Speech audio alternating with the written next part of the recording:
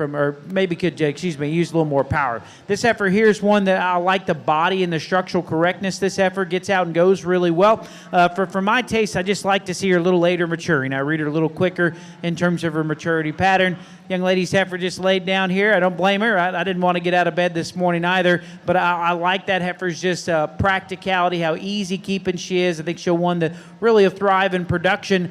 Just maybe like to see her release her rear hock and pastern when she hits the surface with a little bit more flex. This heifer here directly in front of me, I certainly like just how the stature and the frame that she has could be powered up. Nice set of cattle all the way on down this class here. Maybe some of them could use just a little more body mass or style.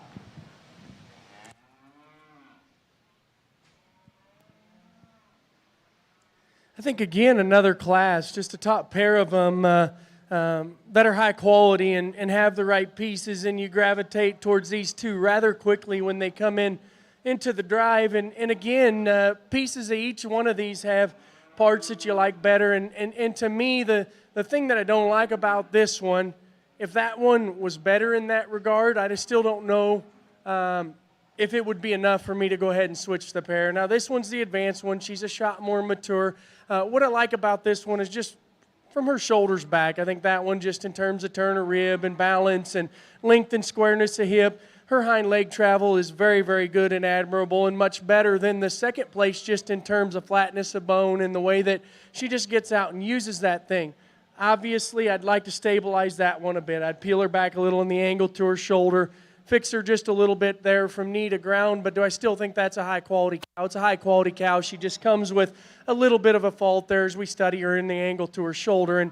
And to me, you want to say this one does probably toe just a little straighter up front. She's maybe just a little bit more stable, like her in terms of cush to her knee. But really, when you watch them get out and go, they actually kind of move similar. They both need to be relaxed just a little in that regard. And, exercising these things as breds and keeping them in the right condition will help hide those faults on down the road. I still love the center body shape, love the muscle shape that this heifer has, the quality of head. She's maybe, again, just not as loose in the way that she tracks with that hawk. She's still sound. I deem her functional. Will be a sound, good cow someday. Just some little things there on that top pair that go ahead and sort it for me. Really another tough pair for me to kind of sort. You got a bigger, stouter, burlier one. Obviously, she's been sheared out, so you have to kind of readjust your eye, and that's not why she's third and not in the top pair, because I do think even with that softness of hair, she'd still have those pieces that maybe don't balance up quite as nicely as those top two do.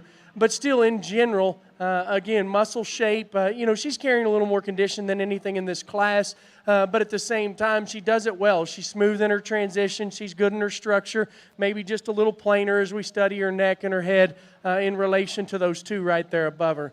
I like this heifer in fourth. She's moderate. She's big-bodied. She's going to make a nice cow for this young man. And again, her balance is just not quite 100% there yet. And I think it's because she's still got some growing to do and has some days to go. But maybe just a little squarer and bolder about her head and shoulder than the heifers there above her. And again, if she was maybe just a little bit leaner or prettier in that regard, she could roll up a spot. A couple of them that come in next, very similar in their build. A little greener in their type. This one's a little softer as we study her. This one's maybe just a little bit neater in the way her neck ties into her shoulder. But as we study both these heifers, they give up a little bit of the mass to the ones right above them, just in terms of body depth and the way that their body connects there into their top line. But both two very, very high qualities. This one maybe just with time, I could see you get that one bred. She's high quality and pretty enough. That one will continue to come and continue to grow. Another heifer that comes in next, big, stout, burly one. And again, we had one a couple ahead of these that was maybe a shot more moderate in her build. This one, too, maybe just a little plainer about her head and neck. I just like to balance her out. She's carrying a little more chest there. If she could just balance that rear flank or balance the way that she's set back in that rear end of her body shape, I think you could balance that one a good bit more. And then the heifer that leads out the class, and again, one that's still very, very attractive and very high quality as you study her in terms of her head and neck. I think one with plenty of length and plenty of performance and plenty of grow. She's kind of at an awkward stage now. She's not as bloomy as those heifers in front of her. And to me, I'd just like to maybe just downsize her just a little bit or give her just a shot more body to place her in her higher. But very, very high quality female.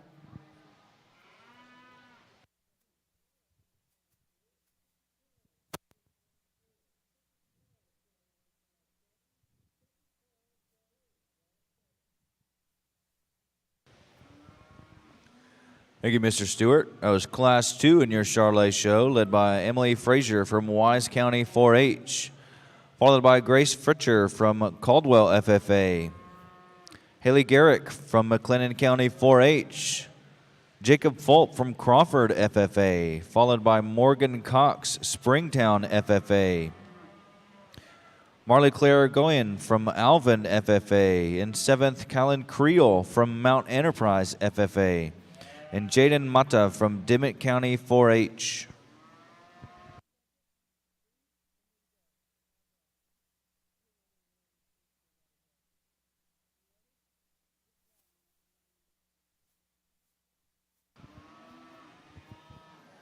In our Angus show, Class 1 was led by Cade Landers from Runnels County 4-H, followed by Kaylin Kaiser from Dublin FFA, and Cassidy Bozeman from Idalou FFA. Kinley Bozeman from Idalou FFA. In 5th, Alyssa Murray from Perrin FFA, followed by Taylor Martin from Dallam-Hartley County 4-H. Presley Slinger from Hamilton FFA. Kylie Weiler from Bangs FFA, followed by Garrett Wood and William Blake Landers from Runnels County 4-H.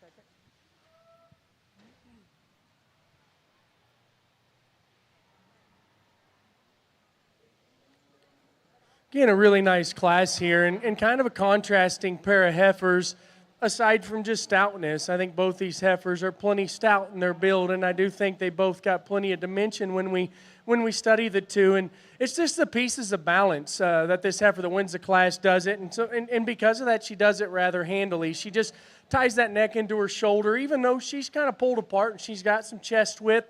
She actually still ties that shoulder in neater into her neck and neater there in behind her shoulder in terms of how she's built there in her forerib and her springer rib. And then you just study that one all the way through. I think that thing's wedge-shaped and very, very unique just in terms of powerful build, but yet still female-like about her head and still cowie-like in terms of her build. You know, when she comes this way, she wants to fight just a little bit, and it's hard to get a perfect read on how all that stuff works.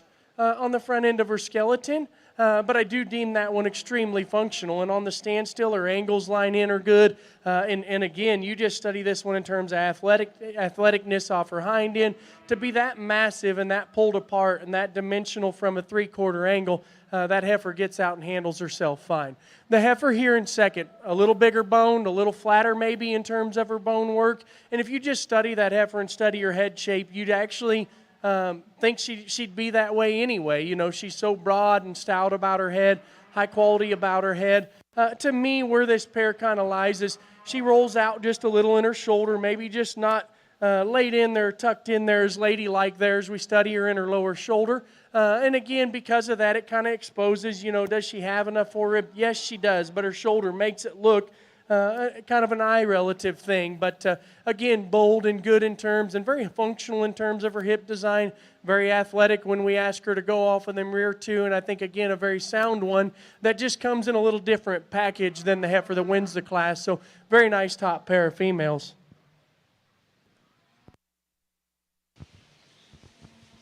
Thank you for that breakdown, Mr. Stewart. That was Class 3 in our Charolais show, led by Carly Rathman from Lynn County 4-H, followed by Lindsay Franklin from Fannondale FFA.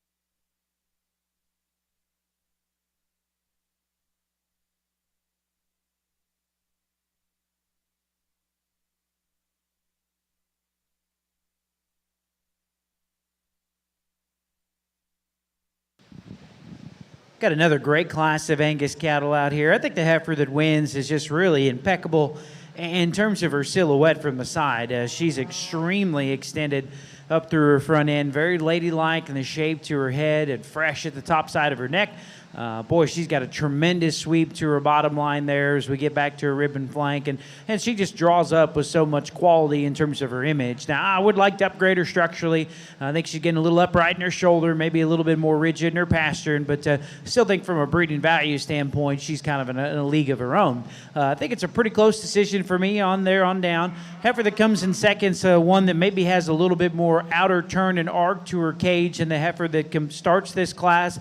I think that her proportions total out with more balance because her height to length ratio is more in concert, and she's probably just bigger and more just stouter in terms of her foot and bone compared to my winner. But like my winner, she's got a tendency to kind of splay out a little bit up front. I think the genesis of this issue is she too is a little straight in her shoulder. She tempos up on the go, her tail head will kick up on her a little bit. I like the brood cow Power, the female that resides in third. She's the female that just is more intense in terms of the wrap to her stifle. She's bolder bodied and still really refined in her teats. I like that combo of being a brood cow heifer, or a brood cow prospect, a powerful brood cow prospect that's still very refined. You know, for me, she turns a little bit more crest at the top side of her neck. She's a heifer that gets just a little bit more lethargic in her structure off both ends. Young lady's heifer that comes here in 4 has got some interesting features. She's really long and extended up through her front end. Got a great sweep to her belly line there, and then a female that's got a functional and attractive hind leg. I just wish she pieced it all together in a little bit more of a collected fashion. She's a heifer that maybe gets a little breaks behind her shoulder, gets a little out at the point of her shoulder blade there, and as she tempos up on the go, she's got a tendency to roll up in her spine. You know, kind of a big heifer here. I don't know if she's just overly realistic in terms of her performance. I think she's pretty big for what her declared age is here, but I do like the bone that she has. I like the stretch and the extension that she's got all the way throughout here. She too probably becomes just a little off right behind her shoulder. Heifer that wants to pair up a little narrow at her hock and get a little longer toed. A young lady's heifer that follows her is another moderate, big-bodied, easy-keeping female. I think one that'll really thrive out in production on grass. Reads a little bit more refined in terms of her feature. The big heifer here, the young lady in the pink brings us, has got a lot of performance to her. I like the depth of body, the stretch that she has. She's not as articulate in the way she plants her hind leg. Wish she used it with more conviction, like to tone her back from a condition standpoint. Nice set of cattle all the way on down the line. These heifers are moderate. I think that they're pretty strong in their top. They got a lot of body here. Maybe some structural things we could upgrade. A couple of those cattle maybe could be just a little bit more trimmed up from a condition standpoint.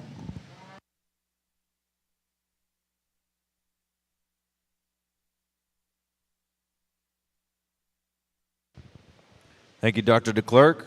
That was Class 2 in our Angus show, led by Nolan Hunt from Walker County 4-H, followed by Kylie Wing from Cisco FFA, and Leyland Maxwell from Paradise FFA. Abigail Koenig from De Leon FFA, Brax Friedrich from Stephenville FFA, and 6th, Amanda Hoffman from Samuel Clemens Cibolo Creek FFA. Emily Gowan from Troy FFA.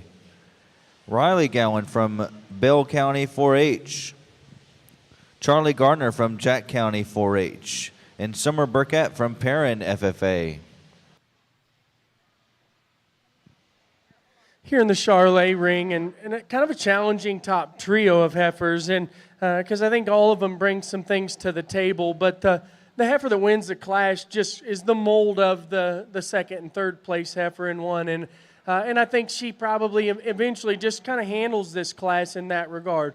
Change her a little bit, just maybe give her a shot more bone, or give her just a shot more stability there at the ground off her rear too, but I deem that her angle's good, her structure's good, and she's functional, and I think she just comes with so much power and mass that maybe if you could stouten up that foundation just a little bit more, it would balance her out so much better. But in terms of having a fresh look and a neat head and a nice neck and combining that with so much boldness and so much power from behind, it's good.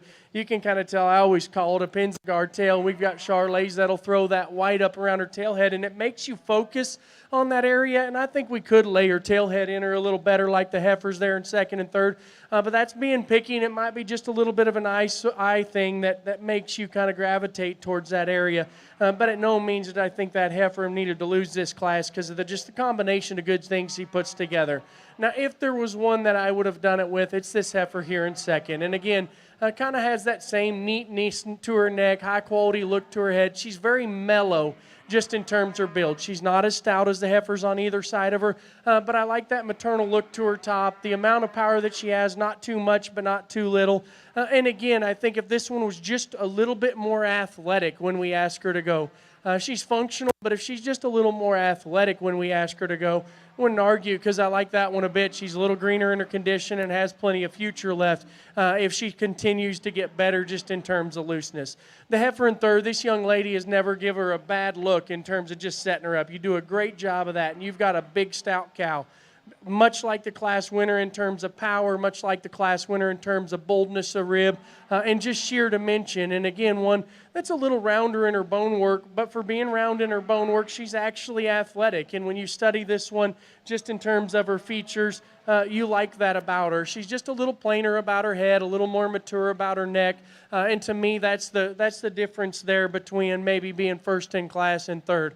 Heifer in fourth, very high quality, very shapely. And again, a good turn to her rib. She just don't have that extra sweep or that extra lower dimension of rib like the heifers there above her. And the heifer that rounds out the class, and again, functional built in terms of angles and very functional built in terms of the way she uses her hip and hind leg. She's just a little too green, a little too skinny today compared to her contemporaries. Time will tell. Take that one home, get her on feed, get her bred, push her up just a little because I think that one structure can handle just a little bit more energy. And see what that does. See if it helps her bloom. See if it gives her just a little bit more body because today that's where she lands. But I think a nice class, nice top trio of heifers with some differences to see.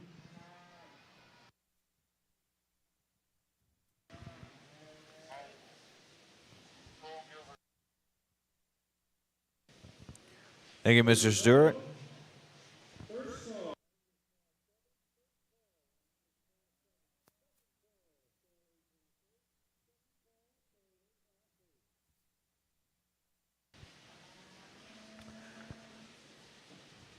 Thank you, Mr. Stewart, for that breakdown of Class 4 in our Charlet show, led by Jaden Mata from Dimmitt County 4-H, followed by Emily Falkenberg from Waller FFA, Jesselyn Payne from Bell County 4-H, Trinity Schluter from Briscoe County 4-H, and Savannah Chalmers from Washington County 4-H.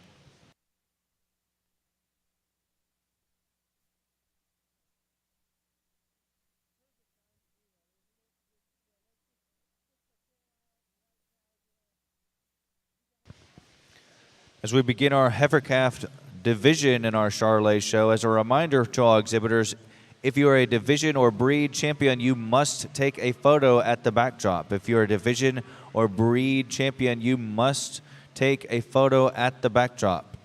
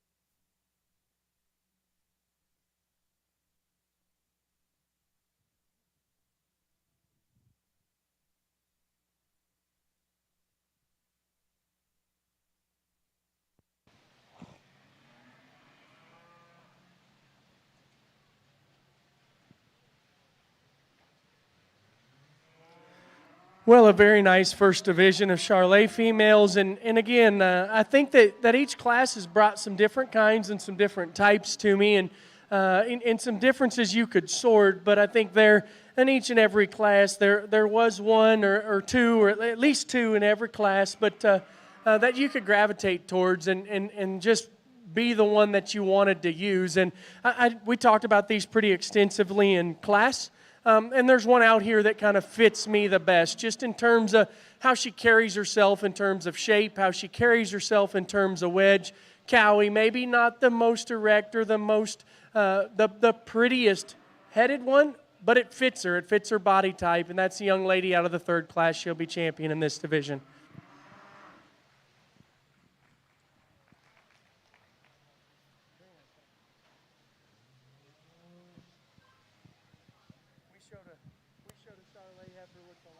When she was a baby, she was reserved at Kansas City and won a bunch. So good luck.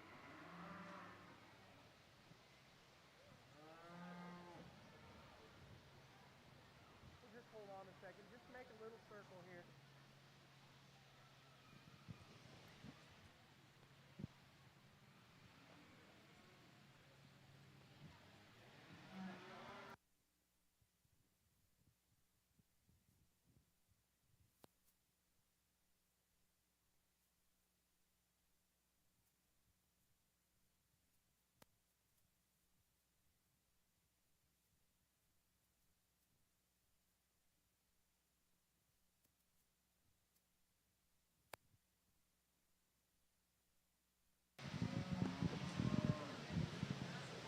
Well, we got a nice class of Angus heifers out here. I think the female that wins, there's probably nothing just wild about her from the side, but I think she balances up highly effectively. To me, she's one that if we take a look at her, the top of her shoulders really in concert with her general hip height.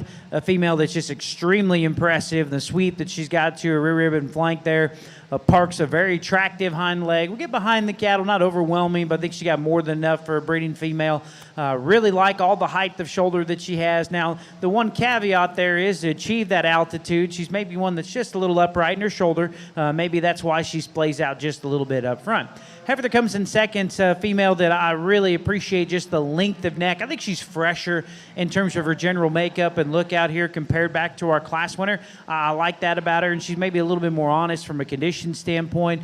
She's a female that as we study her underneath that high-quality hair coat, I'd like to see her just a little bolder in the base of her forerib. I think she's got a tendency to maybe cinch up a little bit in her heart and her flank.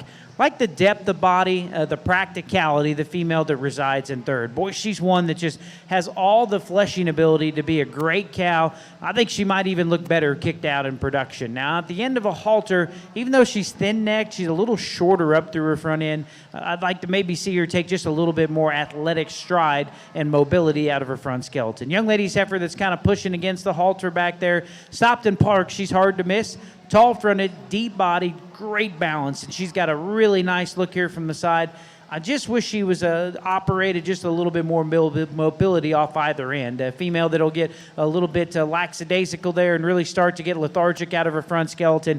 Perhaps this is because she's just a little straight in her shoulder. Heifer that follows her next, one that has got a lot of extension up through her front end. She's bold-bodied, pretty dimensional as an individual as well. I don't know if she fits this class from a birth date standpoint, but moving past that, a heifer that maybe we could see just a little bit deeper body to accommodate the added frame that apparently she has. A nice deep-sided heifer that comes next, got a sound hind leg on her, got a tendency to run downhill. I read her a little lower at her chest and sternum than maybe where she is at her flank. Heifer that follows her is a deep-bodied, practical female, very sound structured. Then we conclude the class with a heifer that's got quite a bit of dimension. I like how opened up this heifer is throughout. Just wish she was more ladylike in the way that her shoulder laid on the base of her forerib. Thank you, Dr. DeClerc. Some results from our Charolais Heifer Show. Your champion heifer calf was exhibited by Carly Rathman from Lynn County 4-H, coming from Class 3. Your reserve champion heifer calf comes from Emily Frazier from Wise County 4-H and Class 2.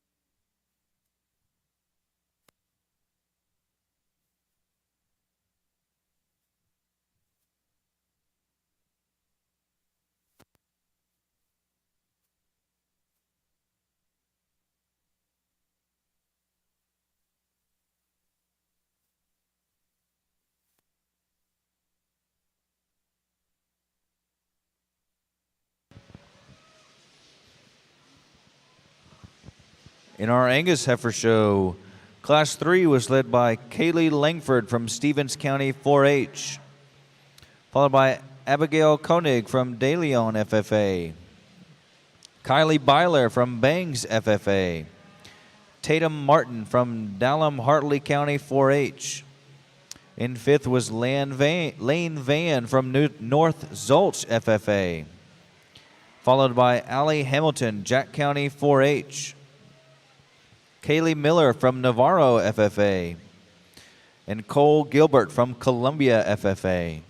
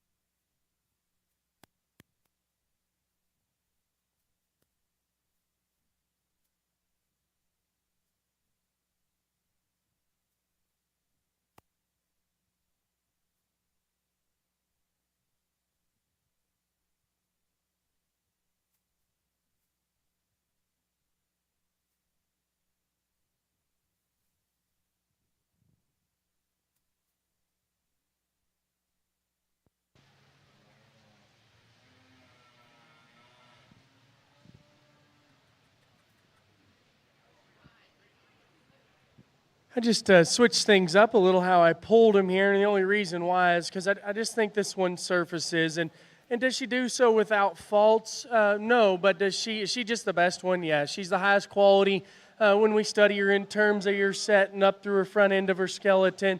And the one that's the bloomiest and neatest in her rib shape. I like her size in relation to her age, her extra boldness and power. She comes with a little extra shoulder, and that maybe don't tie that forerib as pretty today, but it's just because she's so pulled apart in terms of her build. And to me, that was maybe the easiest place to go and the easiest place to start. The heifer here in second. Again, one that similar build just in general in terms of power, in terms of spread of rib, in terms of dimension as your class winner, but just doesn't come together quite as neatly in terms of thinness as neck, quite as neatly when you balance that one up and study her head. But she is a little smoother in her shoulder, maybe just a little more square as we study her from the front end of her skeleton to the ground than your class winner. But just like I said, I just like to tidy that one up or freshen that one up just a little bit through the front third of her skeleton. The littlest heifer in the class here is third, and I do think this is one of the higher quality ones in the class. And again, athletic when asked to go, where do you lie from here on out with your priorities? And I do think this one will stay the freshest, the most moderate, and you study her skeleton and her angles. It's plenty good enough when you study that one from a balance perspective. She's just going to be small. There's nothing wrong with having a couple small or a lot of small cows around. Again, a few of them here on down the road. This is the next best one, the burliest in terms of her bone, the burliest just in terms of dimension and spread of rib. Again, just a little plainer and a little coarser as we study that one through her joints and you study through her head. But still one, just in terms of sheer power and dimension, she surfaces amongst these other three. Heifer that comes in next of the remaining pair, the most moderate one. And again, still fresh, still female-like about her head, female-like about her muscle tone and in power. Is she stout enough? I think she is. I think her roundness of rib, the way it comes out of her top's good. She's not the biggest boned one. You don't expect that one to have the most spread in the world in terms of just dimension. But to me, she just balances up as the more moderate, and leg-to-body ratio is just a little more admirable to me than the two that remain. This one, if you study from a three-quarter angle, you like her wedge. You like her wedge of hip. She's big and square in her hip. She presents a nice top line from the side, still pretty and neat about her head and neck. As we study this one, though, she's just a little more upright as we study her up through her angle, through her shoulder and her knee, and that's being picky. I deem her functional, but if we could just tidy that one up in her chest floor, pretty her up, and like I said, either give her just a shot more body depth, and in a perfect world, I'd actually like just to make her a half a frame or a frame score smaller. Heifer that rounds out the class, kind of built from the same mold as the one in front of her, fresh and bloomy, fresh in her hair coat. The young lady does a nice job showing that heifer as well. Again, athletic when you ask her to go. As we study that one, she's a little green in her makeup right now, so you can't tell if it's just her being skinny. But again, we could just moderate that leg-to-body ratio ever so slightly. Give her just a touch more body or a touch more base there down there to the lower portions of her ribs just to balance her out just ever so slight. Very, very nice class winner and one that was super, super powerful. Got a great class of Angus females over here. We lead off with a heifer that's just stout and rugged in the way she's constructed at the ground. Big-footed heifer, very progressive in terms of her bone work. I'm really drawn to the fact that heifer is extremely long out of her hip and plants her hind leg with just so much conviction. And it's kind of the same story up front, as she's really long-fronted as well. Now, if we could change her, I think that we see her maybe get a little coarser in the way her shoulder hooks up to the front side of her forerib there. Probably could change her just a nickel in that regard, give her a little longer step off either end. She's such a long-bodied heifer. At times, she maybe comes up a footprint short, but still think that heifer's sound in terms of her general makeup. Maybe could just see her just shorten up just a shade in terms of her center body, and she'll kind of pull down in her loin when she tempos up here on the go. I like the practicality of the heifer in second. I think she's got all the hallmarks of a great Angus female. She's deep-bodied, easy keeping, looks like she's one that'll be just an excellent cow out on grass. Relative to my stout pick to win, she's probably a little closer to average in terms of just bone work. I'd like to change her feet a little bit. She's getting a little longer on her toe shape there. Maybe could make her just tougher and more durable there at the surface and tidy her up a nickel through her chest. boy, there's some cool pieces to heifer in third. I know she looks small, but in the context of this class, but I actually think she's more realistic in terms of performance. I think if you go home, your keeper heifers are going to be this size. She's one to me that's really bold-bodied, big hip, dimensional. She's got the power that certainly suggests that that'll translate to some generating potential for this female. She's a little tight in her throat latch, and consequently, it's kind of the same stories we get back up there to her flank. Just like to see her a little easier keeping as an individual. Like the heifer that comes in 4, long-sided, deep-bodied, very refined in her teats. I think all those things bode well for her in terms of longevity. If we could change this heifer, I'd like to alter her from a structural standpoint. She just doesn't release her hock and pastern with quite as much flex and agility, but certainly like the dimension and the length of body of that heifer. There's a lot of just, performance to date on this heifer that comes next. She's deep-bodied. I think she's one that's got some height of shoulder. Like a lot of cattle that maybe we see with more elevation up front, she achieves this by being tipped forward in the angle to her blade. She's another one maybe we could make a little bit more flexible at the ground. Bold-bodied, dimensional, and powerful brood cow prospects, how I'd characterize this. Next heifer here the young man brings. I think from any of you appraise that heifer, she's just downright stout. Probably see her shoulder laying onto her body in a little rounder fashion. It's the same way in terms of her hip and muscle rounding up, a little coarser made there. Then the heifer that comes next, another big-bodied or big high-performing heifer, probably compared to having a little bit more condition around her tailhead. I'd like to see her sweep back a little bit more dynamic in her flank. Then we conclude the class with a heifer that's moderate in her frame, really bold and opened up at the top side of her rib cage there. She's another one that's establishing some white tissue there around her tailhead. Certainly like to halt that fat that's starting to get there in her flank, and she's just a little frailer in her make.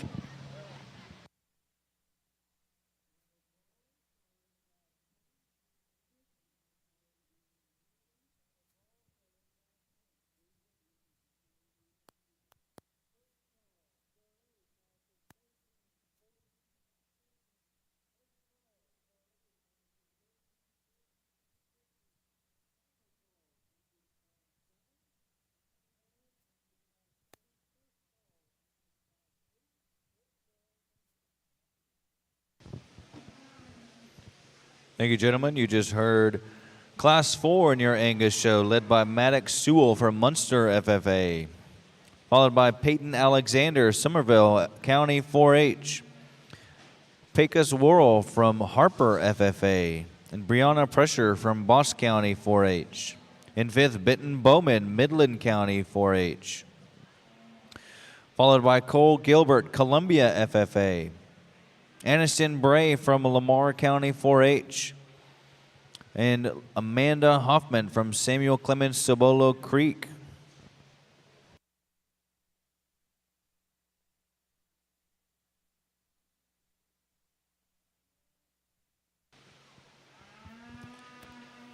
In our Charolais show, Class 7 was led by Naomi Browning from Clearbrook FFA, followed by Keston Garrick from McLennan County 4-H, and Aston Collier from Mart FFA, followed by James Schumont from Redwater FFA, Katie Williams from ARP FFA, followed by Emily Hammock from Weiss FFA, and Emily Hammock as well from Weiss FFA.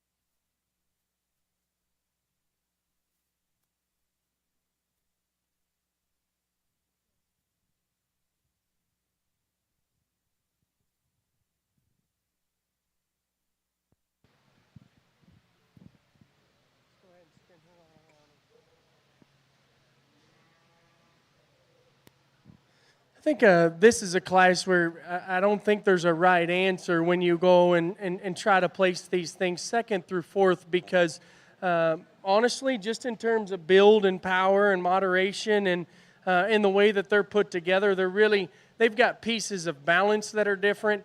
but they're challenging to sort, and they're challenging just to what you want to prioritize, because I do think all four of these are relatively the same, just in terms of being moderate, stout, good-bodied, fresh-built cattle, and they just have some different pieces there from second through fourth that you could talk yourself into and out of stuff. But I'd take all four of them home for cows. I think the easy thing to do is just to find this one, and she does. She comes with a little more chest. She probably comes with just a little more maturity than the heifers there behind her. But she's the balance of kind of show heifer and show heifer look about her head and neck, with the pieces that most of these other heifers have in terms of boldness. And she still probably is the boldest in her ribs. She's still probably the neatest in terms of the way her muscle hangs on her skeleton. And I think just of these initial four, she's the one that's probably the most stable and the neatest in terms of the way that she holds her skeleton on the go, up high and down low. The heifer here in second, I just think if you could just take this one's head off, I think this one's the second best one. And I'm not just going to beat one just because she's got a little square pull or just a little square build there up at the top point of her head, because her angles are good. The way she gets out and goes is good. Yeah, she gets underneath herself ever so slight in her hawk, but I like the way her tail head sets in her. I like her freshness just in terms of top line and the way she handles her top when you go, and yet just so athletic when we study her in terms of her movement there at the ground. So again, just balance that one up in her head. She's a little dingier in her hair coat than the heifers here in third and fourth, and I think if you just take that out of the equation, she's the second best one to me. The heifer here in third, and there was times I thought she needed to go for it just because she's not enamoring anywhere, but she's very middle of the road. I think just in terms of being a cow, being moderate, having a functional hip design, not a big square show heifer hip design, but yet still neat about her head and neck. And I think in this bottom pair and in this trio, she's not the most enamoring in terms of bone, but I think her functionality and her build is very, very nice. Just gives up a little extras and a little extra punch to the heifers on either side of her. This heifer in fourth, and again, at no point did I even think this one I needed to go fourth. And in my head, I had all three of those heifers in fourth at one time, and just trying to park it out. You know, on the standstill, I gravitate towards that one because the young lady does a great job of just presenting that one. Her tail head set in her when you get her on the standstill. The way you have her head set into her neck is very, very unique.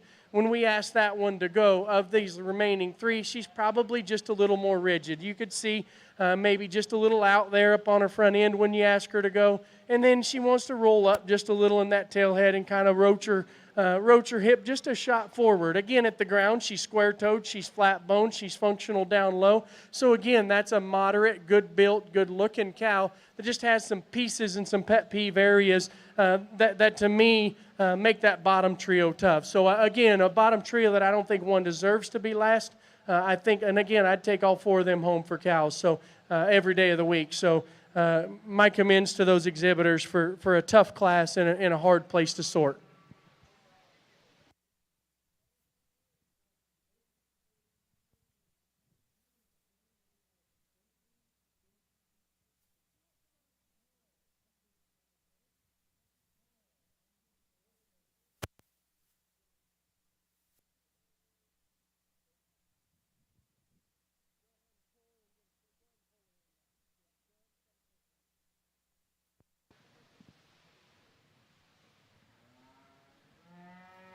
What is her birthday?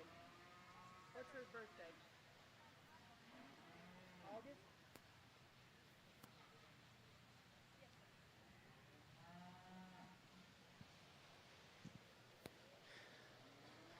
Young lady brings a real good looking single entry in this class, and one that's got a little more frame, and with that frame, I don't think she's just blessed with the most rib, but it's proportional. I mean, you study her in terms of roundness of rib and how her muscle hangs into her skeleton, and her angles and her functionality are really, really good. So you've got a big stout cow or a big cow, and again, she's at that stage where that calf's probably not helping her in that regard when she's still growing and you want the baby to kind of go ahead and expand her. But I could see this one, once you get that one further along bred, her balance is so nice, her angles are so nice, that one will come together here in the next few months for the young lady, as long as she just don't get too big on her. But again, a nice single entry that's very functional and very attractive in terms of her skeletal movement and build.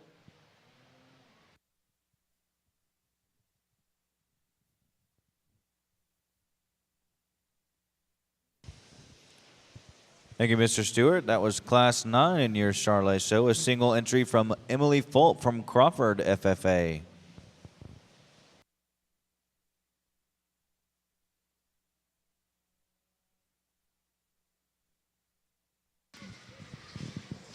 Well, over here in our Angus side, folks, I think we got a remarkable set of females representing this first division. If you don't mind, let's give these kids a big round of applause.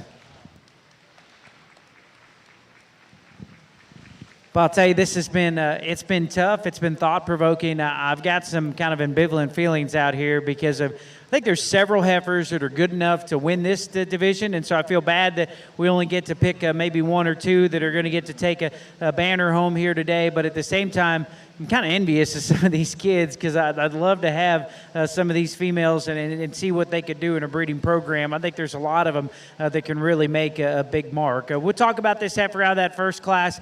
She's one that I'm just enamored with in terms of cow power. What I think's so cool about this heifer is she is definitively the leanest and the most honest or conditioned of all the cattle out here, and she's distinctively the most powerful. She's definitely the biggest, the broadest in her pin set. She's got the most natural thickness through her quarter. And then for a heifer that's just built with so much brood cow power, she's still really long and extended up through her front end.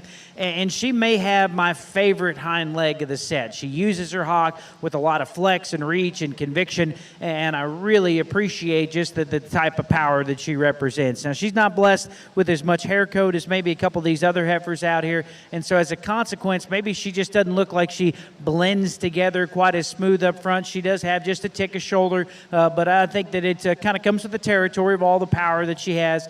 She didn't look just quite as smooth in her bottom line because she's not as hairy, but boy, I think that one has got the power to really generate this next generation here. It just comes down to, you know, if we could maybe where you want to draw the line at from just a smoothness standpoint. Heifer that wins the second class, boy, she can cast a silhouette from the side that's hard to miss. Her neck is extremely long and extended. She's chiseled out in her throat latch and her jawline there, and a heifer that's just so progressive in the sweep to her bottom line. I like that a lot about her. I think a heifer that maybe's got just a dab a tailhead, but more than anything, she's one that gets just a little straighter off either end. Maybe we get in front of the cattle, we see she's starting to establish a little white tissue there at the floor of her chest, and maybe doesn't read just quite as powerful as the heifer in front of her, but she's one that's about as photogenic from the profile as what you can make them. So certainly wouldn't argue if you like that one the best, because she's a really nice heifer and a strong lineup of cattle. Heifer that wins the next class to me is one that kind of grows on me the longer she's out here. I just think she balances up highly effectively from the profile. I think that she just proportions out with so much symmetry here from the side. She's got some altitude and some height up front to kind of match the fact that she's equipped with a little bit more general hip height. The sweep to her bottom line is really good. From her chest to flank, she's about as proportional as you can make them.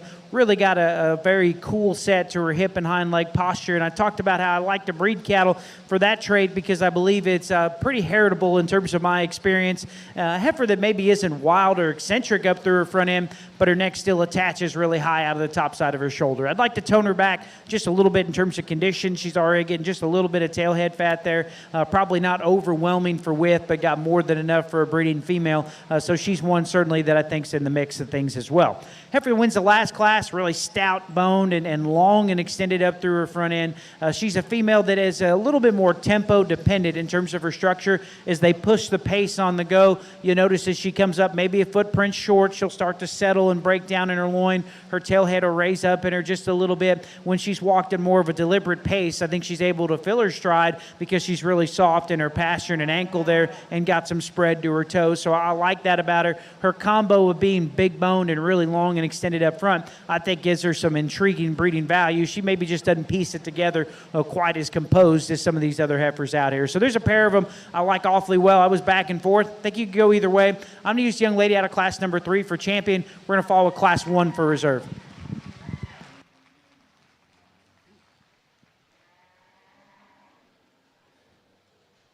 Again, a pair of females in this particular class, and I do think there's one that obviously surfaces rather quickly just in terms of the way that she's presented, her balance, her look, her quality, her neatness aligns, and yet still having that shape to her rib and that shape of muscle. And And at this age, staying so fresh just in terms of her build. Everything's pretty symmetrical as we study that one. In terms of distance from top of shoulder to chest, top of her hip down there through her flank. That's just very, very proportional and yet athletic and functional when you ask her to go. You know, in a perfect world, you can see she kind of gets underneath herself just a little to help her reach that stride, and she does it rather handily. If I just change her ever so slight, we could just shorten her up in terms of her toe length and maybe just give her a shot more depth of heel. But I do think that one, and just in terms of flexibility, look, balance, and those pieces, for a big bred to look that fresh and that nice and that balanced and symmetrical is very, very nice to see. The heifer here in second. No slouch. Still, again, functional in terms of her build, bold in terms of her rib shape, plenty of dimension as we study that one. She got stuck in a class with one that's just a little sweeter necked and a little more to her. So very nice heifer here in second. Maybe just gives up the balance and the freshness and the neatness there of the heifer that wins the class.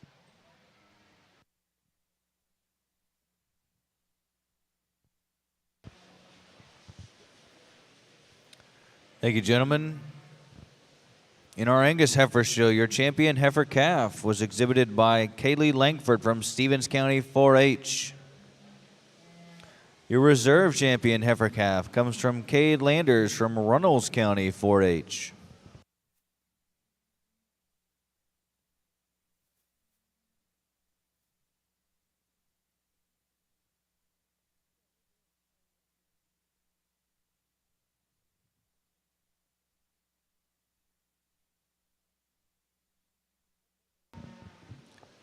In our Charolais Show, Class 8 was led by Kylie Guffworth from Rowlett FFA, Brianna Chavez from Travis County 4-H, Mackenzie Schneider from Lexington FFA, followed by Lexi Hughes from West FFA.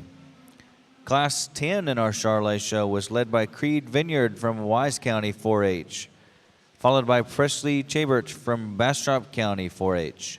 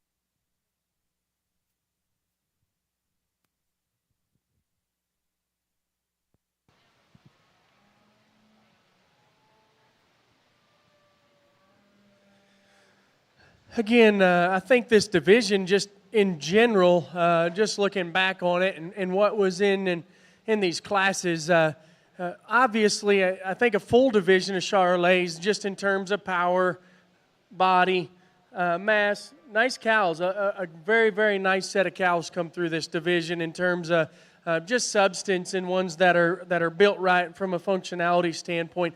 Then when we get out here in this division, I'm not going to re-talk them. There's a couple of them out here that probably fit together the best, just in terms of balance and look and freshness and bloominess at this stage in the game. And within that pair, I think there's one that excels that even just a shot more. And we talked about these in class and some areas you could change them. But again, big picture, this was a nice set of cows in this division, so let's give these kids a round of applause.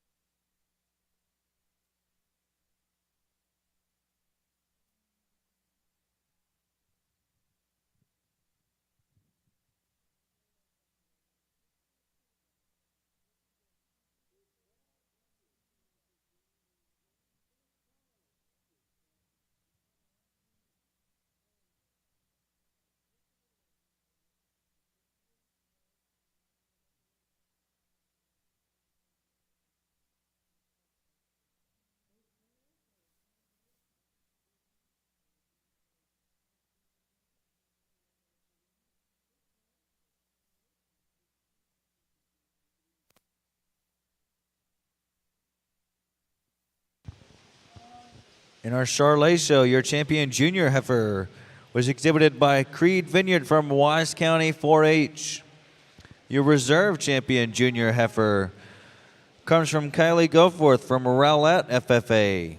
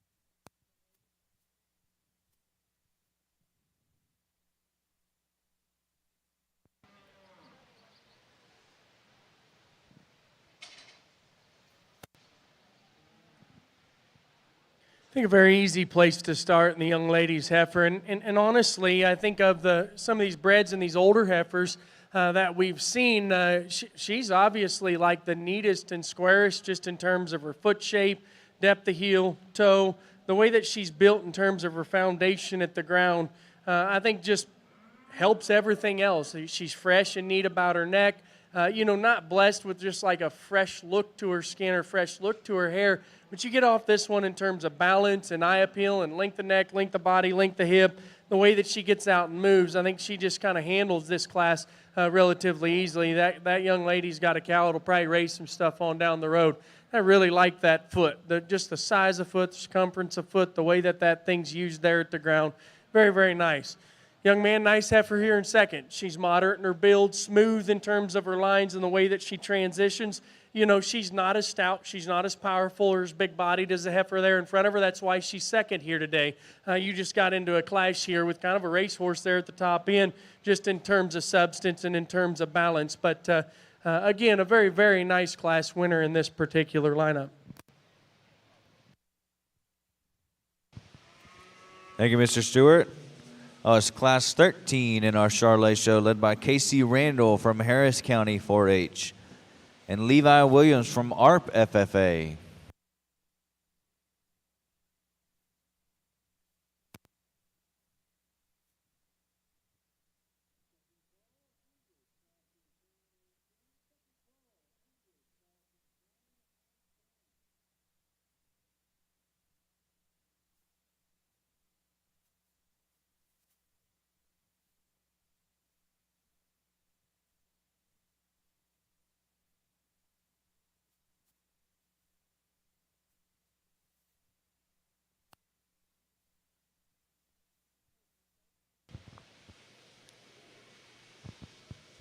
Now in the ring in our Charolais show, a nice single entry, Class 14 from Corbin Hunt in Hallsville FFA.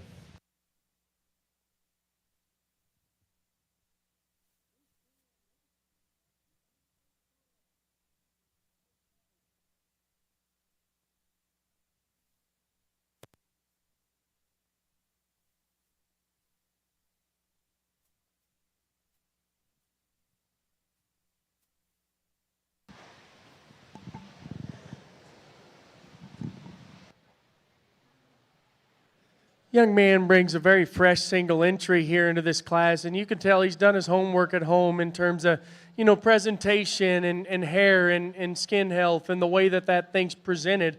You can tell that young man's still been working that brush here into March, which you don't have but a few more months here in Texas, or a few more weeks before the heat hits. And I just commend you on keeping her so fresh just in terms of her appearance, her balance and her lines and her squareness of hip. Are all things that are huge. I think in terms of her body, it's really, really good. I mean, if we could alter that one just a little bit. She's a February. She's a big bred. She's getting further along. And I do think if you'd just kick that one on grass, we wouldn't argue that she's extremely, extremely functional. for show ring aesthetics, is she perfect in her angles? I don't know. She don't have the most massive footer bone. She's not the most dense just in terms of her skeleton there. And maybe just like to lengthen her out just a little bit in her stride out of her front end. But that's being picky of one that's so good looking and so neat and so fresh and so presented right.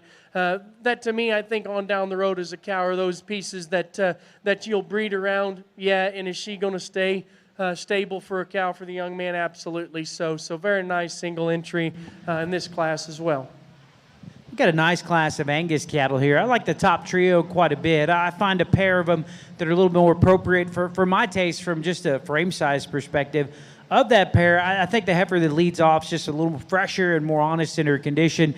Still got a long time left for these heifers in terms of their show careers, and I value the fact that the winner is just presented a little leaner as we get through the floor of her chest. I think she's a little leaner over her tail head, and then I think because of that, she actually uses her hind leg with a little bit more athleticism out here in terms of just flex and total range of motion. I like how that heifer's neck sends really high out of the top of her shoulder. Now, I wish she was just a little stouter and deeper at the base of her jaw.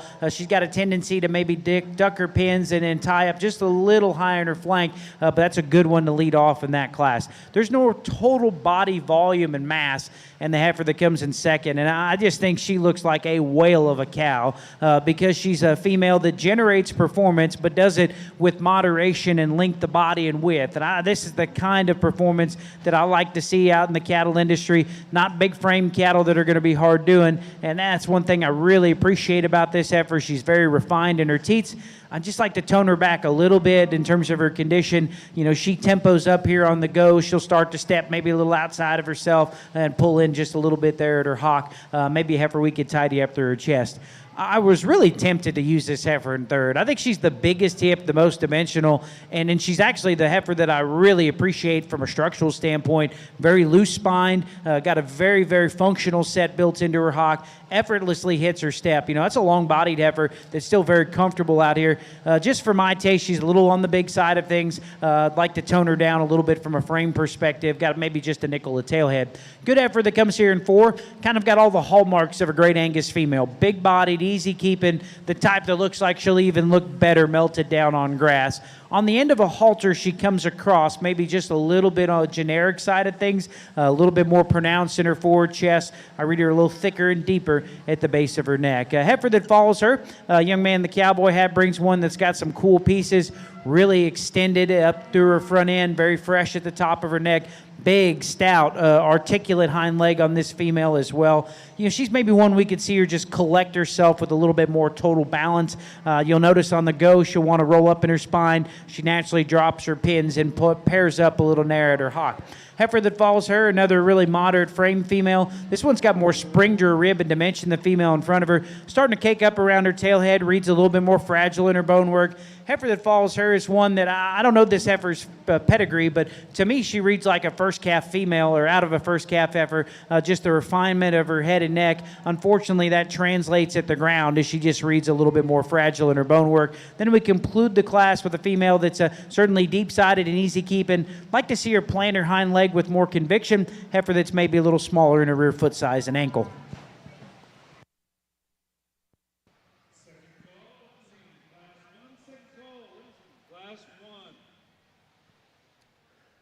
This single entry pair is just quite interesting. I can honestly just say this she's getting it done. That's a big, stout, burly bull calf and first calf to come out. And obviously, I would say that calf's got some value just in terms of mass and look and balance and still just so rugged in terms of his design.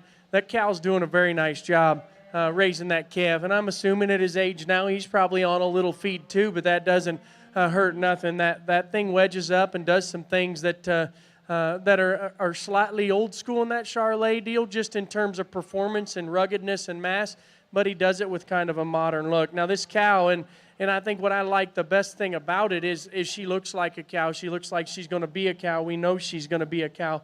But again, her foot, squareness of toe, depth of heel, the way that she gets out and reaches and stays within herself with a big udder like that, nursing a calf like that, is very, very intriguing. No, there's some aesthetic things that you'd change about her, maybe a little bit in her chest, but That's probably because that calf's working down on her fat and working down on her foreribs, so it don't balance like one that isn't with calf. And you can maybe tone her down ever so slight in her tail head, but when you've got an udder like that and you're handling a bull calf like that 3-4 times a day, you don't expect them little pieces to be perfect at that age. I love her size. I love her moderation. I love her shape and her look at this point, and there's no doubt she's raising a heck of a bull calf.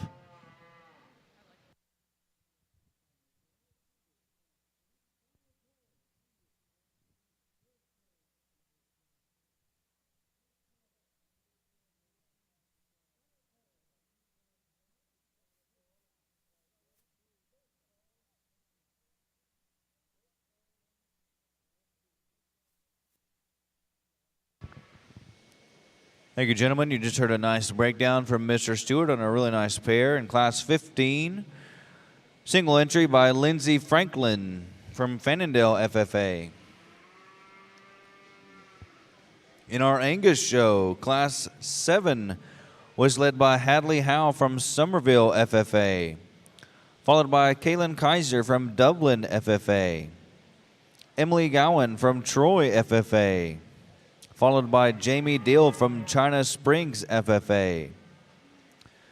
And fifth, Bo Woodall from Dawson FFA, followed by Carly Hoffman from Samuel Clemens Cibolo Creek. In seventh, Corbin Milberger from Victoria County 4-H, and Zoe Parrish from Waller County 4-H.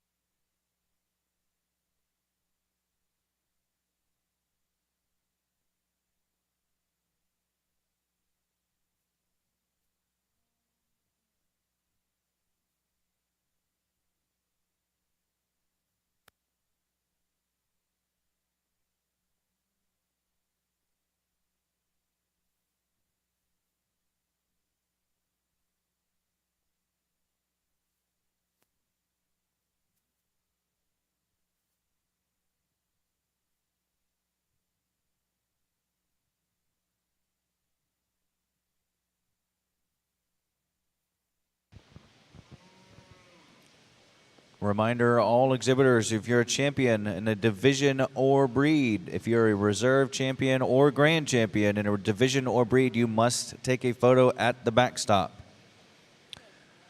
Trailer releases will be given after the breed concludes. As we start to wrap up the Charolais show, know that you will get your trailer release after the breed concludes.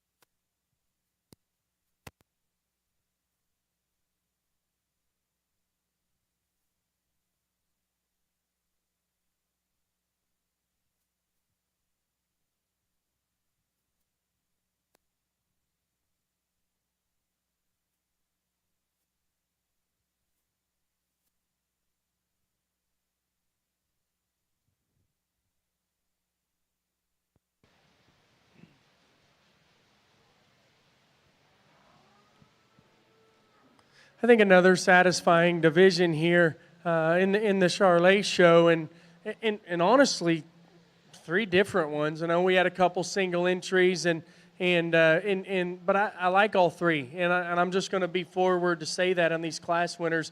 Still a nice second down there to one of these, but these 3 are nice, and I think each 3 of these, they bring a totally different thing to the table, and that's what's challenging is trying to weigh those odds and see which side of the fence you want to land on. this heifer that wins that first class, and the younger one here, and we talked about her in class. I love her foot design and shape. I love her substance there at the ground. Again, agility when you get her out on the move is very, very good. You know, she's not blessed with as fresh a hair coat. She's not blessed with as fresh and neatness in terms of how she just connects some of those pieces, because she probably just doesn't have it. You know, I mean, that's just part of it. Some have hair, some don't. But the fact that she's still so fresh when you look at her, I mean, and you can tweak on her a little and say she's not maybe as bold in her forerib than the two behind her, and she's probably not, but it fits her. She's long-necked, she's attractive, her balance is real good. I really like that one out on the go just in terms of agility and the way that she gets out and moves and handles herself. And there's no doubt that one there. And in the future, I think that's one that could raise cattle on both sides of the fence, both bull progeny and female progeny, because she's got enough look and enough balance, and danks her the right legs for a show heifer running gear, but she's got some punch and some size and some go to be able to raise a bull. The heifer here in second, probably built from a little different mold than she is. She's smoother in her transitions. Still one that's very good looking to look at from the side. And again, so fresh and so neat and so presented right. The young man has done a great job just keeping her fresh and keeping her the way that she is. And you know, because of that, she's bolder and neater, just maybe in her rib shape and how she holds her top line into her, than probably the both on either side of her. And again, this one reads to maybe be a shot more Cavanese in terms of her bone work and her foot size. And, you know, we talked about that one in class. And do I think she's functional? And I think her angles are good enough? Absolutely. So I think it's going to make a tremendous female that raises some good-looking progeny. And again, and she does it with some freshness.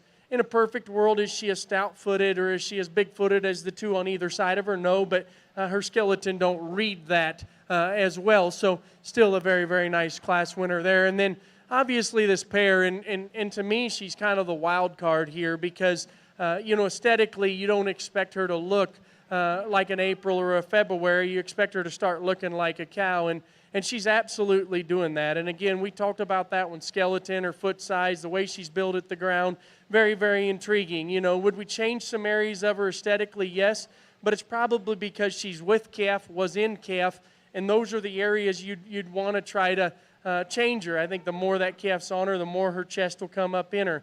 But I love this one's size. I love her agility. I love her angles. I love her looseness. I love her flatness of bone. And of the most thing, I just like her size, you know. But at the same time, does she have as neat a chest? Does her tail head tuck in her as nice as those two in front of her? No, but she also carried around a big stout first calf, bull calf on her, you know, for quite some time before she calved. And the bull calf's very, very nice. Is he without problems? No, but is that thing valuable? I would say absolutely so. Big, burly, stout, big-footed, and one that's got some look. So she's obviously a little further in production, right in the game. And I'd say for a cow-calf pair, still very, very fresh in terms of the way that she's put together. So 3 different types of females, several different ways you could go in this division. I'll select the 2 I probably like the best. On our Angus side, we got a great class of cattle here. The heifer that leads off is very captivating from the profile.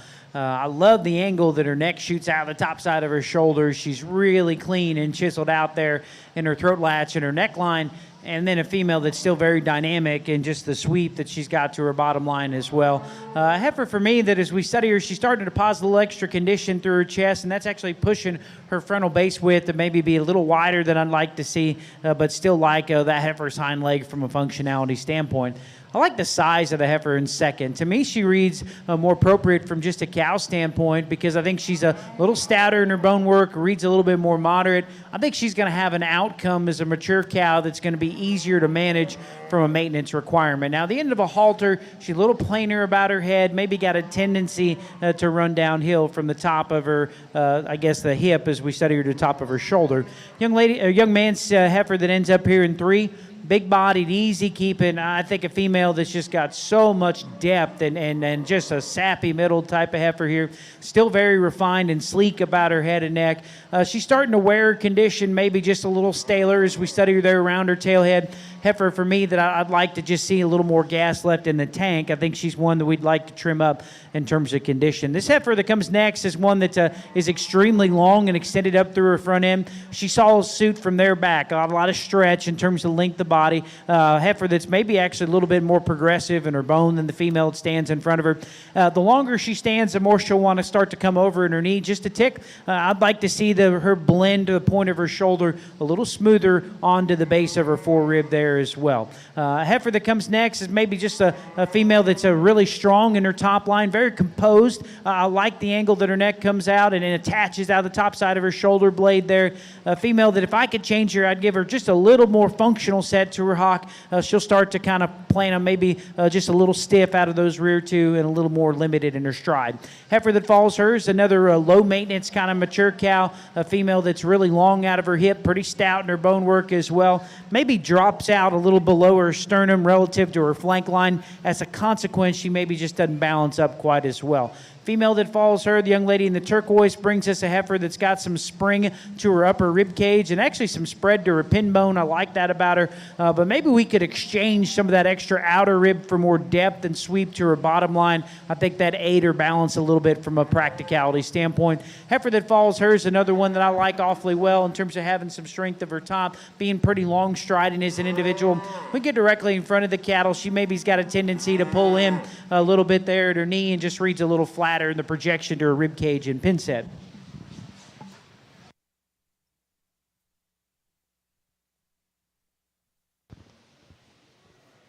Thank you, gentlemen. In our Charolais Heifer Show, your champion senior heifer was exhibited by Lindsey Franklin from Fannindale FFA. Your reserve champion senior heifer comes from Casey Randall from Harris County 4-H.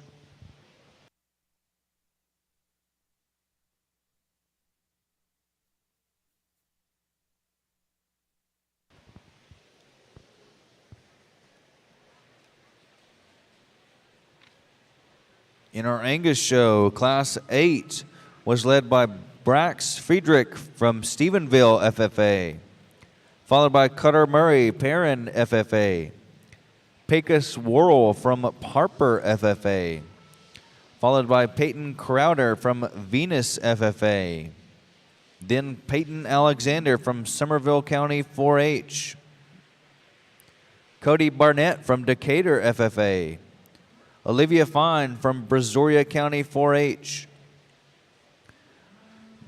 Jalen Urbanowski from Burleson County 4-H, and Mackenzie Scott from Eastland County 4-H.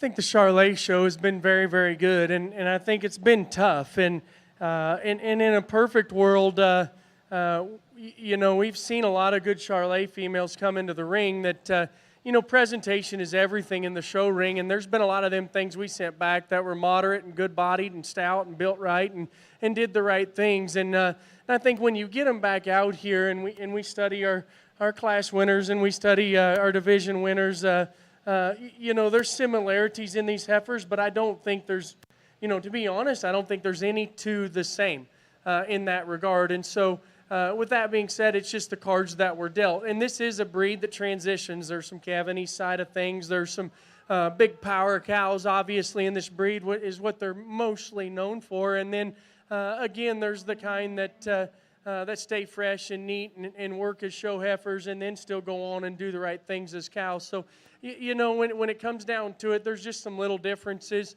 that maybe separate. And I don't know if I just have that one that I just say I got to hang my hat on, just because everyone brings a different attribute to the table. And I think every one of these division winners has a few pieces about them that say, hey, this is the reason why you can win this division, or this is the reason why you may be second or third. And so I think when you break that down, we talked these things extensively in class, and so there's some differences in bone, there's some differences in terms of substance, there's some differences definitely in terms of maturity. But what I like about this division is you do see three females at three different stages of life here. And to me, it's just trying to weigh out those differences and where you want to project. Do you want to project the calf out? Do you want to project the cow to what she looked like as a calf and know that she was still productive? Give some stuff the benefit of the doubt. And you've got one there kind of in the middle that does some stuff in terms of freshness and neatness and lines and angles and functionality that are really good too. And I do think, as a whole, these three division winners, from a skeletal standpoint, from a balance standpoint, from a muscle and dimension standpoint, they each have their own, and I have enough. I'll go through and just speak some little things about them and what I like about them, and then I'll pick you a champion in reserve. The calf that wins that calf division, and again, I just think in terms of body shape and neatness and squareness of build and wedge shape is very, very good. And again, for a calf, I think that was the best one just in terms of the way that she's built at the ground, from her feet, her toe spread, her neatness. It matches her joints. And again, one that's very, very unique just in terms of boldness of rib, three-quarter angle shot of that calf. You know that thing's going to be a stout cow. You know she's probably not going to be the biggest cow, but be right-sized in that regard. She fights the little girl ever so slightly, and it's like she almost just a little afraid, to step on her or swing and do something wrong. And, for as massive and as wide, bold, and good as she is in that forerib, we could probably tame her in just a little bit there in her shoulders, but it matches her. She's stout and broad-headed, but she's nice-necked. That thing just puts together some pieces of balance and some neatness just in terms of wedge design that guarantees you that one's going to make a dang nice cow, and she does it with a little extra look. Heifer wins that second division. Very fresh at this stage in the game. Very fresh in terms of her build and her look. And again, you ask that one to get out and go in terms of functionality is very good, and she's at that point of production, where there's some things that could hinder her movement. And I do still think she gets out and goes. She maybe gets underneath herself just ever so slightly. And because of that, we talked about some things in class that I would change about her. Not that I want to even mention it again on the mic, because that's just tearing down things of a very high quality, that one that you could do. And we could change that area. And to me, you change it ever so slight. And then she'd maybe just win this division for fun. But aside from that, it pulls some things from me, and it makes you wonder, where do I go with that one? Because I do think that's a contender as well. The cow-calf pair we just got done talking about, and I'm not going to reiterate a lot of things on her. Again, foot shape and size is good, and I think in terms of neatness and freshness and udder design and big stout bull calf, she's doing all the right things from a cow standpoint to make her know she's going to be profitable for the young lady. She's already probably done it in her first calf crop. So, in terms of just making a cow and being at that game from a production standpoint and that point of her life, there's some certainties with that one as well. Aesthetically in the show ring, you could change a couple areas. And again, I'm not going to reiterate those pieces. But again, that's just one out here that's also a contender just because of where she's at in her production life, what she does and puts together. And I think, again, one that's definitely in the hunt out here. So I'm going to study these for a second or two longer.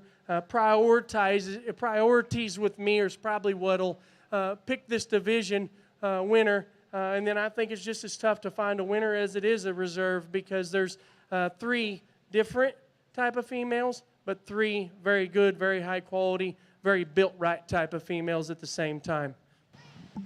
On the Angus side, we got a pair of females on opposite sides of the spectrum in terms of frame size. I started with a heifer that I still think is just a little stouter at the ground. I think it's important since she also is accompanied with just more general hip height. The heifer that, despite her extra frame, I still think that she's a deep-sided female that's got enough fleshing ability to accommodate that. If I could change her, I just wish she operated with more mobility out of her front skeleton. You'll notice that she'll kind of want to splay out up front and drop her chest here on the go. I think the genesis of that issue is she's just a little upright in her shoulder. There's more moderation in the heifer that comes in second. She's probably a little fresher at the top side of her neck as well, pulls together a stronger top line as an individual. I'd like to see her just stouter and more articulate in the feature to her hind leg. She's one that's really tight in her throat latch, and unfortunately that seems to coincide with her being more modest in terms of depth of body.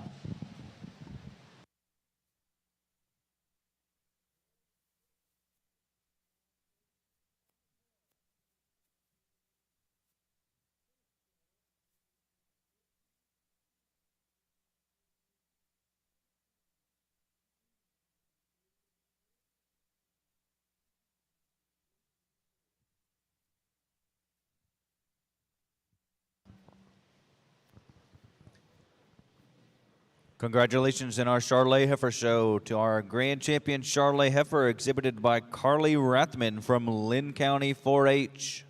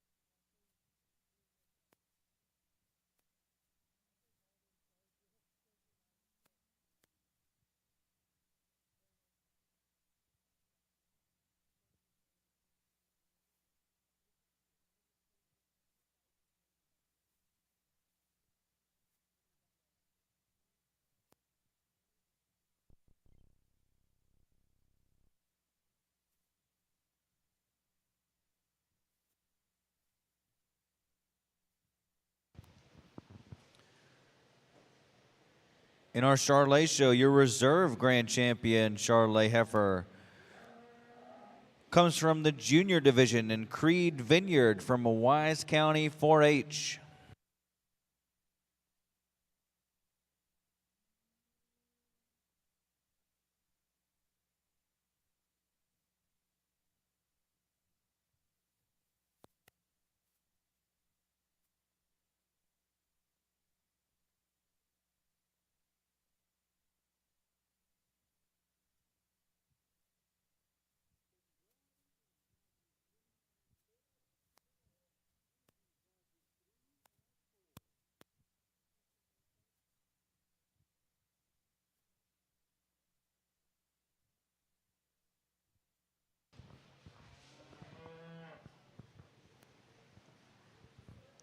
In our Angus Show, Class 9 was led by Summer Burkett from Perrin FFA, followed by Audrielle Cooper from Alvin FFA. Also, if you find a set of Chevrolet keys, please turn them into the show office. If you find a lost set of Chevrolet keys, please turn them into the show office.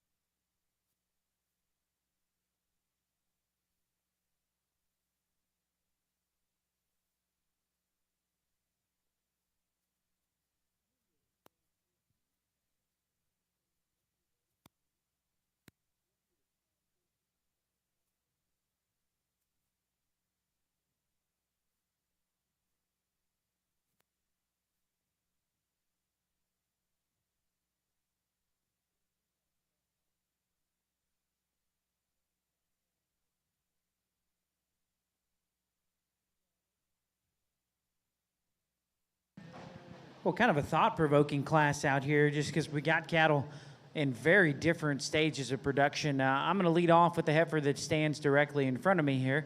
I think she's a heifer that's really attractive in the silhouette that she casts here from the side. Very refined in the feature to her head and neck. Got a great sweep to her bottom line that really kind of completes the balanced look that she's got here from the side.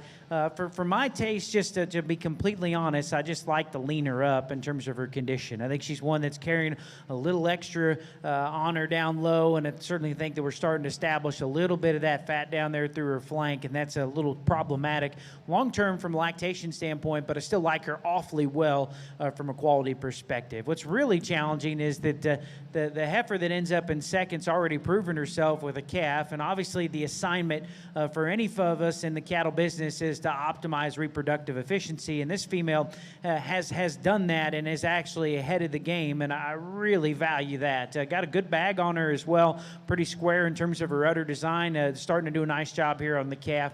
You know, relative to our class winner, she's probably a little low in her pin set, got a tendency to pair up just a little narrow there at her hock.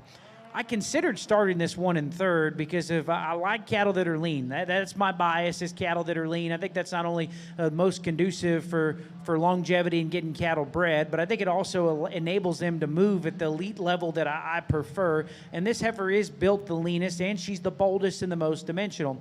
I'm a little worried that she might just be a little tougher condition because she's one that's a little tight in her throw latch, a little flatter in her jawbone, and it kind of coincides with her being maybe just a nickel high in her flank. Tremendous amount of body in the heifer that comes out next. She's got a lot of depth, a lot of fleshing ability. She's one that I think melted down off a show feed may look even better, might freshen her up a little bit. But unfortunately, she's maybe one in a show barn we just managed and a little staler in her condition, starting to open up in her shoulder as a consequence, all the fat that she's established down there in her chest. And we close the class with a female that's honest in her condition, very long strided as an individual. Like to stouten her up as we study the cattle from behind, make her broader in her pin set and bigger in her bone work. I think a top trio of heifers here that all bring some different stuff to the table. And, there's a little bit of spread in age in these three. And to me, the youngest one just does it and presents herself with the most balanced look. I mean, I think she's the neatest about her head. She's probably the thinnest and prettiest about her neck. And then when we study that one from there back, in terms of freshness and bloominess of rib and muscle shape, I really, really like that one. And I think when you get her out in the go, she's very, very sound. I think you could flatten her out a little bit in her bone work. She is just a little rounder in her bone work, but that comes with maturity. And the older she gets, the more stable she should get in terms of just how she wants to just set them things in terms of squareness. But I think a nice place to start just in terms of balance and look. Second place heifer, again, one that's very bold and very neat just in terms of her foot size and her bone. And I think one, again, so dense just in terms of her skeletal build in that regard. She maybe has a more admirable hind leg than the heifer that wins the class just because she is a little flatter in her bone work, maybe set back just a shot more there in her hock. But I think still at the same time, she comes with just a little extra throat, which it comes with the breed. I still think her topside skeleton's very nice. I still think the way it ties into her shoulders very nice. And again, I really like her down at the ground in terms of foot size and shape. Maybe don't balance up with as much roundness there and behind her shoulders as the heifer that wins the class. The heifer here in third was kind of the wild card for me, I guess, because she's big-footed, she's stout-featured, and again, one that still presents a nice look from the side. In relation to those two, she's carrying just a little more chest, probably comes with the fact she's a little older, and I just like to balance that relationship out this young of age. Keep an eye on that, make sure her body stays big. That one will continue to grow and do the right things as a cow. Today, she's maybe just a little bit more washed out there in her lower belly. Even though she has some upside shape and some neatness, we could trim her down just a little bit up through the front third of her skeleton. Heifer that comes out next, young man, time will tell. Exotic looking, probably the nicest head and neck of any of them in this particular class. At this stage, she's so young, and it happens when they're green. You don't know where she's going to land in terms of stability. If she's going to soften up just a little bit in her knee, is she going to soften up just a little bit in her bone structure, or is she going to be one that's high quality and more upper end shape and just needs a shot more foundation? So to me, if we could just tame that one down a little bit in her skeleton and lay her back and relax her just a little in her shoulder, would be better.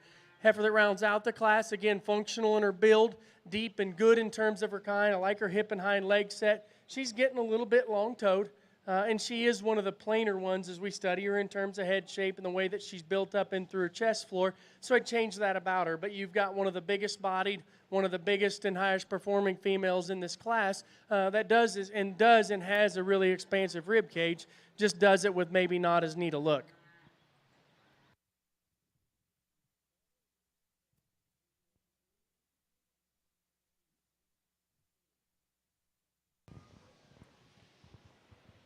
Thank you, Mr. Stewart.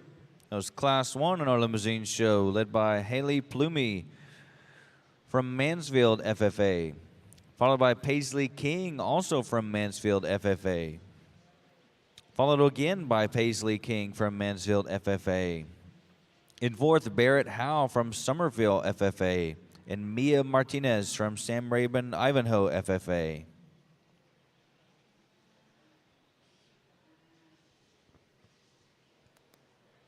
In our Angus show, Class 10 was led by Carson Pack from Stephenville FFA, followed by Olivia Lampert from Blue Ridge FFA, and Jordan Jenkins from Ellis County 4-H. In fourth was Kylie Wing from Cisco FFA, and Mackenzie Scott from Eastland County 4-H.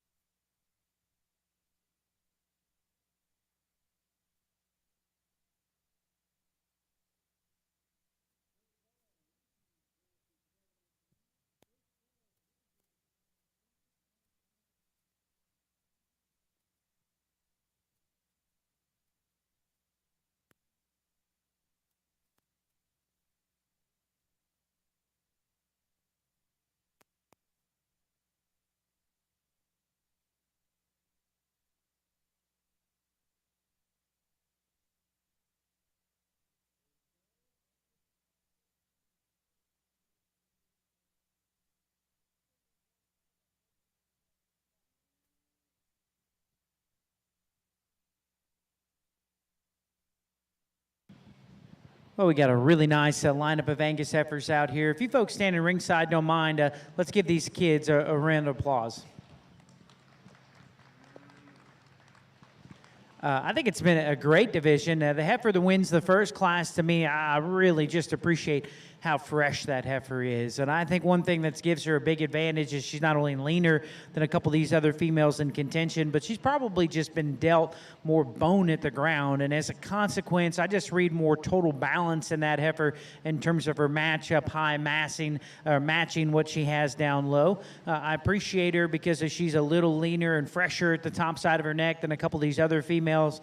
And a heifer, to me, that when we get in front of the cattle, I think that her shoulder blade flows back more seamless into her forerib than the heifer that stands directly behind her. Now, she's got a tendency to duck her pin set just a little bit here on the go.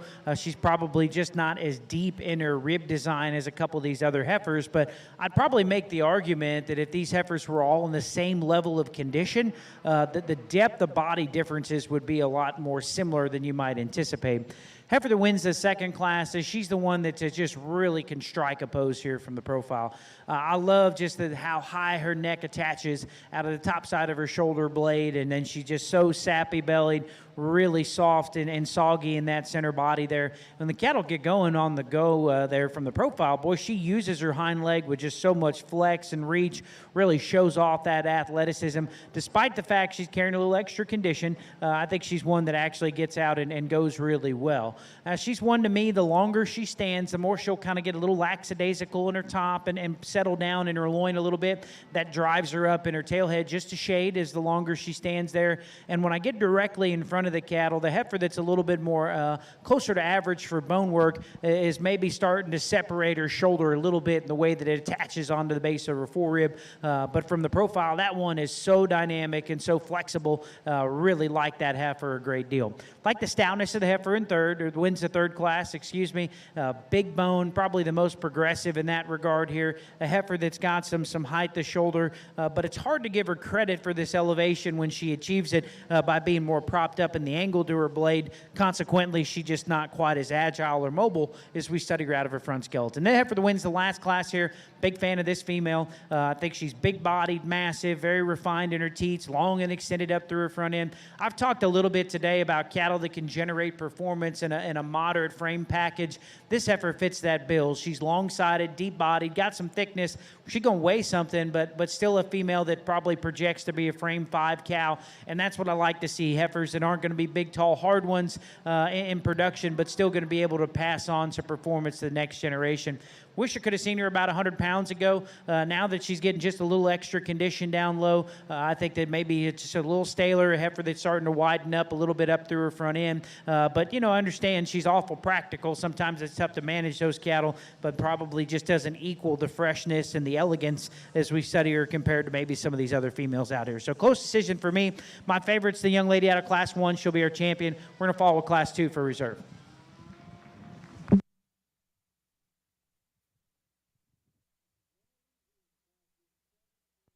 Second call, limousine, classes 7 and 9. 4 very nice females in this class of limousines. And again, I don't think there is just one that really just deserves to go last in this class, because each one of these heifers brings some stuff to the table that maybe another one don't. I think the safe bet, or the most conventional bet for me, is the one that wins the class. And of these, she's probably carrying a little bit more condition. The guy's going to want to manage that and watch that from here on out. But as we study this one, just in terms of her forerib shape, her uniformity, her roundness of rib up high, I think conventional look of being a really nice, easy-doing type of female with a very good angle to her structure and a very neatness in terms of her lines, she does that. Where it comes to me is I can deal with a little extra condition because she looks like the kind that's going to convert very well. We could add just a shot more bone to this one. I would say it would change her completely, and I would say that she wins this class handily with that. Without it, it makes it tough here between first through fourth.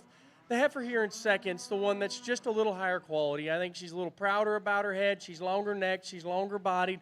Probably has just, and does have just more substance just in terms of her bone work, in size of foot, as we analyze it. And I think these two here in the middle here are close and similar in terms of the the type and kind, but this one in terms of her knee structure and the angle to her shoulder and the way she plants out of her front end is better than the red heifer. Today she gives up just a little bit of heart, gives up just a little forerib to the heifer that wins the class. Time will tell, you know, if that thing continues to grow and just stays just nice-bodied, or is she going to continue to belly down and do the right things. And if she does that, that pair is going to be very, very tough on down the road, and I wouldn't argue if you wanted to switch it. Initially, I think before you just started breaking this one down, I thought she could very well win the class, just in terms of quality of head, quality of shape, dimension and power. She's big-footed, she's big-boned. I just got to alter that knee, and I got to alter the way that she's built at the front end of her skeleton. The longer she's out here, she's wanting to get just a shot more forward in that knee. That's what lands her here in third. And to me, if the heifer here in fourth was any better in the angle to her shoulder and she was any better in that regard, I think she is safer maybe in her knee, but she's still just a little forward in the angle to her shoulder. But from a power standpoint and a body standpoint and a moderate standpoint, that one's still functional in terms of her hip and hind legs. She's still very neat in terms of her body, and that's a heifer that's very high quality just in terms of her shape and cow character. Like I said, there's not a one of these in this class that deserves to go forth because they're all four really nice cows.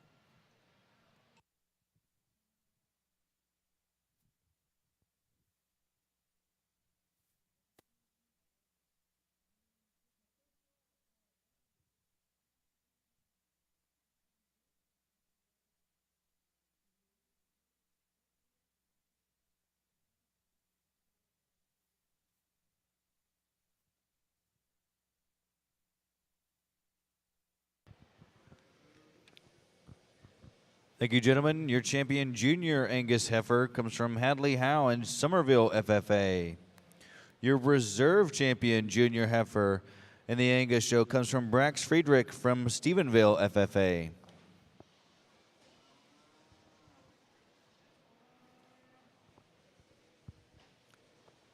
Class 2 in our limousine show was led by Wyatt Jacoby from Wise County 4-H.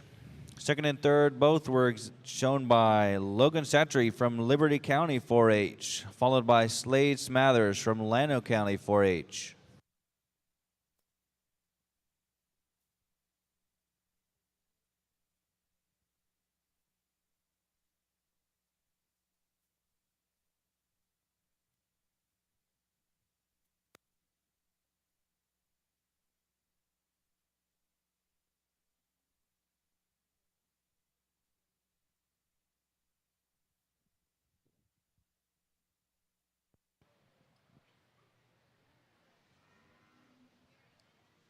Again, very nice pair of females and very contrasting in their type, but I think there's just one that does it with a little extras and has the extras. I think in terms of bone size and flatness of bone and hoof structure down low, she's very, very unique, I think, and just in terms of the way that she can get out and motor and handles them legs, but yet still soft just in the way that she handles that structure down at the ground. You study this one's upper skeleton, you study her balance, there's no doubt that that thing kind of balances up like they're supposed to. You know, it has a shot more size for me, but again, it fits her. Usually ones with a little size don't balance with their body, don't balance with how their hip lines in them, and this heifer does so rather handily. This heifer in second is not a slouch. She just came into a class with a racehorse right there in front of her. I think one that's very admirable in terms of size, very admirable in terms of her rib cage and the way that she's connected there in the center portions of her body. And again, we study this one. I like her hip design. I like it. It ain't as square and as long as the one in front of her, but it's functional, and that's one that'll be a forever hind leg and a forever hip as well. Not blessed with the amount of bone, not blessed with the extra length and just stoutness of skeleton of that class winner, but that's still a very, very nice female there in second. Well, great class of cattle out here, and I think the heifer that wins, boy, she's one that's just flat out impressive. I think from any angle that you want to praise this heifer, she's one that just exudes just such a quality look. My hat's off this young man for just keeping her so fresh. It's hard to get these big bred cattle that are still lean and honest in their condition. I really like how honest she is because it enables her just to show off her athleticism. She's got a big, stout hind leg, and she plants it with a lot of conviction. I think her foot shape is what makes her really elite in this breed, and has just so much mating versatility because of that. Still really attractive up through her front end. In a perfect world, I wish she was a little further along in calf and maybe starting to show just a little bit more development down there to her udder, but I think that's an awful nice heifer to win the class. Now, Heifer in second's no slouch. I think she's exceptional when we study the cattle here from the side. She does have just more development to her udder. Female that's just so sappy in her midrib and still strong and composed in her spine. I like the skeletal strength and the stamina this heifer has.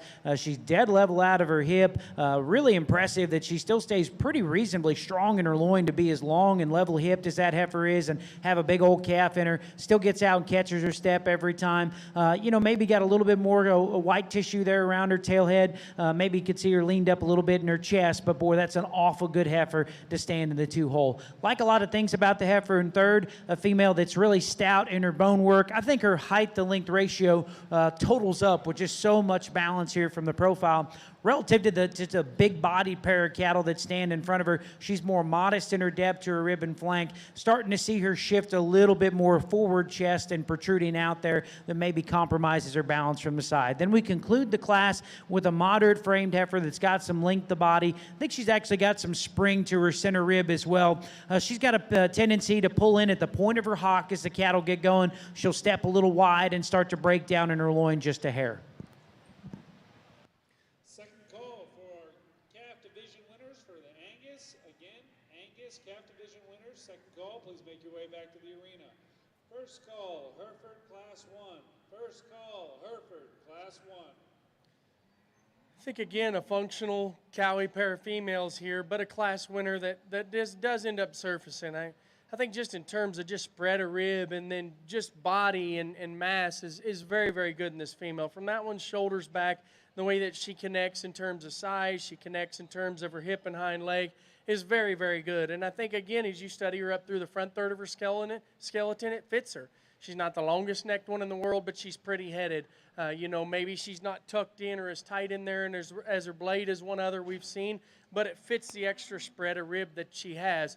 Ever so slightly, we could alter a little bit there in her knee as we study her. I can't tell if she wants to just get just a little pigeon-toed or maybe her angles ain't perfect, but that thing's still functional. That thing's going to be a tremendous cow.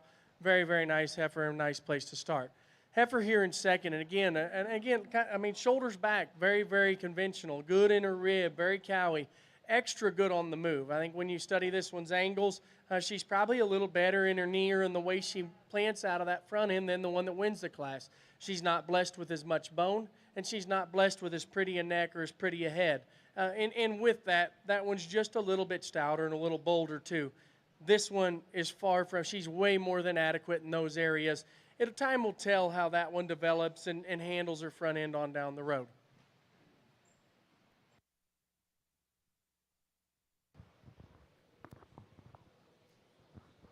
Thank you, Mr. Stewart. That was Class 4 in your limousine show, led by Christian Hesselmeyer from Williamson County 4-H, followed by Tanner Brown from Johnson County 4-H. Class 3 in your limousine show was led by Jack Cutter Sullivan from Trinity County 4-H, followed by Laney Woodall from Lamar County 4-H.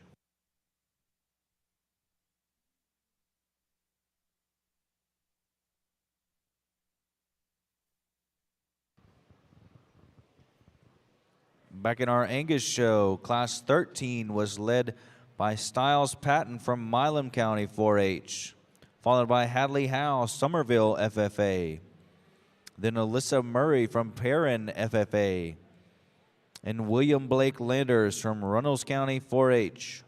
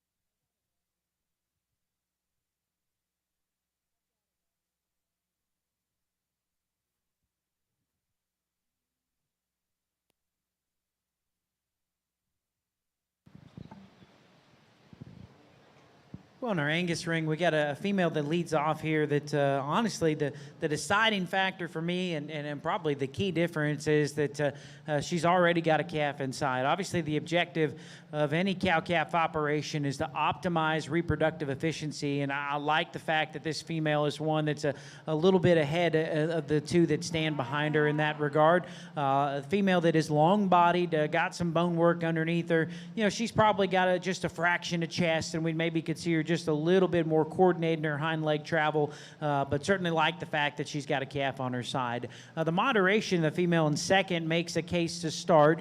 She's deeper bodied, easier fleshing, and I think that her frame size is conducive to always being low maintenance in production or being a cost-efficient brood cow. Female that's still pretty neat and where her neck attaches at the top of her shoulder. Like my winner, she's got just a little bit of forward chest. When we get behind the cattle, I'd like to see her just with more authentic width, starting to cake up around her tail head, and then she'll pull in at the point of her hock as the cattle track away. One, we could get more spacing in terms of her teat design. Heifer, the closest the class, is bigger and more opened up in her individual. I like that she's the most honest in her condition to this lineup as well. She too's getting a little longer in her teat structure, like the heifer that stands in front of her. Maybe a female for a big bred, we'd like to see just deeper bodied and stronger in terms of her loin.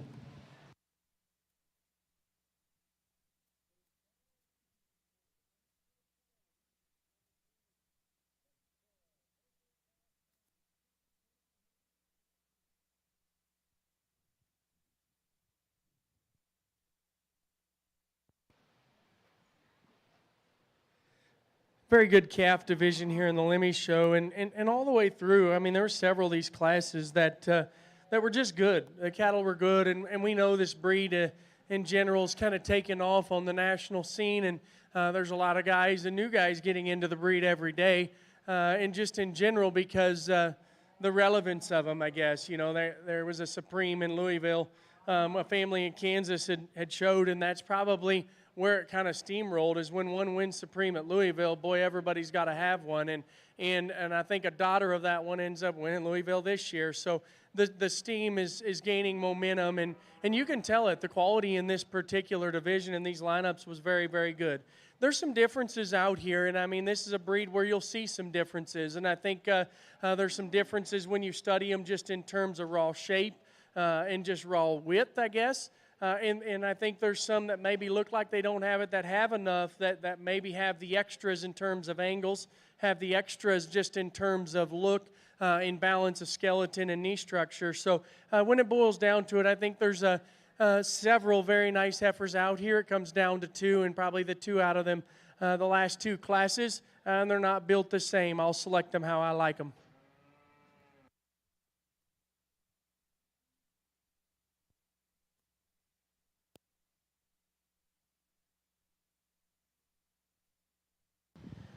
Oh, we got a cow-calf pair out here, one that I like awfully well just in terms of her running gear. Got a hind leg that's built for the long haul in terms of flex and functionality. Female, it's a little bit more in her working clothes. She's not as fleshy and bloomy as some of these others, but I like the fact that it looks like she's contributing most of her calories to that bull calf that's on her side. He's a big-bodied little rascal here, got some squareness to his pin set. I appreciate that about him. You know, maybe can lay him back a little bit in his knee, but a good pair here for these individuals. My compliments to the exhibitors.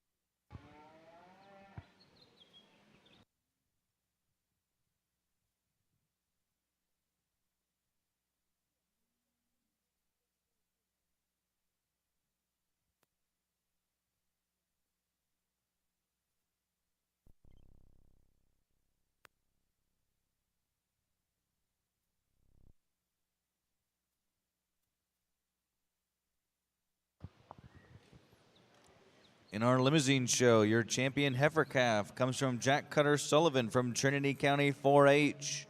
Your reserve champion heifer calf comes from Kristen Hasselmeyer from Williamson County 4-H.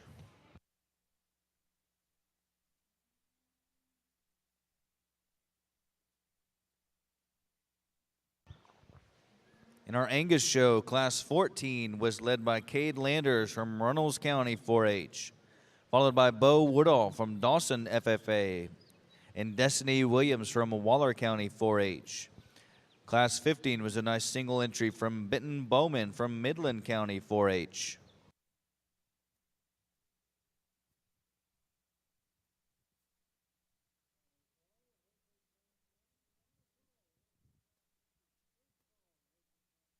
First call, Hereford Class 2. Final call, Limousine Class 10. Final call, Limousine Class 10. First call, Limousine Classes 13 and 14. First call, Limousine Classes 13 and 14.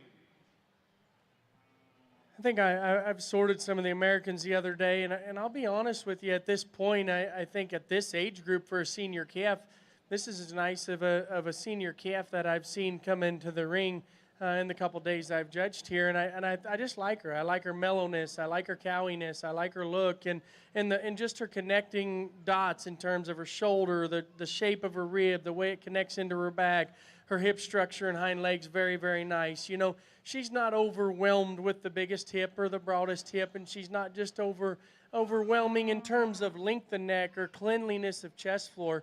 But what that heifer does, you know, for being just a little rounder in her bone work, that thing's front end structure is very nice. Her balance is very nice.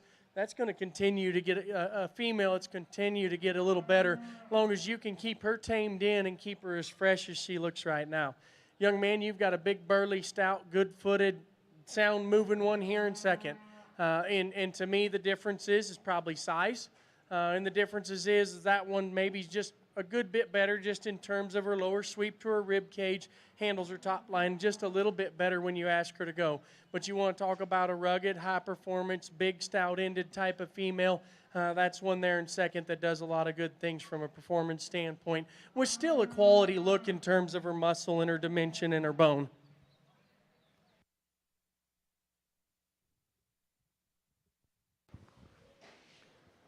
Thank you, Mr. Stewart. That was a breakdown of Class 7 in our limousine show, led by Blake Morrow from Bridgeport FFA, followed by Gage Lee from Walker County 4-H.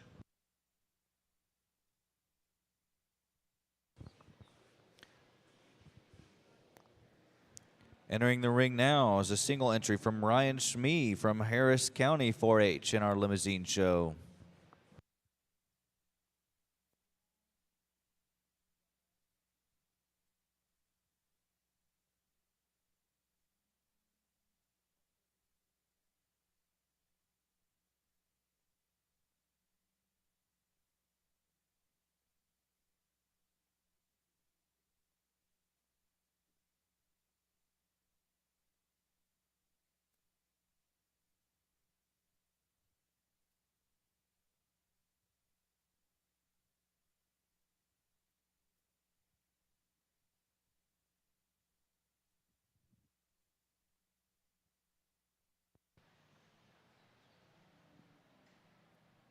Very nice single entry, and again, I think just a older version of a heifer we just seen. Very fresh, very fresh in terms of her skin, her hair coat, the way that she's built up through her neck and front end. I think that thing's very, very neat in that regard. You know, is she pushing a little chest? I don't know. It's just part of her. She's big-bodied. She's deep-bodied. She's going.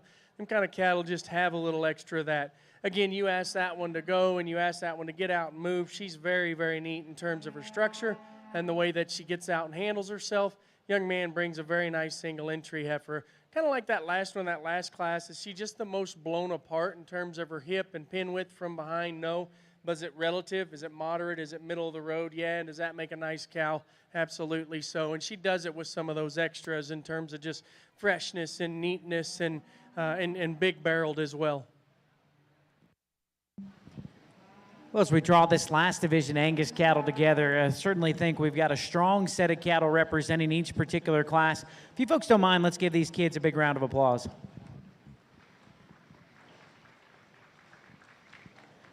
For me, as we bring back out our class winners, Heifer that wins the first class, I just think it's so refreshing to find a big-time show heifer that's still equipped with just the genuine stoutness and dimension that still looks like she can generate as a brood cow. Sometimes we get them their silhouette so strong from the side that we just don't have enough just true width and dimension and power to actually see these things go home and translate that to the next generation and to raise some cattle.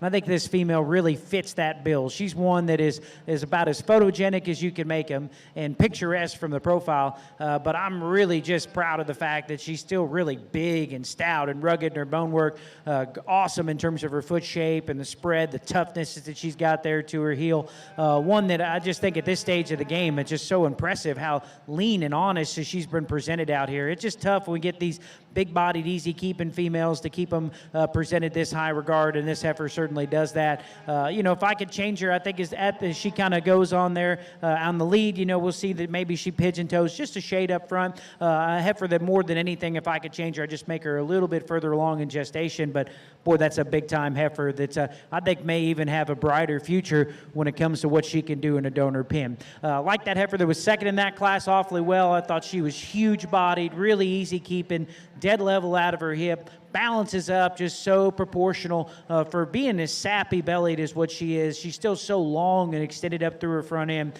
And to me, that she's maybe not as wild as what this heifer that wins that class is, but everything is just so symmetrical, so proportional, and so cowy in her make. I just wish we maybe seen her just a little leaner down there through her chest floor and around her tailhead. So an outstanding division here. Our pairs are certainly good as well. I like that pair out of that first class awfully well. We're going to keep those two together. The gentleman in the green will be our champion. We're going to follow with the young lady out of class at the reserve to be that second in that class as well.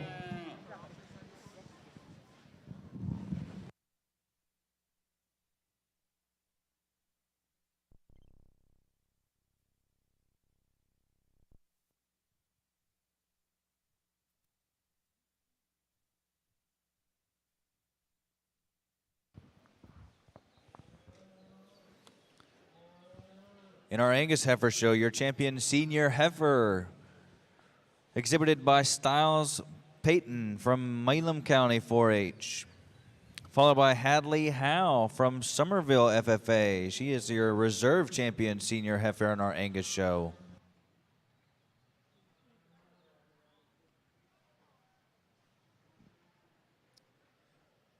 Interesting class and three different types of females, and I think it gets a little closer here on the top pair, and closer than I want it to be, because I think there's some differences in them and some differences in terms of kind, but the one that just balances just a little nicer is the one that wins the class. She's moderate. She's the shapely, stout, big-bodied, wide-bodied one that just flows and handles her skeleton and her upper rib shape and her top line when you get her out on the go just enough better than the heifer in second. I think both of them we could change a little bit in their front end structure. One's a little pigeon-toned.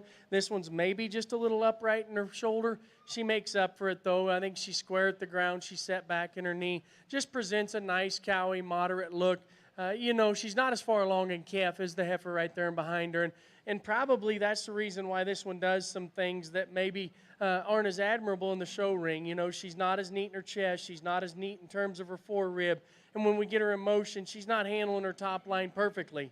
Is she unsound? Absolutely not. She's angles are good. Her structure in terms of mobility and ability to get out and go is good. She gives up just a little bit of bone, gives up just a little bit of foundation and stoutness there to that one that wins the class. And by no means is she not stout. She just, for that extra bredness, that extra boldness she has, she just don't maybe handle her top line and handle herself quite as nicely when we get them on the move.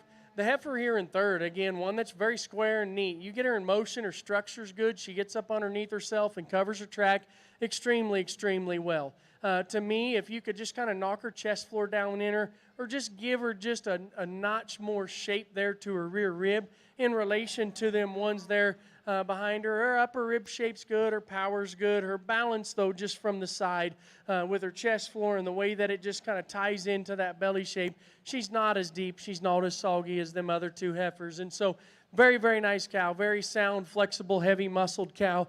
Maybe just gives up some of those aesthetics from the show ring standpoint that make her third here today. Very good trio of females in that class.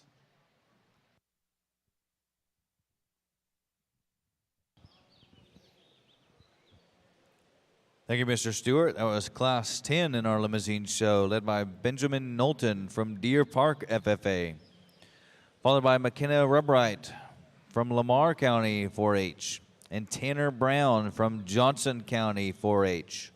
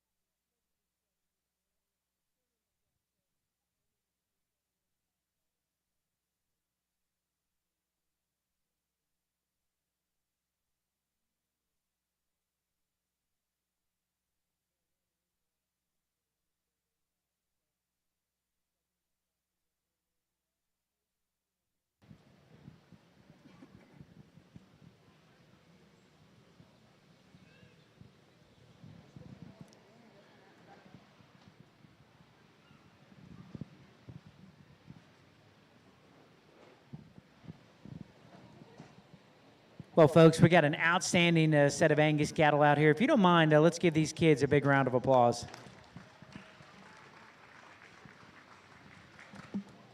Yeah, I appreciate everybody being here today to support these young people. It means so much to them. I know we've had a long show, career and season for some of these kids, but the fact that the stands are full and that you folks are here, you've been a great crowd, and I really appreciate you being here to support these young folks. I think that as we see these cattle out here, these females really exemplify why the Angus breed has been such a focal point of the commercial industry. It doesn't matter where you're at. The nation's cow herd is black-hided, and this breed is the one that is pretty well the females of choice in the industry because of these cattle are big-bodied, because of their easy flushing, because they can thrive in a forage-based environment, and we got some cattle out here that really embody those maternal strengths that's made the Angus breed so popular, but they're even maybe more population outliers in terms of look and some power here. So I think we got some cattle that do some really well. There's several of them that I like awfully well. The pair of them that came out of that first division, I was really big fans of. I thought that was a coin flip pair. I thought the heifer that won was just effectively balances up so well from the profile. I just think that the top of her shoulder to her hip is so symmetrical. I like the angle that her neck comes out of the top of her shoulder blade. She's not the most extended up front, but her neck attachment's extraordinary. Her chest is really driven up in her, and that allows her to have just such a dynamic sweep to her bottom line. She plants just such attractive hip and hind leg posture. We get behind the cattle, we maybe could see her just amped up a little bit in terms of pin width, but got more than enough to select or to correct that with some sire selection there. If I could change her just a little bit, I'd dial her back in the angle to her blade, but the trade-off comes there. I like how tall fronted she is, so that's kind of how it goes. Heifer that wins the second division, I like how fresh and honest she is. It was a close call between her and the reserve. I thought she was smoother in the way that her shoulder more seamlessly filled back into the base of her forerib. She's more honest in her condition, and then she plants just the bigger, stouter hind leg. She plants it with more authority and is more stable in terms of her hock as we get behind the cattle. You know, she's got a tendency at times to duck her pins, and since she cuts up just a nickel in her flank, that maybe throws her weight distribution off a little bit, but I think that heifer's still got a bright future in front of the way she looks at him. Then we get the heifer that wins the last division. I'll tell you, folks, I think we got a strong lineup of cattle, but this one still stands out. She's so stout and dimensional, so opened up and yet elegant and ladylike here. She's got bull-making power with the show ring style and presence that you can't get around, and then she's just so honest in terms of her condition. I think I'm really high on that heifer there. We could maybe see her just a little square at her front foot placement as she comes at me, maybe a little further along in calf, but boy, that one has got some pieces that are really hard to build. Like that reserve in that division awfully well as too. So excellent class out here, excellent division. My favorite's pretty easy for me. That's a young man out of Division 3 here, Heifer champion.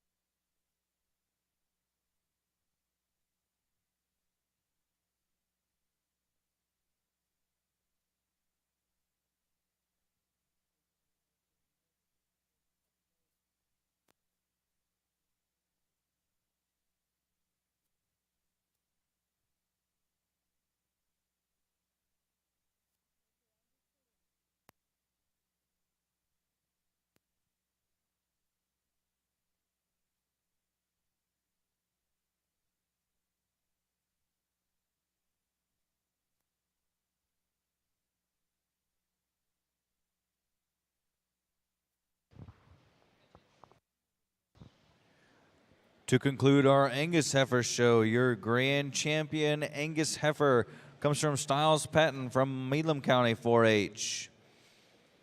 Your reserve grand champion Angus Heifer comes from Kaylee Langford from Stevens County 4-H.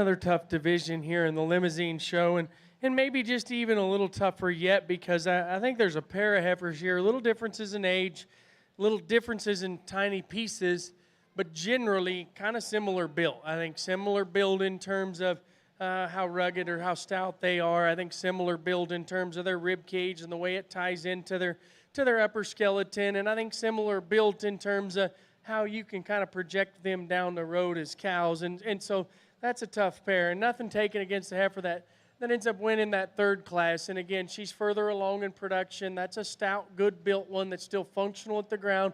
And we talked about some of those pieces we could have changed about her in class. And out here, these other two class winners probably just do that a little bit better. I'm going to break them down ever so slight, then pick you a champion in reserve. I think there's some differences. I think you could honestly say chest floors are a wash. They both have a little extra. I think one's a little thinner chest floored, one's a little wider and bolder in her chest floors, and the difference is the age. I think that happens with just a little bit more age, and I bet her chest floor looked a lot like this one did, had a few months of age younger. I think this heifer here is maybe just a shot bolder as we study her right in behind her shoulder, maybe a shot bolder as we study her there right in behind her, up on the top side and the low side there as we study her in terms of just forward rib shape. And then I don't want to say there's that much difference in terms of power, and I don't think there's that much difference in terms of spread of pin width. But as we read these heifers, her connecting dots up on the top side of her skeleton are just maybe just a little neater. She's just a little squarer and prettier about her hip.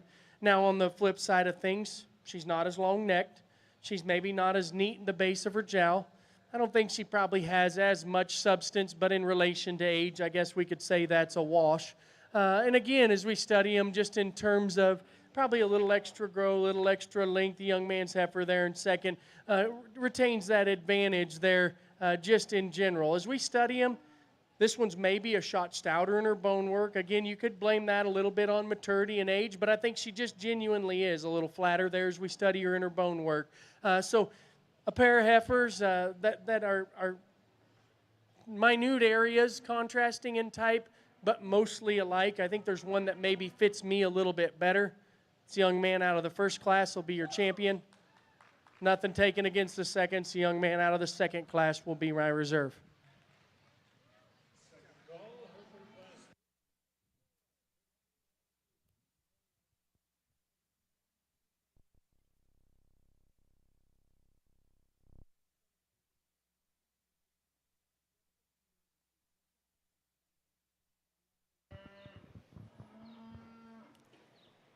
In our limousine show, your champion junior heifer comes from Blake Morrow from Bridgeport FFA.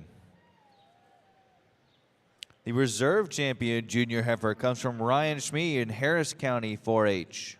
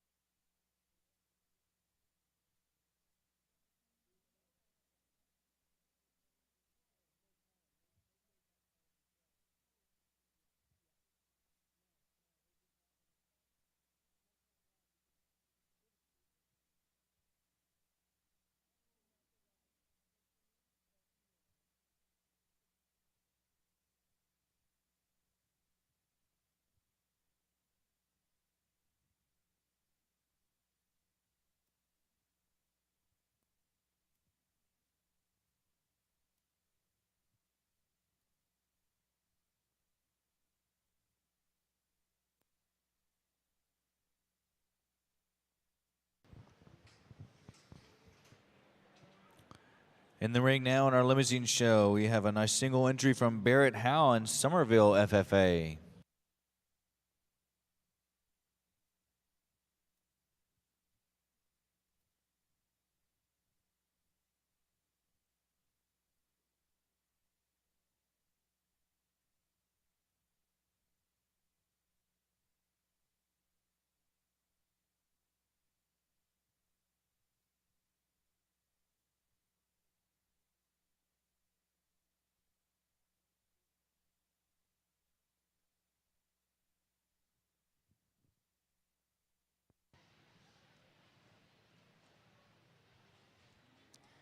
Young man brings a incredible female here in this class, and in a single entry, I think could handle some competition. And I don't even know at this point. If you want to pick on her a little bit, maybe right now she got a little full right before she came in, and she's not perfectly handling her top, but her top doesn't look like it's even an issue or even a part of her. I think her balance is very good. Her feet are very good. That thing can get out and flat scoot. I think her wedge shapeness is very, very nice. So this thing does a lot of nice things for me, and I think that thing's very, very complete.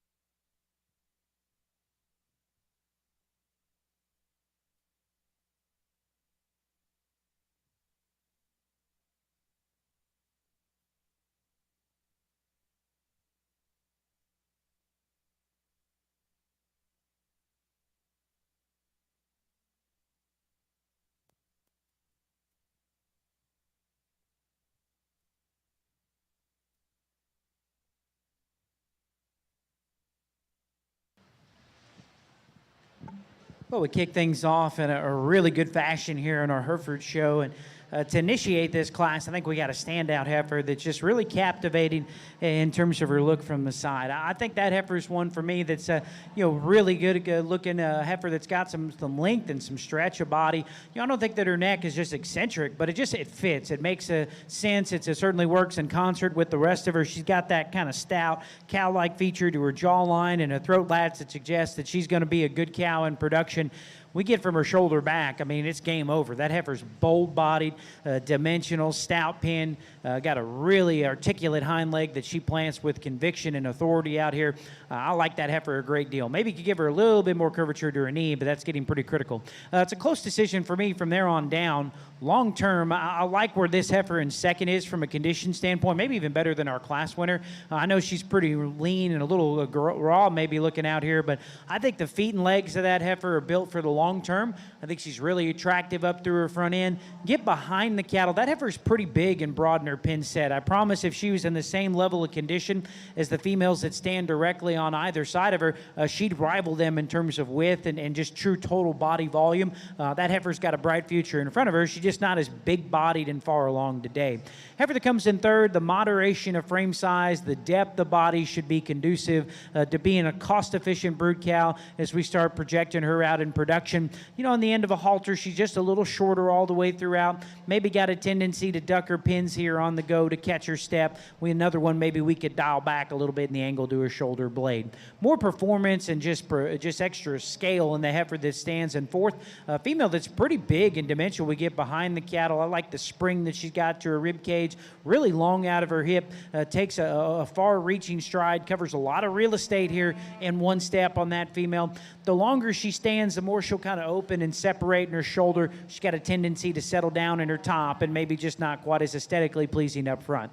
A real moderate, easy keeping replacement heifer comes next. She's strong and level in her top line. I'd like to see her longer out of her hip and just take a step that's a little, she's a little limited out of her rear too. Young lady's female that comes next, a heifer that's more honest in her condition. I like how more extended she is up through her front end. She's longer out of her hip. We get behind the cattle, she sets up a little high in her twist, maybe tapers to her pin bone a little bit, and that compromises her weight distribution from the side. I like the rib shape and the power of the young man's heifer that comes next. She's opened up and dimensional. Probably could exchange a little of that extra shape of rib for more depth of body. The young lady's heifer that comes next got a great look here from the side. Boy, she's a really clean, extended heifer that draws very parallel in her lines. I don't know this female's pedigree, but to me, she struck me as being out of a first calf heifer, that refinement and femininity. Unfortunately, that refinement translates to her being a little smaller footed and more rigid in terms of her pasture and set. Heifer that follows her's got a little more stretch and performance. I like the grow power of that heifer. Since she's got just a little more general frame size, I'd like to give her more body to offset that extra leg she's got underneath her. Young lady's heifer that follows hers, another female that's certainly very smooth in the way she's put together. I'd like to see her organize herself better from a balance perspective from the side. Heifer that follows hers, a big-bodied, easy-feeding, kind of easy-keeping heifer. Maybe reads just a little plainer as individual, gets a little stiff in the way she operates her hind leg. We conclude the class with a big-framed heifer. It's got quite a bit of bone, a functional set to her hind leg. In concert with being a little high in her flank, I don't like that she's carrying some condition up high.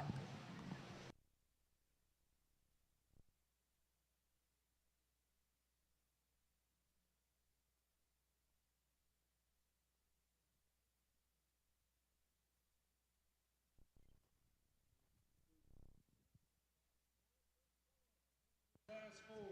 Second call, man, June Class 1. Second call, main Class 1. Three really good females in this class, and they all are kind of cut from a different cloth. And I think the one that just balances up and just in terms of just the way that she handles herself in her top line on the go, the way that she handles her hip on the go, the extra substance that she has in terms of bone and density of bone at the ground and size of foot and squareness of toe is really good. And then you just get off from the animal. I mean, all these things at this age, and even the one out of that last class will come with just a little bit more chest. It's just part of this age of animal. But I just really appreciate the way she gets out and handles that front end structure, her knee, and yet she's still athletic off her hind leg. You know, at times you can see it. She don't set that hind leg down perfectly. It's almost like she's just a little too loose, little too comfortable in the way that she handles her hip and hind leg when she goes, that she don't maybe just handle that pasturing perfectly. But again, this is a soft surface. That female, from a functionality standpoint, is not an issue, or in my regards, not one to worry about there in terms of her pasturing.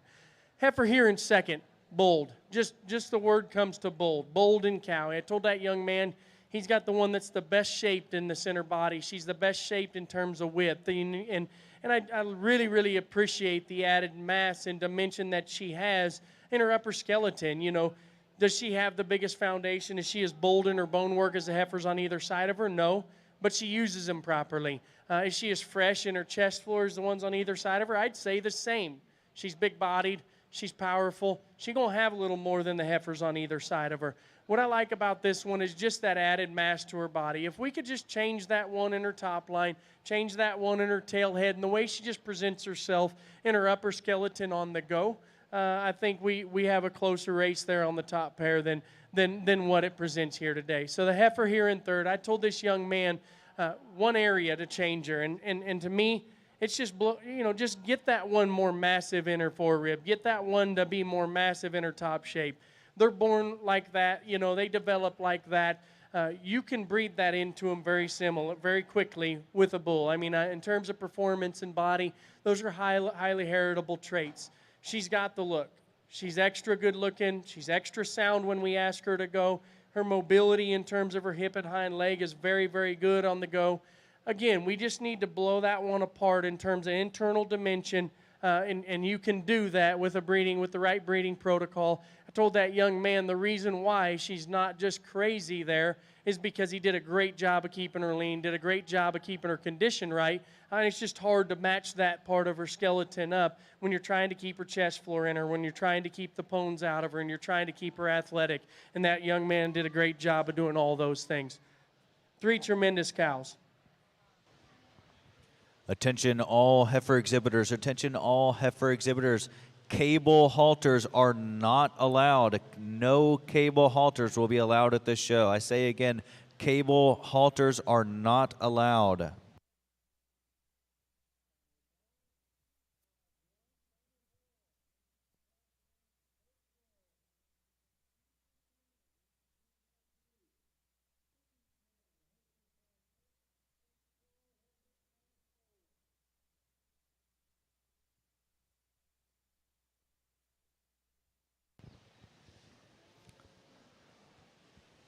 You just heard Mr. Stewart's breakdown of Class 14 in our limousine show, led by Jack Cutter Sullivan from Trinity County 4-H, followed by Wesley Wages in Center FFA and Blake Morrow from Bridgeport FFA.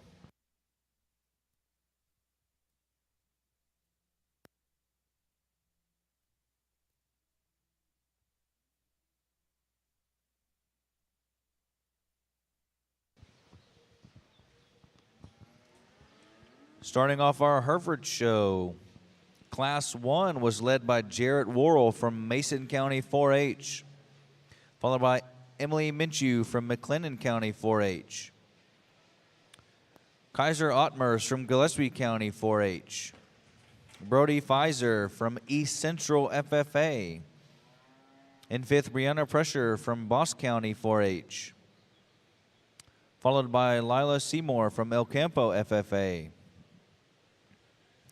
Jordan Marshall from Overton FFA, then Abby Wolub from Whitney FFA, in 9th, Brindley Brogan from Decatur FFA, followed by Emily Minshew from McLennan County 4-H.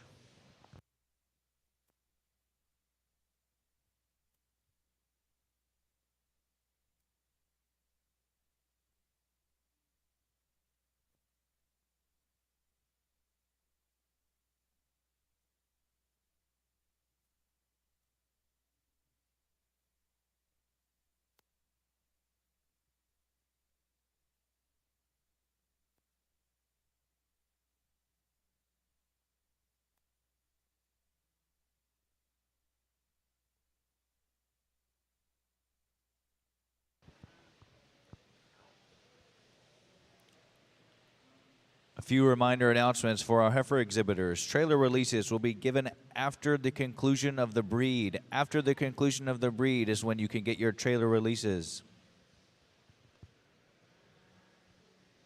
All division and breed champions and reserves must take a photo at the backdrop, and there are no cable halters allowed. Reminder again, this is a blow and go show. If your heifer enters the ring with any product in their hair, they will be turned around.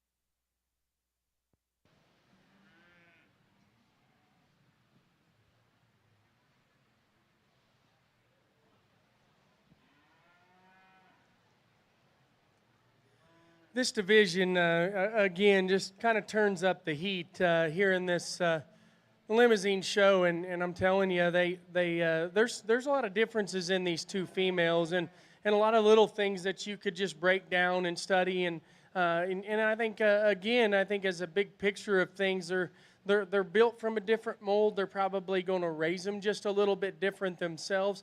So those areas that you would change are probably not big picture things that are problems out here. And so again, you kind of get on the fence here with these two on type and kind, and you get on the fence on which direction you think is the better option or the better direction to go. So in this particular division, we talked about these pretty extensively in class, but I'm going to again because there's a lot of differences in these two females, and it comes down to personal preference on a few areas for me that maybe will end up be what cuts the hair on this pair.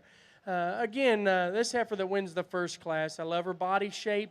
I love just the way that she connects from her neck into her shoulder into her body with some expansiveness. In terms of wedge shapeness, she gets a little more progressive and a little progressively wider as you study that one from a 3/4 angle and the way that she lays her top line into herself when you study her off from the side as well. As we study this one, she doesn't have as much bone. She doesn't probably have the size of foot of the heifer that comes into the second class, but she is maybe just a little more attractive in her hawk set, which maybe allows her to go just a shot different in terms of the way that she handles her hind leg structure. Because I think both hind leg structures on these females are admirable. As we study them, I think chest floors are a wash on these two females. There's one that's a shot more exotic. There's one that has maybe just a shot more dimension from behind. And then you've got one that I want to say, for lack of better terminology, maybe a little more middle of the road, but with the pieces that are intriguing and with pieces that tie together very, very well in my mind. Again, very fresh-headed, very neat, has a little chest floor, it's part of her, and it's always going to be part of her. But I just love the way that one's put together there and behind her blade and the way that her top line and tail head are set down in her own right. The heifer here out of the second class, and again, that thing's a hoss. I mean, that thing's long-necked. She's attractive and up-headed. That thing's burly as you study that one just in terms of foot size, in mass and flatness of bone. And then you study this one from a 3/4 angle. I don't think she connects as good in certain areas, but she is more powerful. She is spread apart just a little bit more as we study her inner chest floor. She is spread apart, probably got just a little neater in terms of muscle shape as we work down into her lower quarter.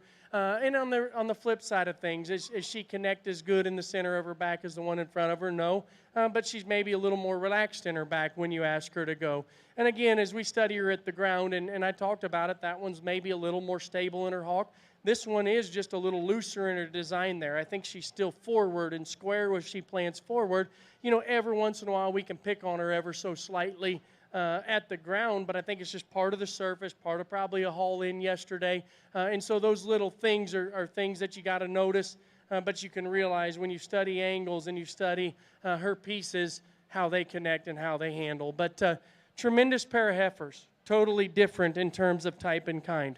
There is one that is more my type and kind, and I'm going to show you that one right now.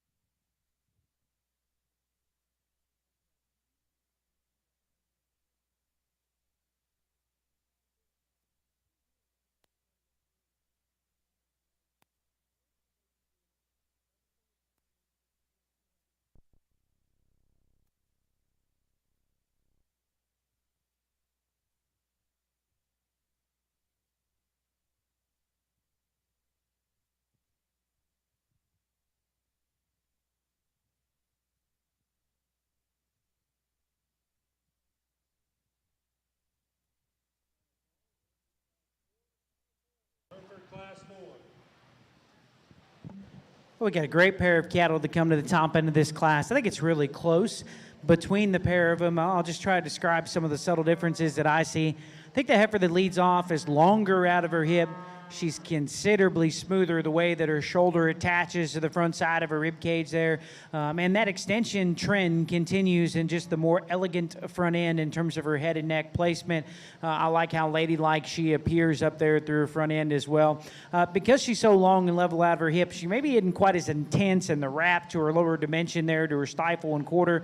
A female, then more than anything, if I could change her, I'd just tone her back a little bit condition-wise, starting to cake up there around her tail head, and maybe just not quite as big in her rear bone, but I like the structural correctness, the length of body, and just the cow power that heifer has. Heifer in second is just more my kind in terms of just bone and freshness.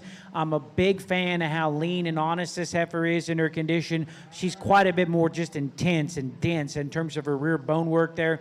Female that's really nice in terms of her foot shape, catches her step every single time. She's probably just not quite as long and level out of her hip. Maybe that low pin set actually creates a little bit more shape down low, but I do like just where she's at. She's got that red that kind of sweeps down on her belly, a little optical illusion that makes her look a little higher in her flank, but I think she's got plenty of body. If I could change her, just change her shoulder. She kind of comes in her knee, and the edge of her blade maybe sets a little wide on the outside of her forerib. Young lady's heifer that comes in third is a moderate frame, very balanced, proportional replacement. She's bold sprung and very dimensional up high. I think the fact that she's neat in her tailhead really caps off that great look that she's got here from the side. Relative to that good-looking top pair, she's maybe just not as eccentric, chiseled out, maybe turns a little more crest to the top side of her neck. Fourth place heifer's got more performance. The extra size and scale of that heifer has helped her achieve the weight per day of age advantage. With that easiness for fleshing, she's also caked up a little bit more around her tailhead. Could be toned back a little bit more in terms of elegance. I like a lot of attributes. The young lady's a kind of dark red heifer that comes out next. She's very alert in her presence from the profile as her neck throws so high out of the top side of her shoulder blade. I like the extra stoutness of bone that she has as well. Second call, main and June class 2. Second call, main and June class 2. First call, mains classes 3 and 4. First call, main, class 3 and 4.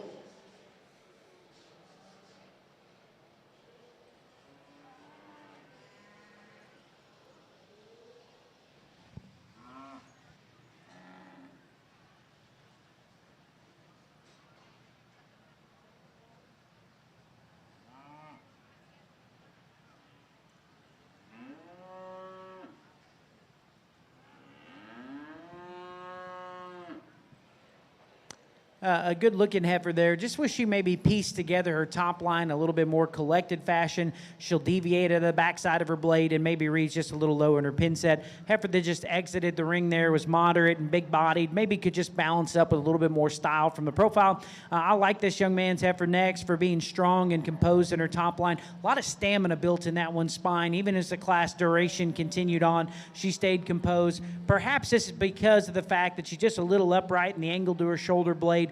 Maybe we get behind the cattle, we'd like to see her wider pin set. Young man's kind of slicker haired heifer that comes next. Another one that's got some skeletal strength built into her top line, long strided, probably pulls in a little bit at the point of her hock. Like to see her more coordinated as she shifts her weight to her outside hook wall. The kind of hairy young man, or the hairy heifer that the young man is showing is a very refined and certainly like that the length of stride could amp her up in terms of power. Young lady, the dark haired brings here is a nice balanced heifer that could use more bone. We close the class with a big outline female here that given her extra frame size, I'd like to accommodate her with more body.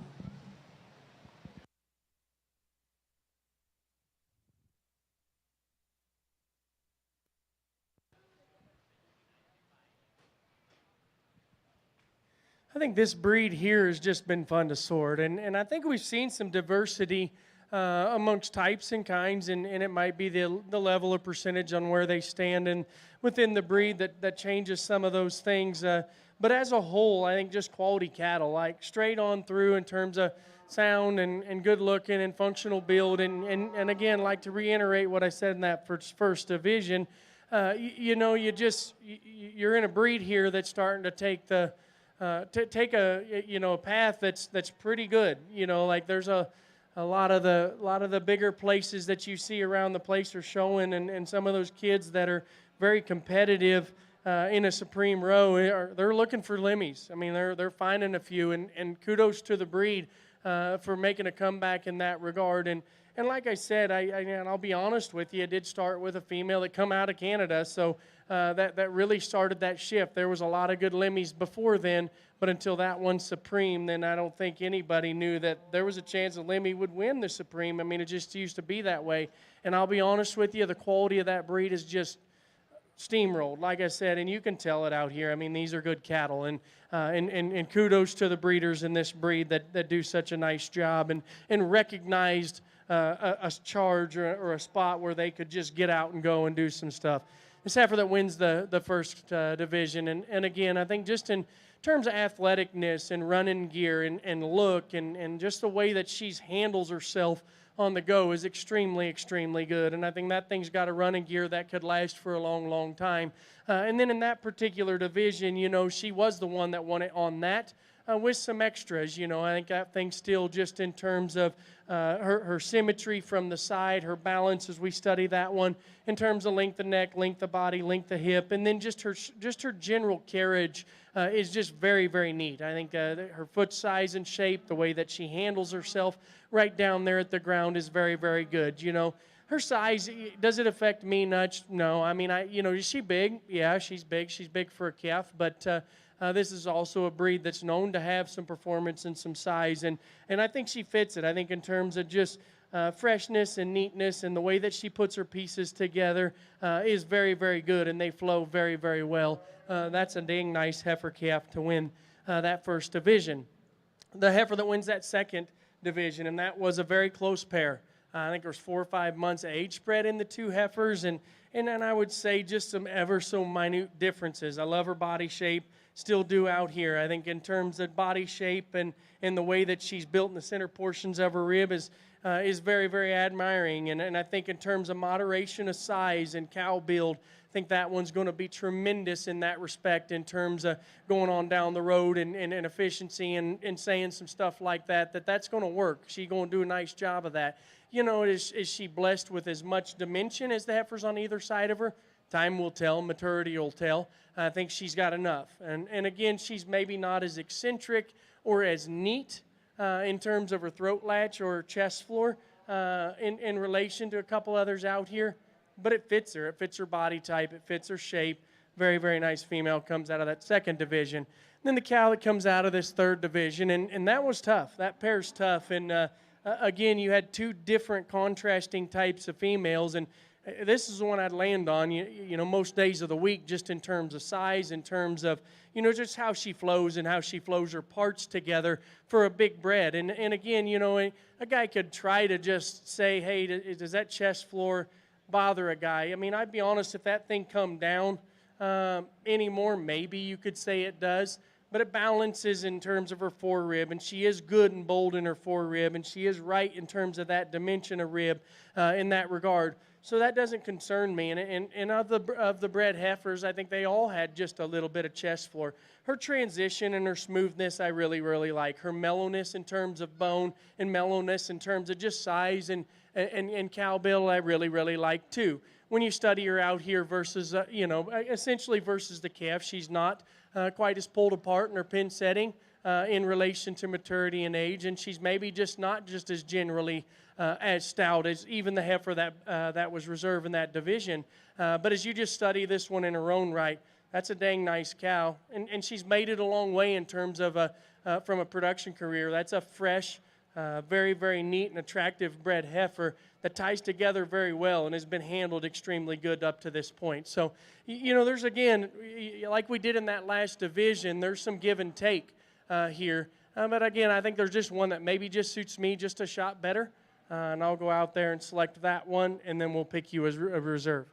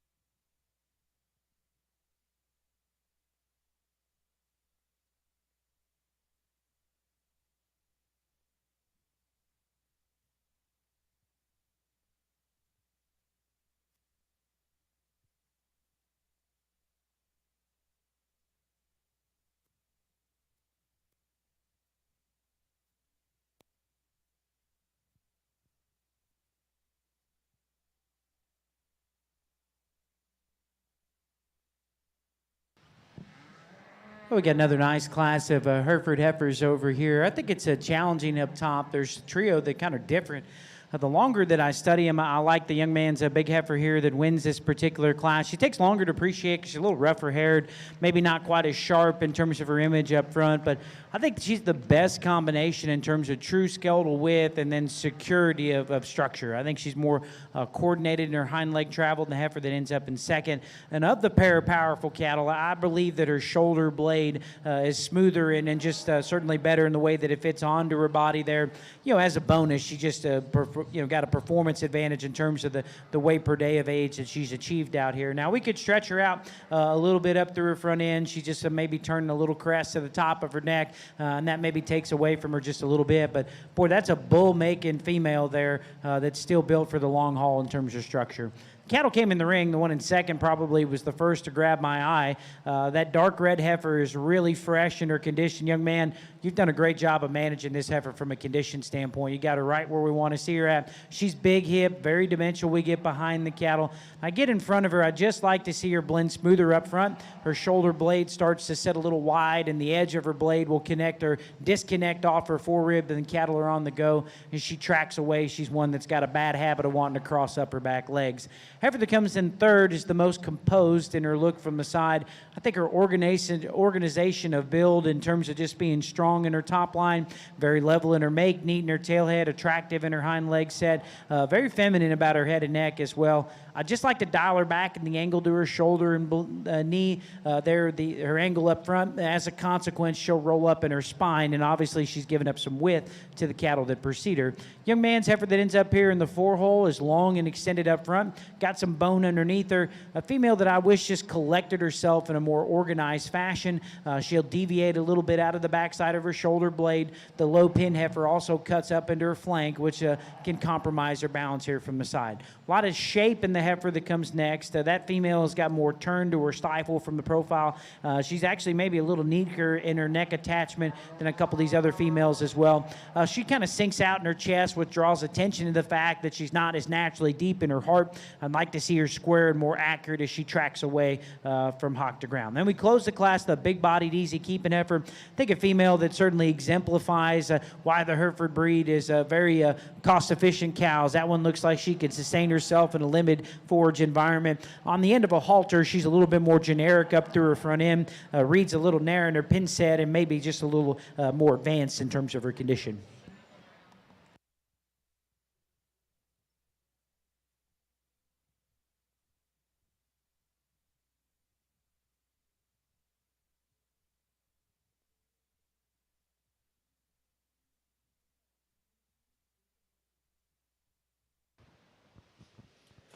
Thank you, Dr. DeClerc. Wrapping up our limousine heifer show, your grand champion limousine heifer was exhibited by Barrett Howe from Somerville FFA. Your reserve grand champion limousine heifer comes from Jack Cutter Sullivan in Trinity County 4-H.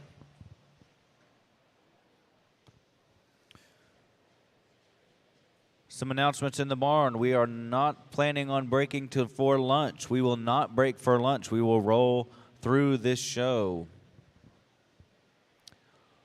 Also, some reminders. Rodeo Austin is a no-product show. Rodeo Austin is a no-product show. Blow and go only. If your heifer walks into the ring with product in its hair, it will be turned around. No cable halters are allowed. No cable halters are allowed.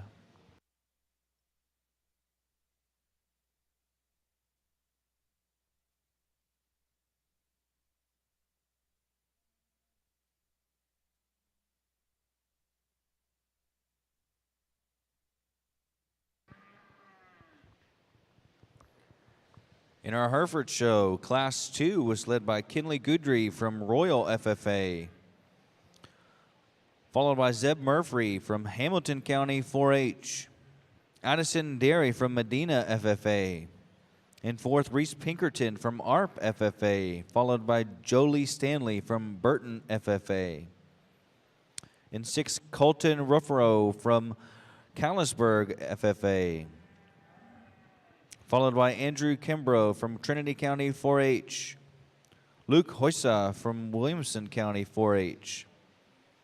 In ninth, William Baker from Hill County 4-H, followed by Daniela Galindo from Pearland FFA.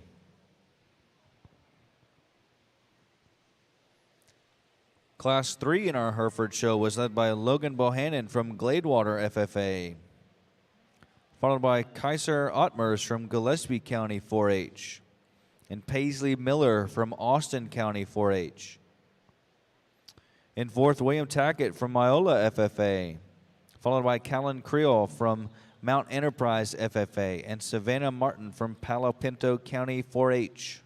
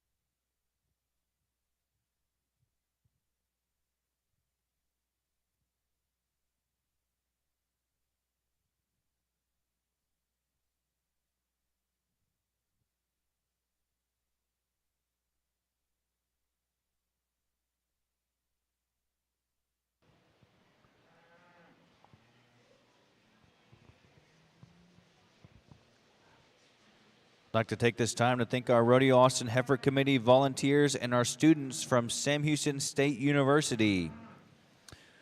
The Bearcats from Sam Houston have volunteered their time to helping you exhibitors unload yesterday and are helping run the ring today.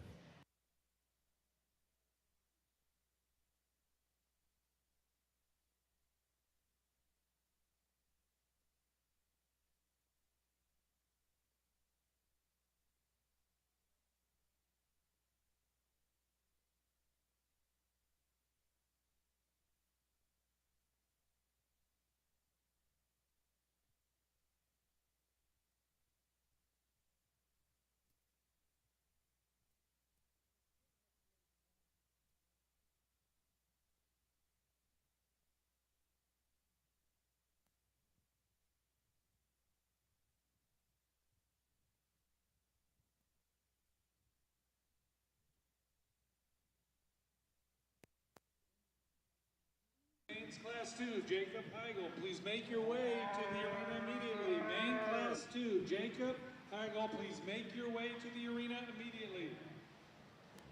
Oh boy, we got a really powerful brood cow prospect that initiates this class here in our Hereford ring. One that's a little rougher haired, but once you get past that kind of presentation thing, boy, she's one that's extremely impressive. How robust she is at the base of her forerib. This enables her just to express so much muscle mass and volume throughout. A female that we study her from the profile, I still think her height to length ratio is very symmetrical, cool in terms of where her neck attachment comes out of the top of her shoulder blade there. You know, she's got a little bit of tail head that kind of goes along with all that territory of being an outlier for power. If we could upgrade her even more, I'd give her just a fraction more set to her shoulder and her knee and maybe out of her hock as well. But moves, you know, pretty reasonable considering just how opened up and all the bull-making power that she represents. The moderation of frame of the heifer in second probably is the type that'll never go out of style. I think that she's one that maybe is a little smaller frame for a show heifer, but that's probably why I like her for a cow. I like the stretch of length of body that she has. She's really long out of her hip, and correspondingly, she takes the more athletic, ground-consuming stride than the heifer that leads off this class. Really square in terms of her udder design as well. You know, as we get below her sternum, she's starting to drop out in her chest, maybe has a tendency to run up to her flank, and those two things kind of compromise her balance from the side. From a proportionality standpoint, the third place heifer certainly fits the bill. I think she balances pretty effectively well from the profile because she's got some height of shoulder and still matches it from a symmetrical fashion to the top of her hip. A little low in her pin set, maybe a female that's a little bit more general in the the set to her tail head. As the cattle get tempo and up here on the lead, she reveals her problems, maybe just a little stiffer in terms of her joints off either end of her structure. Heifer that comes next is certainly more moderate in her frame. She's naturally deeper in her heart and probably gives a more cost-efficient, a low-maintenance kind of look. I get behind the cattle underneath that high-quality hair coat. I just don't know if there's as much cow power. She reads a little bit flatter in the upper projection to her rib cage. Kind of the same story in her pin set. Heifer that follows her next is more moderate, and is another moderate frame, long-bodied heifer. She's got a tendency to break down in her loin just a little bit. Female would like to give more body to match that extra frame and extension she has. We conclude the class of the female. That's certainly neat in terms of her neck attachment, very feminine as an individual. Like to see her maybe just a little softer as we get back to her flank. Certainly like to make her stouter and more coordinated in her hind leg travel.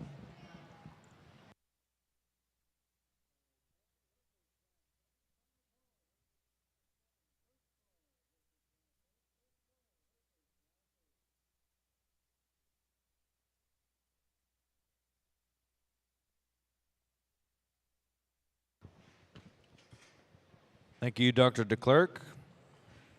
That was Class 4 in our Hereford show, led by Savannah Martin from Palo Pinto County 4-H, followed by Kylie Locke in Mount Enterprise FFA, Caden Gersh from Whitney FFA, followed by William Baker, Hill County 4-H. In fifth, Hudson Bounds, Callahan County 4-H, followed by Grace Howe from Caldwell County 4-H.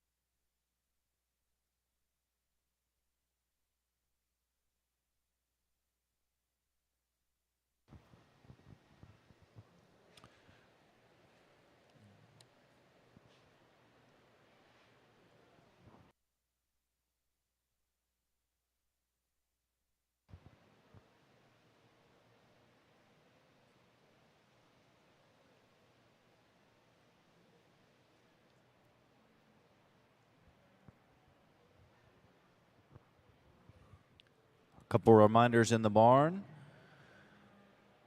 There is no product allowed in this show. This is a blow and go only show. No cable halters are allowed in Rodeo Austin, and we will not be breaking for lunch.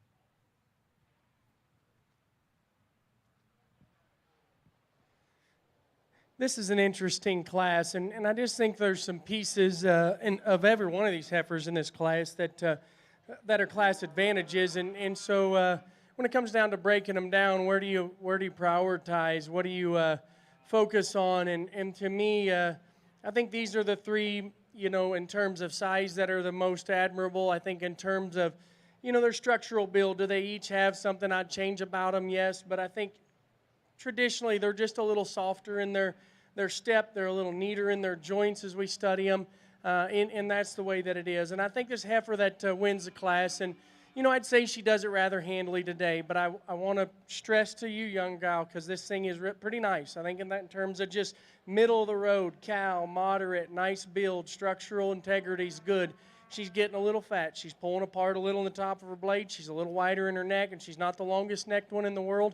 We got to keep that trim to make her last till next year.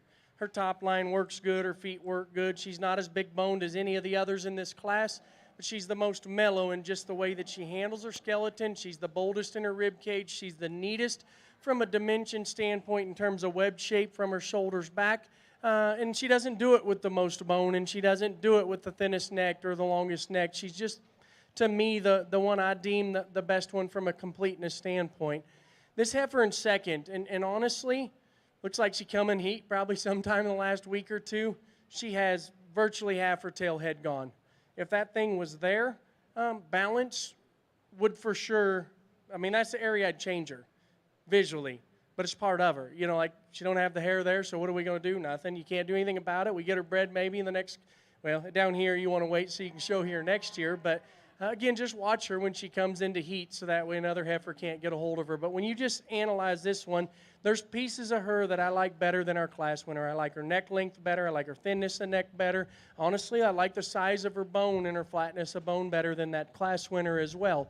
At the same time, when you analyze her and you ask her to get out on the go, maybe because her tail head's like that, I don't know, but she does want to just kind of get up underneath herself ever so slightly, and she's not as mellow in the center of her back when you ask her to go. So still a very high quality one that shows some balance pieces that aren't really a part of her. It's just the fact that you couldn't balance her out in terms of her tail head. But I do think that's, if not one of the better two in this class, and she would run with that class winner to me if she just had a notch more to her. Heifer in third.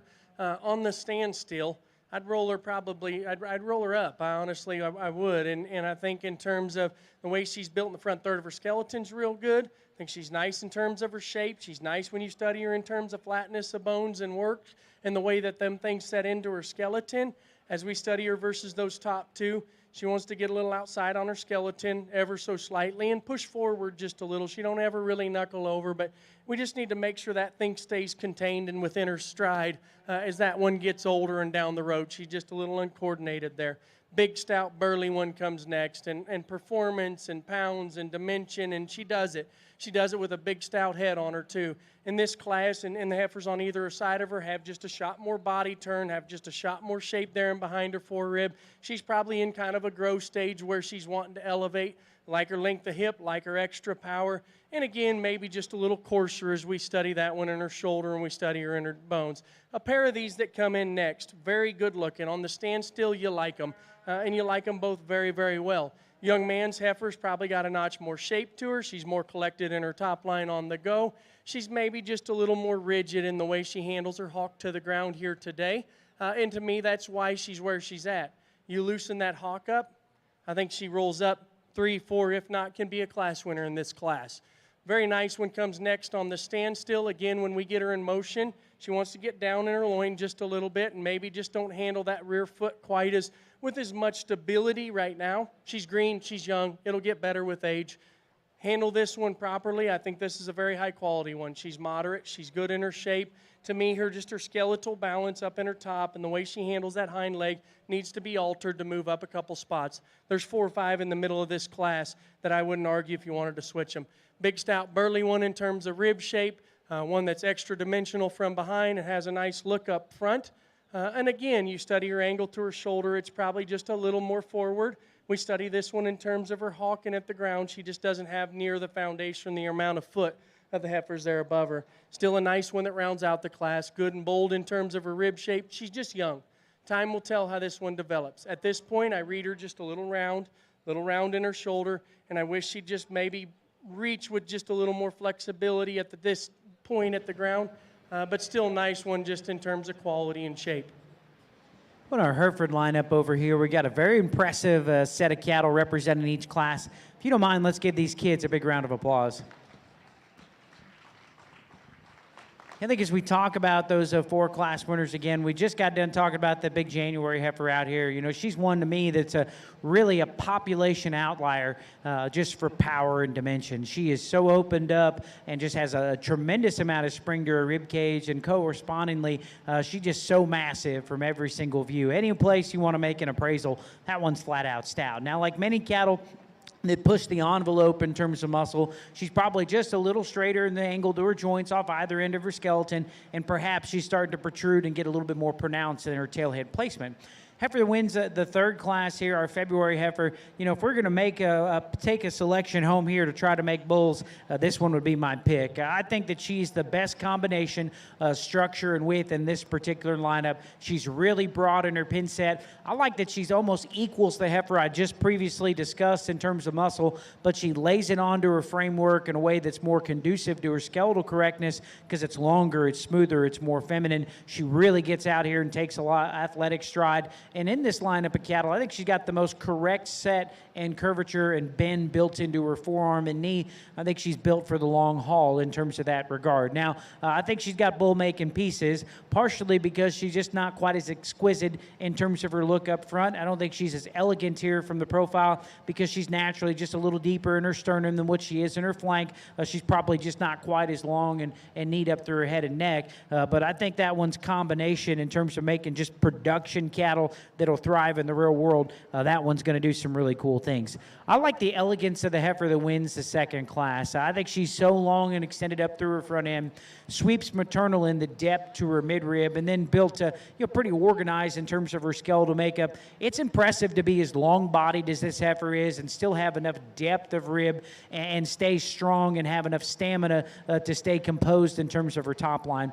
This heifer is so long out of her hip. That's my favorite attribute of Hereford cattle is how long hip they are in terms of their phenotype. And this heifer is her hip's a mile long, and that enables her to catch her step effortlessly out here, despite the fact that she's a long-bodied heifer. Now we get behind the cattle. I'd like to just amp her up with more cow power, give her more wrap and intensity to her stifle as we get behind them, and then she's probably one we could tone back a little bit in terms of her condition.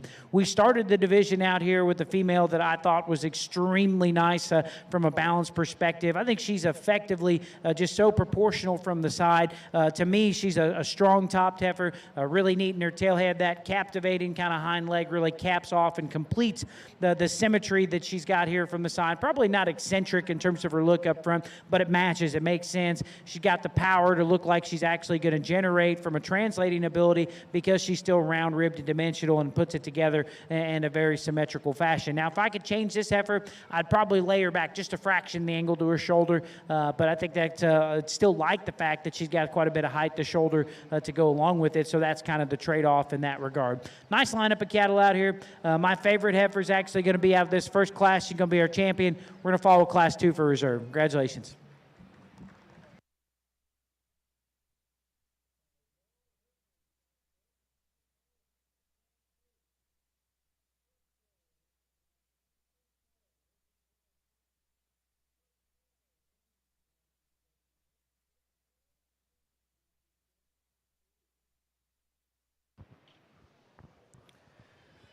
Congratulations in our Hereford show. Your champion heifer calf was exhibited by Jarrett Worrell from Mason County 4-H. Your reserve champion heifer calf comes from Kinley Goodry from Royal FFA.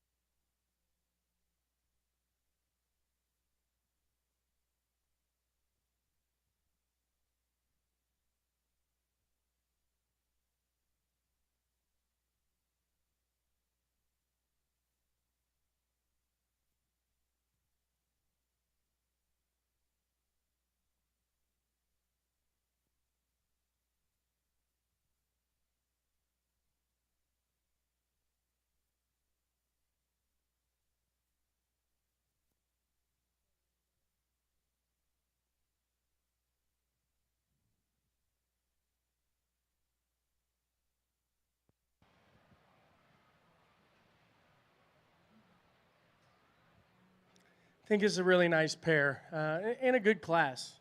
5 that are very functional, very right in terms of shape, and I think just in terms of body shape and density and the way that they're built, 5 really nice heifers.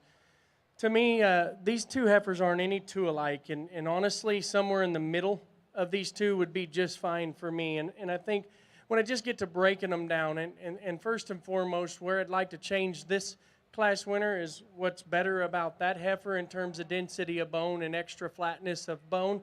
But at the same time, when you study them, this heifer projects just a little neater head, a little neater neck on her. She's expansive in terms of her rib cage. She's really good and bold in her rib cage. Young man does a great job of just presenting that one from the side. A couple things to watch down the road is don't let her get too fat. Don't let that chest floor get out of her too far because she's so fresh and she's so neat in the top side of her skeleton. That just needs to stay balanced. Again, I don't need the most bone in the world. And if they move like that and they flex their joints like that, even if they're a little round in their bone work, to me, she stays within herself. She covers herself, and she's just a little more natural in the way that she handles that hind leg on the go. Heifer here in second, and again, I think it's a very close pair, and there's pieces of both of those that make them class winners. And this one is just her ruggedness to bone, her ruggedness of build, and still body shape's good, balance is good. The young lady, when you get that one stuck, you wouldn't think she does some of the stuff she does when she gets on the go, and I don't think it's bad. I think she's very functional structured, but when we ask her to get out and go, she wants to drop her pins a little, maybe just ever so slight, get a little outside of her skeleton.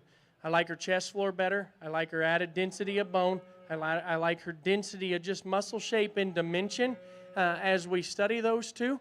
To me, that's a very, very close pair. Somewhere in the middle is exactly where I'd want to be. If there was one of those like that. The heifer in third's the big, burly, stout, rugged one. And again, high performance. And again, as we study that one at the ground, she's not the biggest in terms of her bone, but her foot's bigger than her bone. Her athleticness at the ground is admirable. It's good enough. You know what I mean? When you study her in the top side of her skeleton, she's a little coarser and more open about her neck and head. She's a little coarser in the way she handles her top line on the go. Still a very high-quality female. The one here in fourth looks like she's maybe not having her best day. She's not as full probably as she looks like at home. Again, I like her bone work. I like her size of foot. I like her dimension of just skeleton and build. If she had a little more fill-in shape today, a little fuller, a little neater, and it might just be part of her, that's going to be a loose-built, very flat-boned, very rugged designed heifer. As long as that fill-in shape comes in and the muscle comes in and that you get that one farther along in calf, I wouldn't argue if you wanted to roll her up a couple spots today. Her fill and just her coarseness up through her head and neck is what places her where she rolls here now. Heifer on the standstill that could very well win the class is this black and white one. And again, awesome in rib shape, awesome in shape, awesome just in terms of wedgeness of design.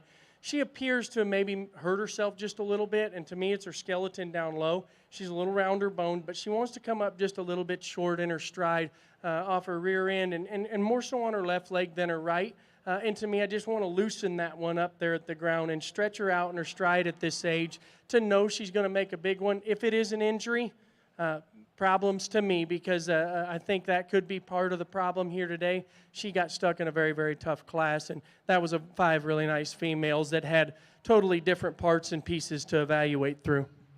Let's give those kids a round of applause.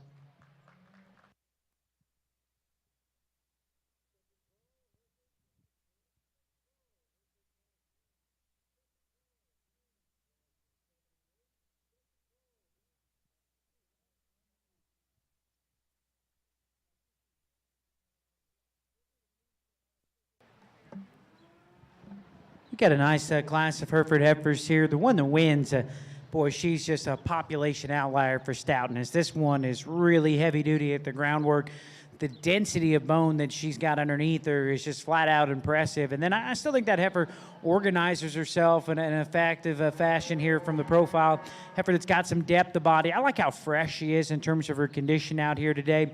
You know, with that extra stoutness of bone underneath, we maybe could see her just a little cleaner in her joint work. She's starting to get a little swelling there in her hock, but still doesn't seem to hinder her from a skeletal standpoint as she pretty effectively hits her stride. Heifer that comes in second is another one I think is pretty superlative in terms of her balance. heifer that's maybe one that we like, that the strength at top, the depth of body. She's actually more progressive in the sweep to her flank than the heifer that precedes her in this particular lineup. Another heifer, maybe if we could change her, I think scaring a little extra condition on her.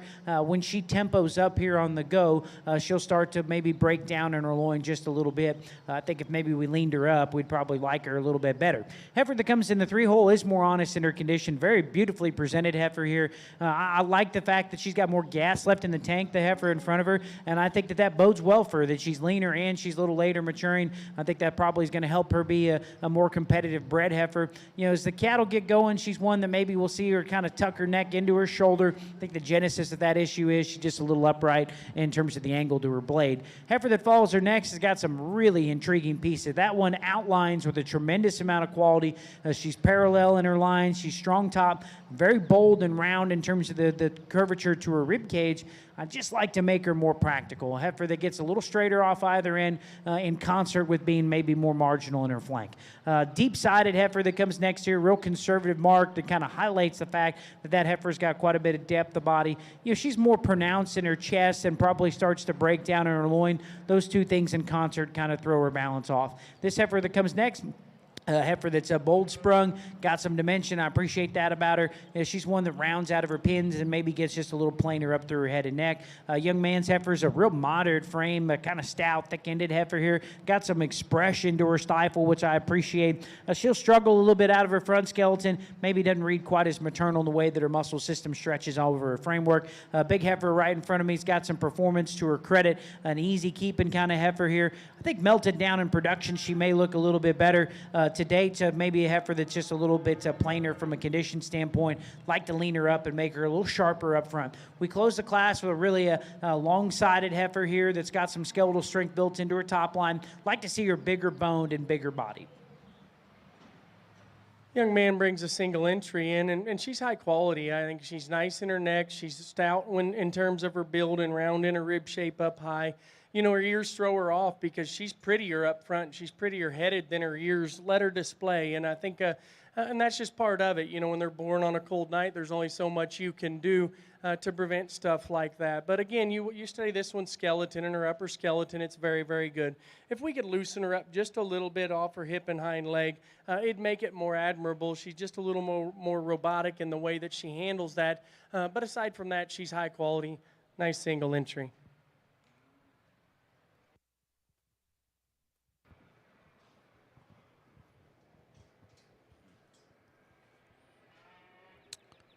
Thank you, Mr. Stewart, for the breakdown of the calf from Hunter Tap in Rains County 4-H, Class 3 in our Hereford show.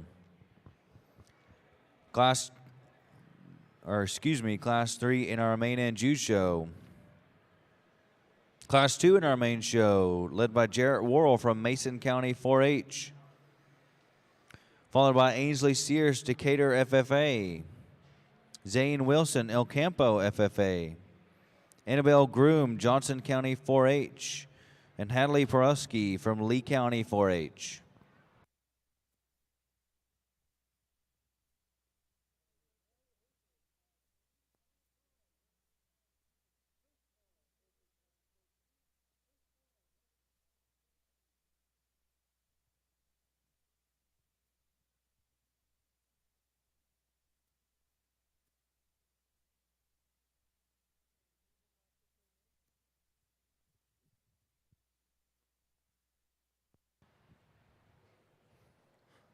Quite a contrasting pair and easily a class winner here, and loaded with power, loaded with rib, loaded with dimension when we study her. And still, you study her head shape and you study the way that she's built up front.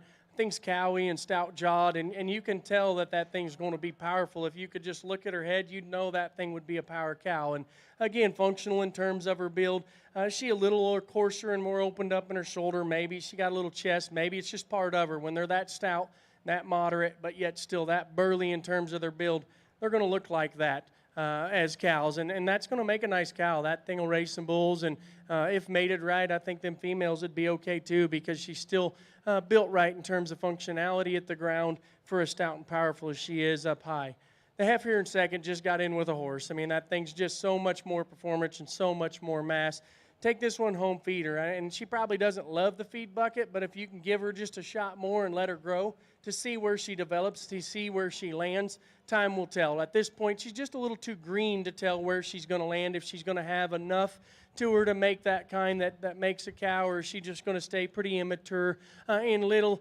Time will tell in the young man's feed bucket, and the way that he handles her from here on out will probably help determine if her genetics will allow her to do anything more. But very nice class winner.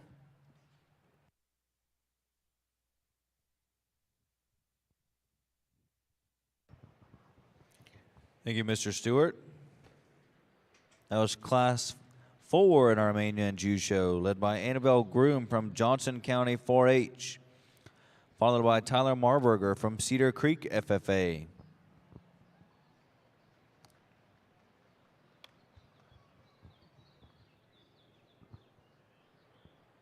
In our main show, Class 1, to recap, was led by Gracie Price from Albany FFA, followed by Tracer Cruzel from Sealy FFA, Ainsley Sears, Decatur FFA,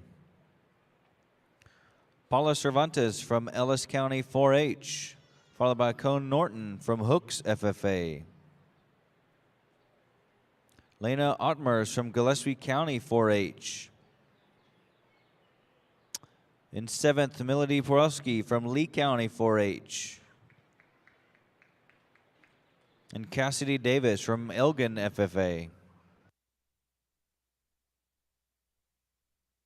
First call, Maine, classes 9 and 10. First call, Maine, classes 9 and 10. On our Hereford ring, we got a female that's really got a striking silhouette here from the side, one that's really chiseled out in her throat latch and certainly her neckline there. Got some length of body, but still maintains that moderate frame size that I'm after. I got to brag on the fact that she's really refined in her teats. I think she looks like she's going to have an excellent udder someday. We get behind the cattle, I think we got more than enough width that we were needed for a female. You know, if I could change her, I'd just stouten the feature up to her jawline and maybe see her level out just a nickel better in her spine when the cattle are on the go. You know, production-wise, there's a lot of good in this heifer that comes in second. That's a big-bodied replacement that's got the requisite fleshing ability and structural correctness to thrive in a forage-based environment. I'm always going to value those attributes of that heifer. Yes, we get her out here relative to that strong heifer that wins this class. She maybe turns a little bit more crest at the top of her neck, got a little extra skin and condition work in there in her front skeleton. Like to lean her back maybe just a little bit, but that'll be a nice one in production. You know, I think the heifer that stands in third really organizes herself in a very composed fashion. She's strong and level in her top line, very neat in terms of her tail head and pin bone placement, pretty functional in the reach out of her hind leg, even though maybe she'd knuckle on her pasturing a little bit. You know, if I could change her, I'd dial her back in the angle to her shoulder blade, maybe give her just more outer turn and arc to her rib cage. Heifer that falls next in the forehole is really extended up through her front end. I like the depth the body of this dark red heifer has. I think she's got plenty of fleshing ability. Wish she just pulled herself together in a more collected fashion. She'll break out of the backside of her shoulder, a little coarser in the way that she's constructed, cut up into her flank just a little bit. Heifer that closes this class is moderate in her frame. The fact that she's got depth of body and fleshing ability to her credit is why I forecast her to be a cost-efficient, low-maintenance brood cow. As a show heifer, she reads a little bit more compact in general in terms of her makeup. I'd like to probably see her just a little bit better in her bottom line. She's lower in her sternum naturally than where her flank sits in her.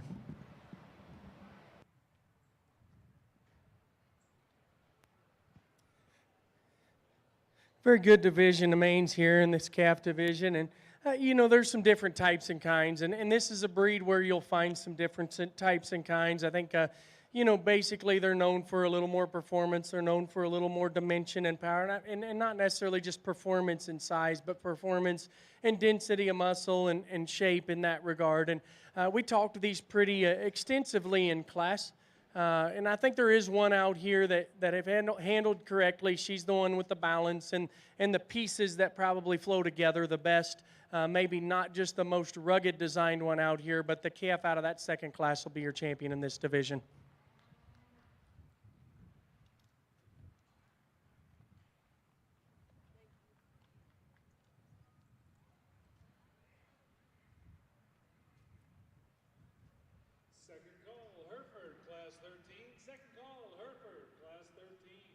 Second call, Maine.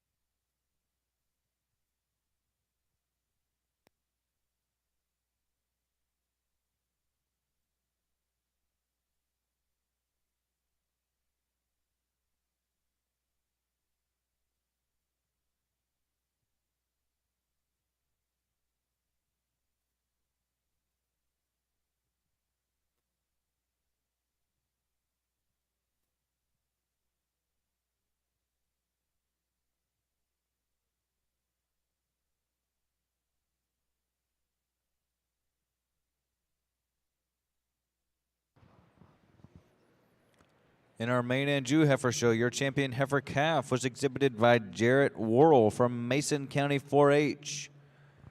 Your reserve champion heifer calf comes from Ainsley Sears and Decatur FFA.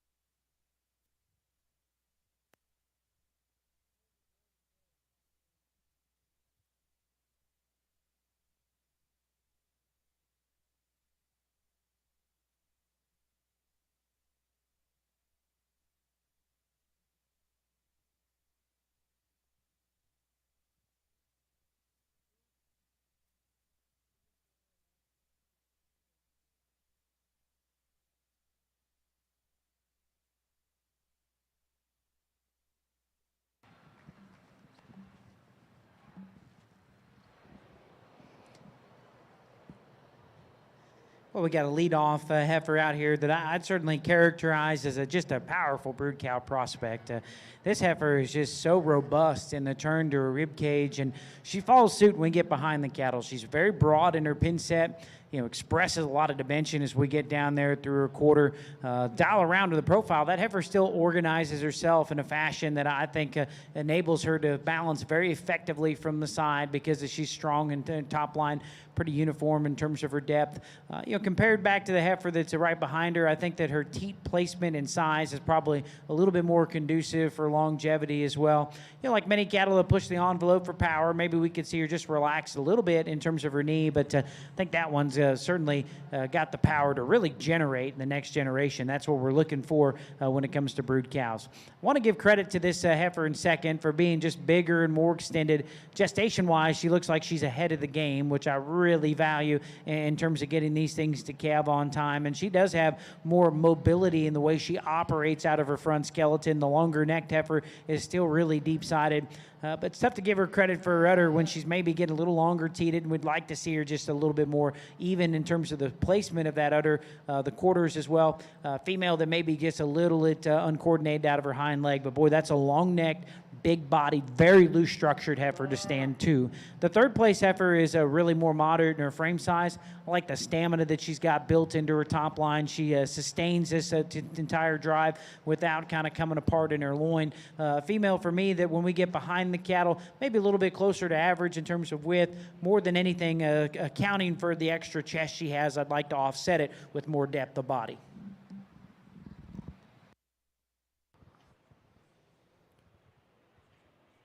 Final call, Hereford, class 13. Final call, Hereford, class 13. First call, Hereford, class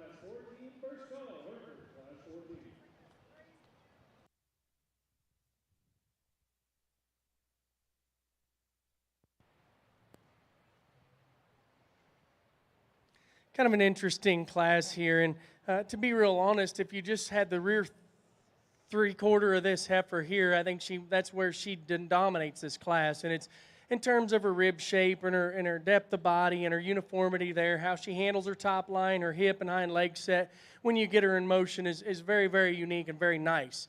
She's obviously moderate in her build. If we could just change that one kind of down there in her chest floor, she's getting just a little fatter and pushing a little more weight down there in that chest floor. And not, I think if you keep her head up just a little bit more when you get her on the go, it'd make her look a little prouder because she is maybe just a little more jammed up on the front end of her skeleton.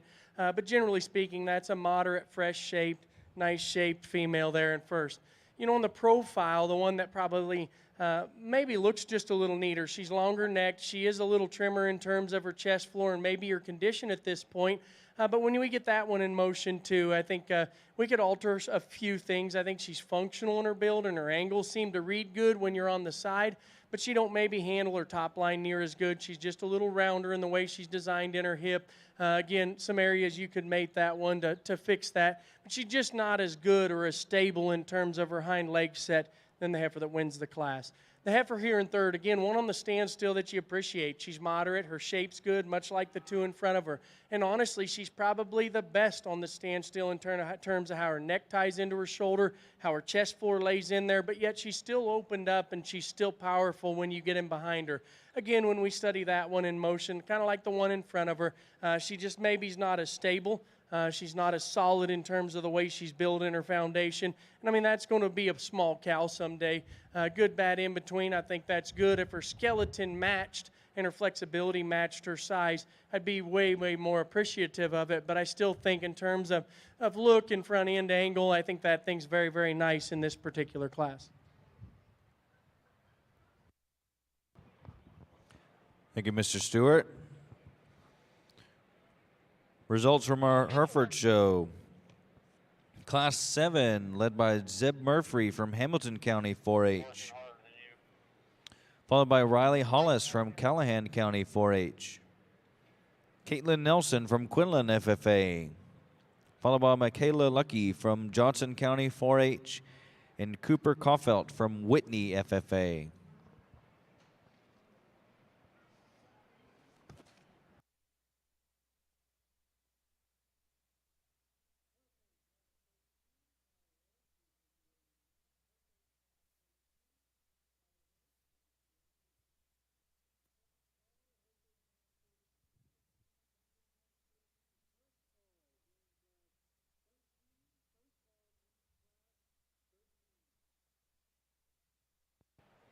I really like this single entry the young lady brings into us, and man, she does a great job of just presenting that one because she flows good. That thing in terms of wedge shape from her nose all the way out through her hip, and her progressions of just stoutness and burliness and boldness of cow character is really, really nice. And I think on the standstill, you really appreciate her lines, the way her hip sets in her and her hind leg set. She's got a good foot underneath her. When we get her in motion to get a little bit picky, she wants to roll forward just a little bit in her hip and maybe don't handle that tail head quite like I'd like it.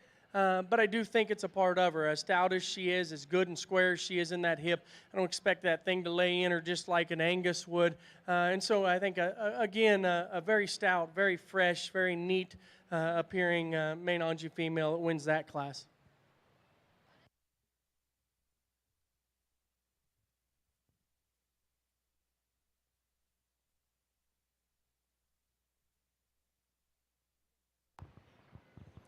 Thank you, Mr. Stewart, for that breakdown of that single entry in Class 8 in our main show, shown by Paisley Gass from Dawson County 4-H.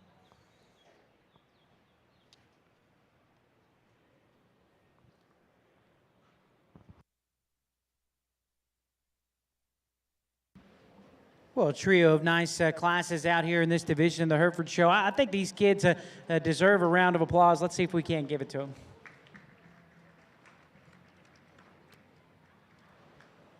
You know, as we bring back out our class winners, Heifer that wins the first class, the one that I just was enamored with, just the amount of bone and stoutness that she's got down low. Heifer that's just very, very progressive in the density of structure that she has. And then it's still a female that I think is pretty superlative in the way she's able to pull herself together here from the side. Probably not wild in terms of her length of neck or extension up front, but still kind of matches and fits together. She looks like a female that's going to be a great cow in terms of the stoutness that she's got to her jawline there. And then I think got kind of a very seed stock look. Young man, I like the condition you got her presented in. I think that she's very honest in that regard. You know, in a perfect world, we'd probably halt the establishment of fluid that she's got built up there in her hock. But I really want to brag on the fact that Heifer, for being as stout as she is down low, I like how refined her teats are. Heifer that wins a second class, one that maybe is a little nicer in the way that she casts that silhouette from the side, a little longer bodied, a little bit more refined in the shape to her head and neck, and certainly a little bit more ladylike in the feature to her joint work and the way that her shoulder is built and constructed and flows back into her rib cage. I admire all those attributes of that heifer. You know, for me, I'd like to see her just a little tougher footed. She's getting a little longer toed on us, and then maybe a heifer that's just a little bit shallower in the feature to her jaw line there, and that kind of coincides with the fact that she's just not as burly as the cattle that stand on either side of her. We get the heifer that wins the last class. That heifer's probably got the most outer projection to her rib cage and just the one that's the most progressive in terms of the robust center cavity that she has. That also translates to that heifer just being so massive from every single view. That heifer is just chock full of power. And I like that because of, in my experience, the cattle that have got power translate better in terms of what they're able to generate the next generation there. And I think this heifer looks like one that will be a remarkable cow for this young lady. And I'd want to selectively mate her to kind of to try to upgrade her a little bit in terms of her structural correctness. A heifer that, because she's a little upright in her shoulder, will notice that her chest will sink out of her there on the go. She's probably just not as agile in terms of the way she plants her hind leg as maybe a couple of these other heifers out here. So nice lineup of cattle. I'm going to use the young man out of Class 1 for champion. A young man out of Class 2 is going to be our reserve.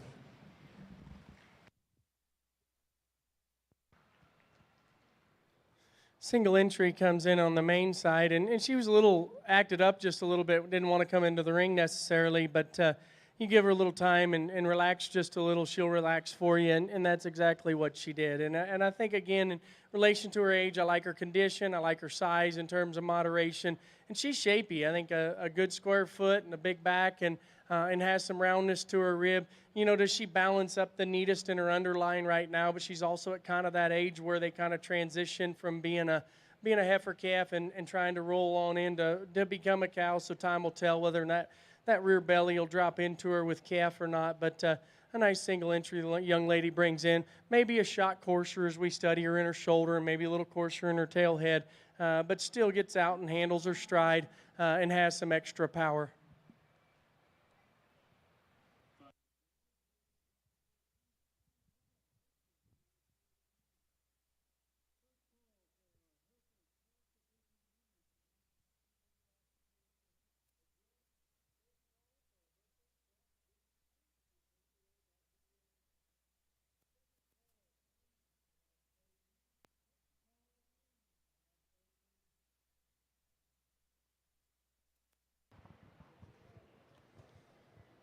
In our Hereford Heifer Show, your champion junior heifer comes from Class 7, exhibited by Zeb Murphy from Hamilton County 4-H.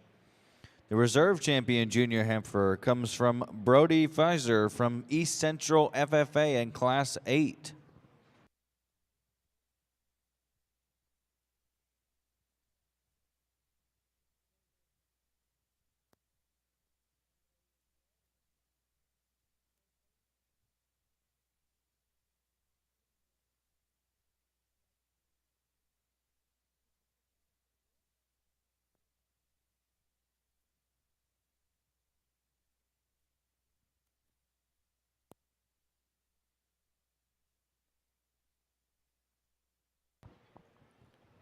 Some reminders in the barn.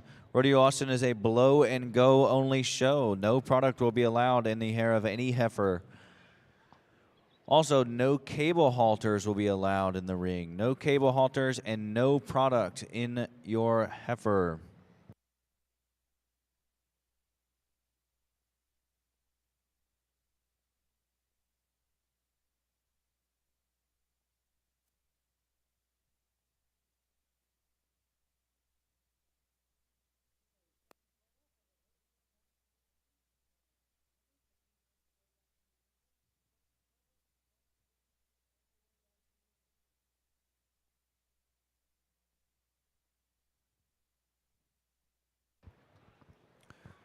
Some more results from our Hereford show. Class 8 was led by Brody Pfizer from East Central FFA, followed by John Gilbreth from Dodge City FFA.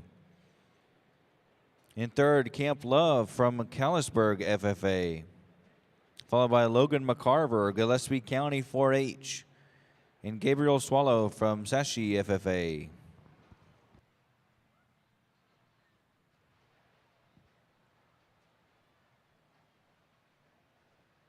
Just a very, very easy place to start in this particular class. And again, just so fresh and very, very fresh for one that's this age. I love her pattern. I love her lines, her functionality when you ask her to go.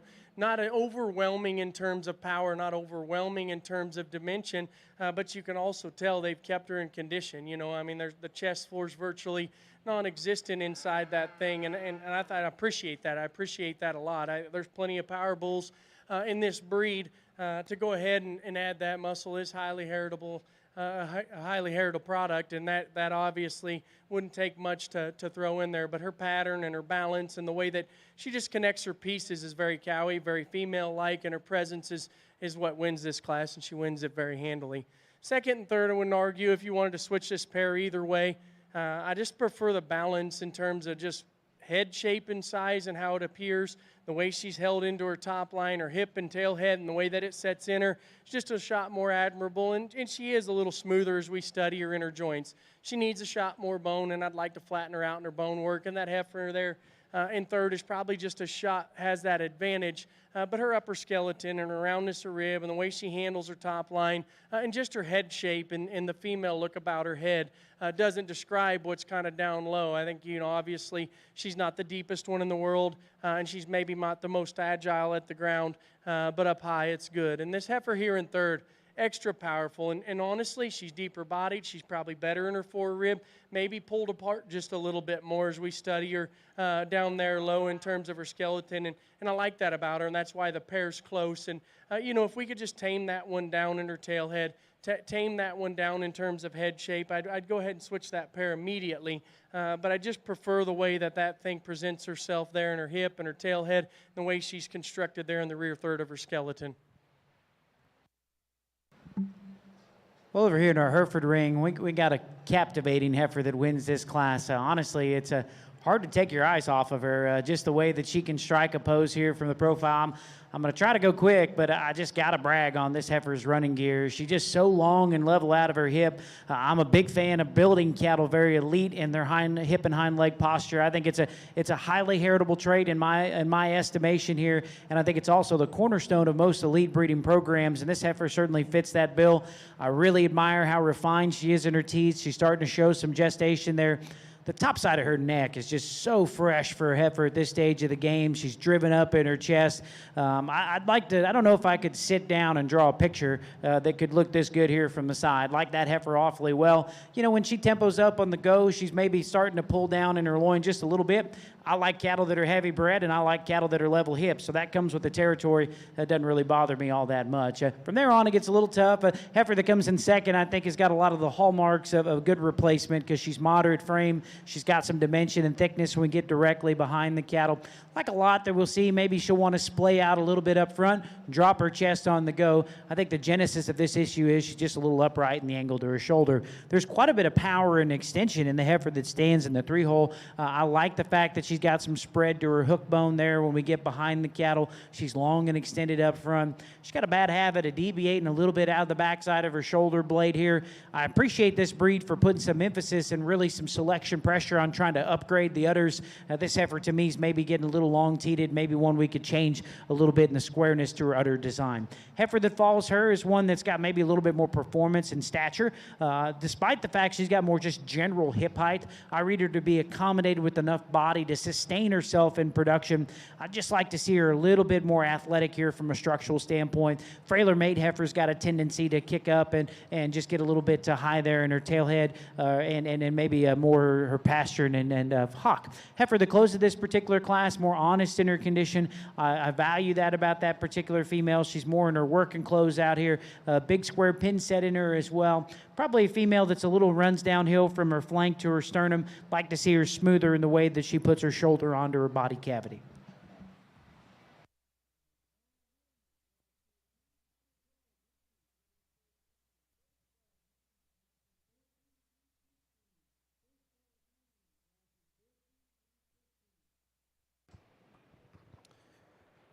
Thank you, Dr. DeClerc. That was Class 13 in our Hereford show, led by Callie Harris from La Pointer FFA, followed by Madeline McCullough from Austin County 4-H, Riley Hollis, Callahan County 4-H, Kayla Kimbrough from Trinity County 4-H, and in fifth, Kelsey Vaught from Overton FFA. Recapping results from Class 10 in our Hereford show was led by Lena Ottmers from Gillespie County 4-H, followed by Brentley Brogan from Decatur FFA, and Cameron Fontenot from Alvin FFA.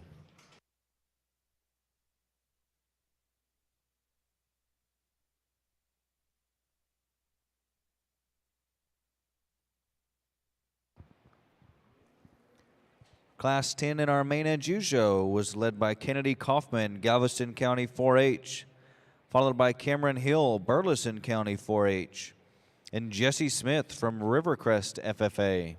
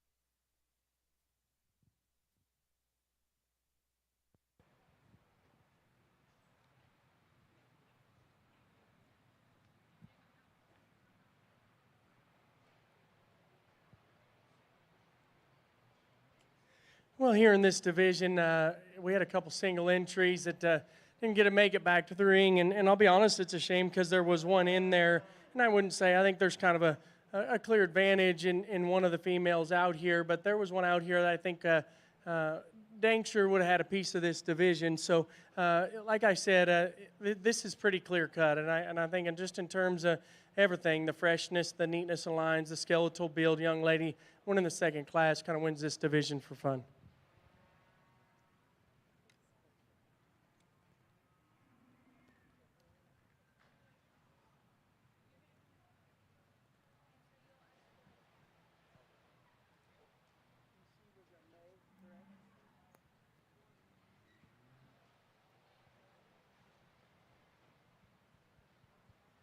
And here for reserve, I still think there's quite a difference here, and just in terms of boldness and quality and young man, the heifer out of that first class will be my reserve.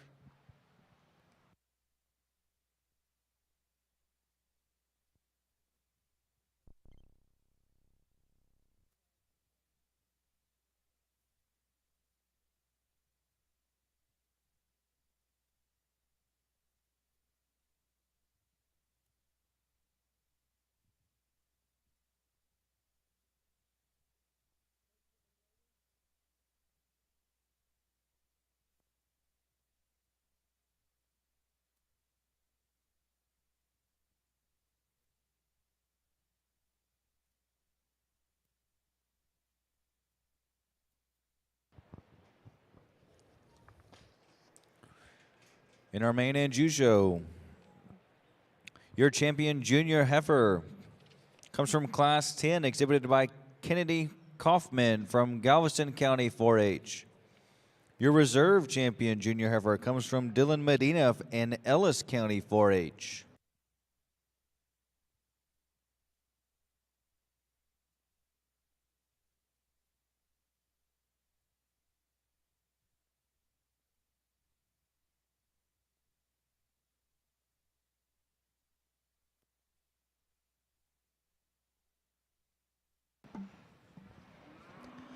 We got a nice class here of Hereford heifers. Boy, we got a big, stout, performance-oriented heifer, and despite the fact that she's probably got just a little bit more frame score than some of her contemporaries out here, boy, she's been dealt the requisite body to still maintain and sustain herself out in production. I think she's still built for the long haul in terms of the way that her hind leg is constructed out here. I like the fact that that heifer, is that dark red heifer, still reads like she's pretty fresh out here as an individual. She's getting a little long in her teats, maybe starting to break down her loin just a shade, but it's an awful nice heifer to win this particular class. There's probably a little bit more moderation of frame size. In fact, heifer that comes in second, I think she'll have an outcome that's maybe a little easier to manage in terms of a caloric intake standpoint than the heifer that beats her in this particular class. I like the set to her hind leg. Maybe it looked like she could use a time on the hoof trimming table here. She's getting a little closed up in her toe shape. A female that's starting to protrude forward in terms of where her chest and brisket naturally sits in her. Heifer that comes here in the 3 holes got some pieces I was really enamored with. Boy, she's bold, sprung, really stout in terms of her pin bone there as well. And those attributes are why I forecast her to really have a positive impact on a breeding program, because she's still a good-looking heifer up front. I couldn't quite convince myself that she just was practical enough. She's a little bit more modest in her body design. More than anything, she gets a little abbreviated in her step off either end of her skeleton because she's just a little rigid in terms of her joints. I got a nice cow-calf pair that comes next. I really think that the female, the cow herself, is very remarkable in terms of her skeletal makeup. Maybe the soundest structured heifer in this particular lineup. Got a cute little calf on her side. Can't really tell much besides that, but he is a cute little dude. I'd like to see maybe the cow just a little better out of the backside of her shoulder, a little bolder sprung. Then we conclude the class with just a really easy keeping, moderate frame female here. Like a lot of these cattle that are just chock full of practicality. Looks like she's been a little tough to manage in a show barn, starting to fill up down there through her chest and get a little fatter there around her tailhead.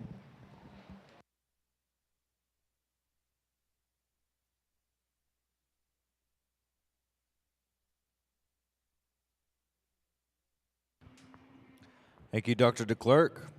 That was Class 14 in your Hereford Heifer Show, led by Lily Liao from Waller County 4-H, followed by Brigham DeBoard, Ellis County 4-H. Courtney Lynn, Troop FFA. In fourth, Jolie Stanley from Burton FFA, followed by Andrew Kimbrough, Trinity County 4-H.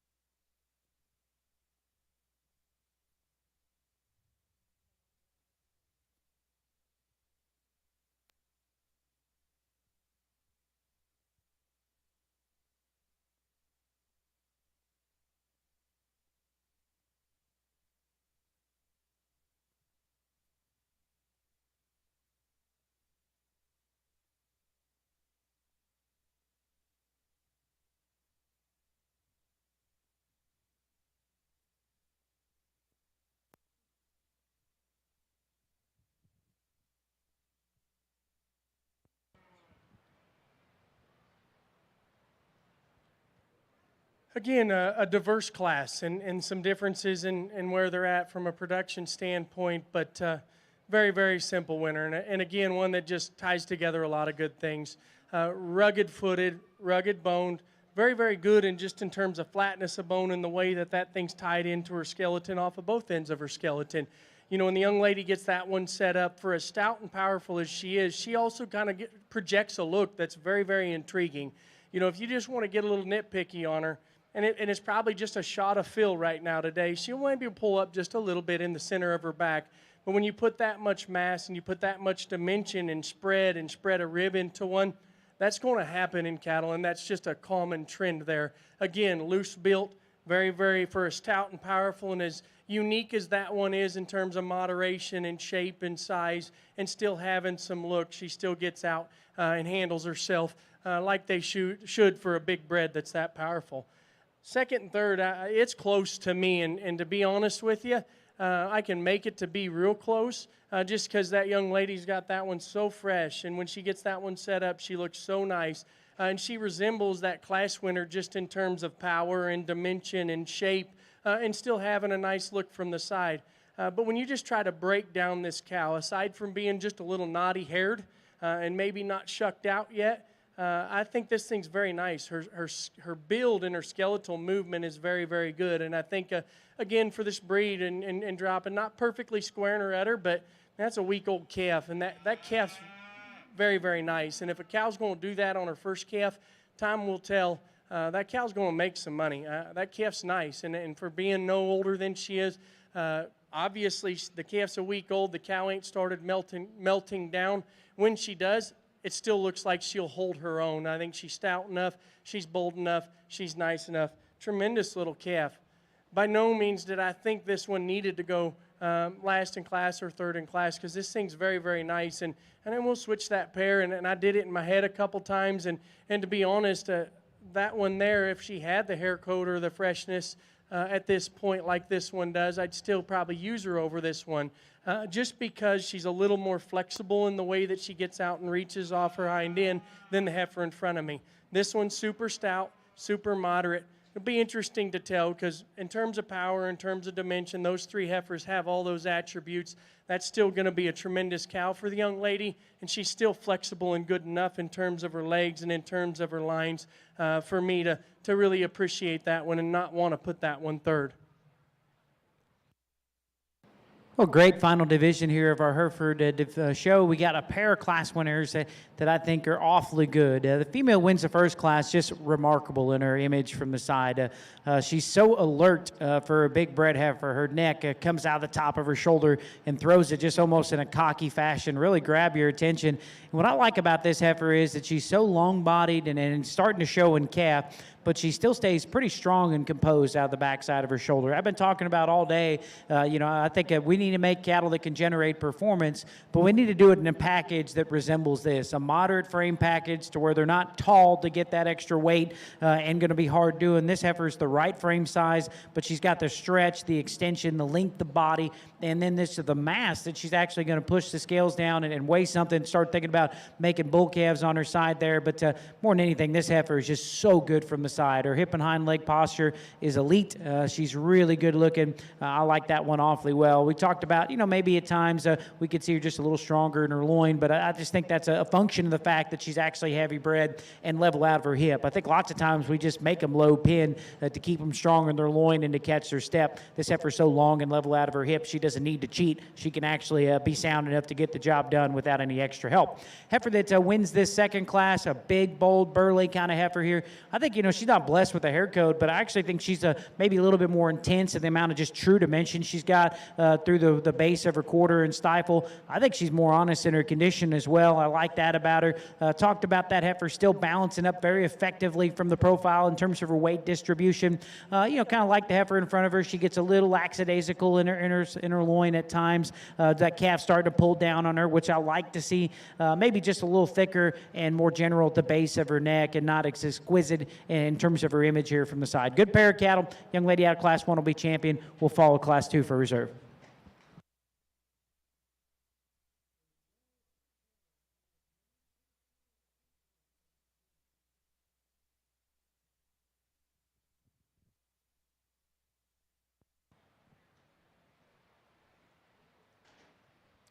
I think, again, another class with just a simple place to start here at this heifer. And I think one that still just from the side just gives you a killer look in terms of balance and length of neck.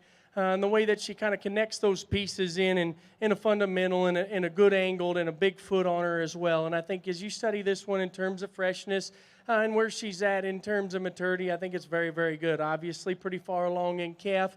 And one that just from a balance standpoint and an angle standpoint, that's surreal. And the fact that she does that, you know, she's not just the most overwhelming right in behind her blade or on the top side of her skeleton, but she's still got some substance to her and some substance to her hips, some substance to her shape, and very, very powerful and powerful enough when you get in behind that one too.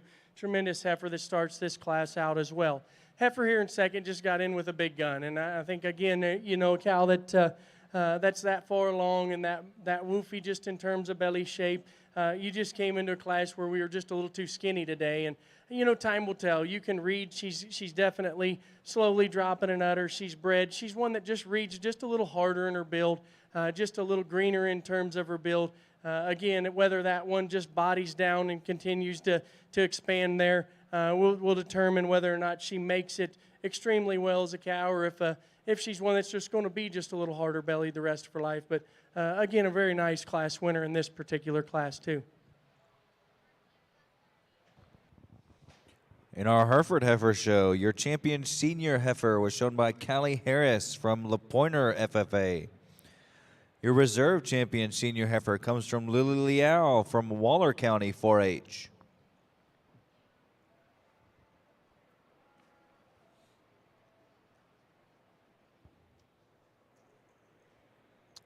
You had just heard Mr. Stewart's breakdown of Class 14 in our main NGU show, led by Kennedy Kaufman from Galveston County 4-H, followed by Catherine Hill from Burleson County 4-H.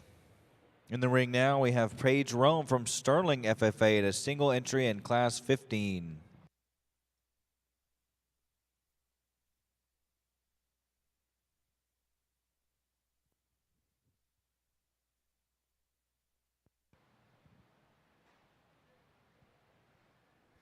Young lady brings a single entry in that, you know, appears to also be pretty far along in calf. And at this point for her age, I'd expect her to be, and that's fine that she maybe didn't hit that first couple cycles like a guy wants, but still appreciative to see that she is far along in calf.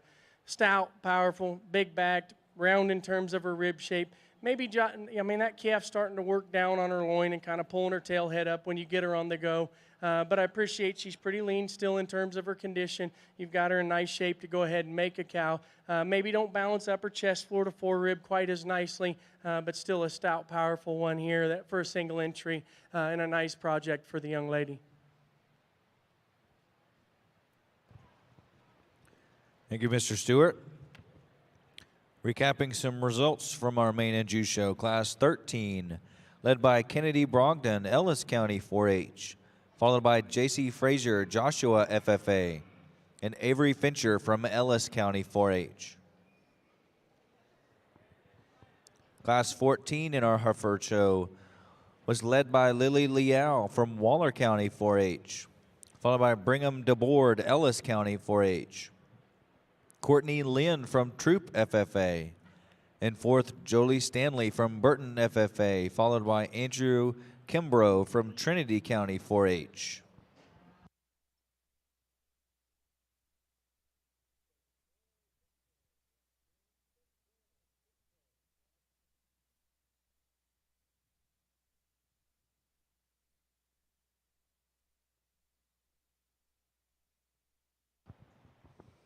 A reminder to our exhibitors as our Hereford show starts to wrap up, trailer releases will be given after the conclusion of each breed. Trailer releases will be given at the conclusion of each breed.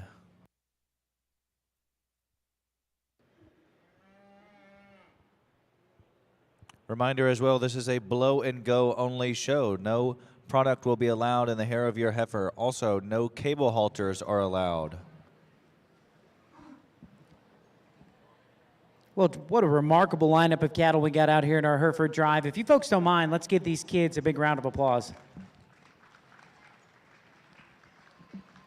I can't tell you how excited I am and how much fun I've had out here getting to judge these cattle. I'm just smiling away because of, I think we got some population outliers out here. I think when we talk about Hereford cattle, this is a breed that's synonymous with making low input females that really thrive in limited forage settings. Unfortunately, in the great state of Texas this year, we're not getting a lot of rain. So some of us are maybe glad that you got some Hereford cattle because we're going to have some hopefully we can get a little bit of relief here moving forward. But I think these cattle are the type that really work in the production side of things. But amongst this population, we've got some females out here that probably take things to the next level. Have got some of those generating potential in terms of look or power that looks like they can really make an impact on the next generation and certainly be really impressive donor cows. That's what it's all about. We want to have good show heifers, but in the same point here, we want these things to go home and make that next generation better. Heifer that wins this first division, I thought certainly had a lot of genetic reaching potential because she was so bold and remarkably stout in terms of her pin set. I like the fact that she's got quite a bit of muscle volume, but she stretches it over her framework in a way that's conducive to still having a maternal image as she projects here from the profile. Neck still comes high out the top of her shoulders. She's not the longest fronted, but still think that her chest sits up in her in a way that offsets and it certainly flows back very proportional in terms of her bottom line. We could probably upgrade her a little bit at the ground. And I think her front feet are starting to curl up just a little bit for my taste. I'd like to dial her back a little bit in the angle to her shoulder. But as a consequence there, I think that heifer is still one that's got some altitude up front and balances up highly effectively. The heifer that wins the second division, boy, she is stout and really powerful at the ground. A female that is so progressive in the substance that she has underneath. What I like about her, too, is I actually think she's maybe the best footed heifer out here in terms of the shape to her front feet. I think compared to the heifer behind her, she's more appropriate in the length of her rear toe. And even though she's got a little bit of swelling that's starting to establish there on her hock, I'm going to give her a pass because it doesn't seem to affect her in terms of her agile, her athleticism here on the go, and she's so good at the ground. As an individual, I think that heifer's got some depth of body. Young man, I really like the condition you got her presented in. I think she's really honest in that regard. A heifer that's maybe not eccentric in terms of her look up front or the most chiseled out, but to me that she's got a little extra throat just like most of the best cows do. And I still think that heifer balances up pretty well. Maybe could just free her up of that fluid in her hock and see her piece together her top line with a little bit more composure. The longer she stands, her shoulder will separate maybe a little bit and she deviates a little bit there in her top line. Heifer that wins the last class, we talked about this division winner a lot. She's organized. She's built so problem-free and built for the long haul in terms of the skeletal makeup out of her hip and hind leg posture. She's absolutely gorgeous in terms of her image from the side. Very picturesque. I like the fact she's starting to show some calf. I talked about this breed making some selection pressure for improving some other quality and traits there. I think this heifer fits the bill in that regard. I really appreciate just to understand how tough it is to present cattle at this late stage of gestation that are still fresh and composed and organized like this heifer is. She's getting a little long on her outside toe, but it doesn't seem to affect her in terms of just total range of motion because compliments of the fact that she's just so long and level out of her hip. So it's a real easy decision for me for champion. I think it's pretty close for reserve. A young lady here will be our champion. We're going to follow with Division 2. That young man will be your reserve. Congratulations.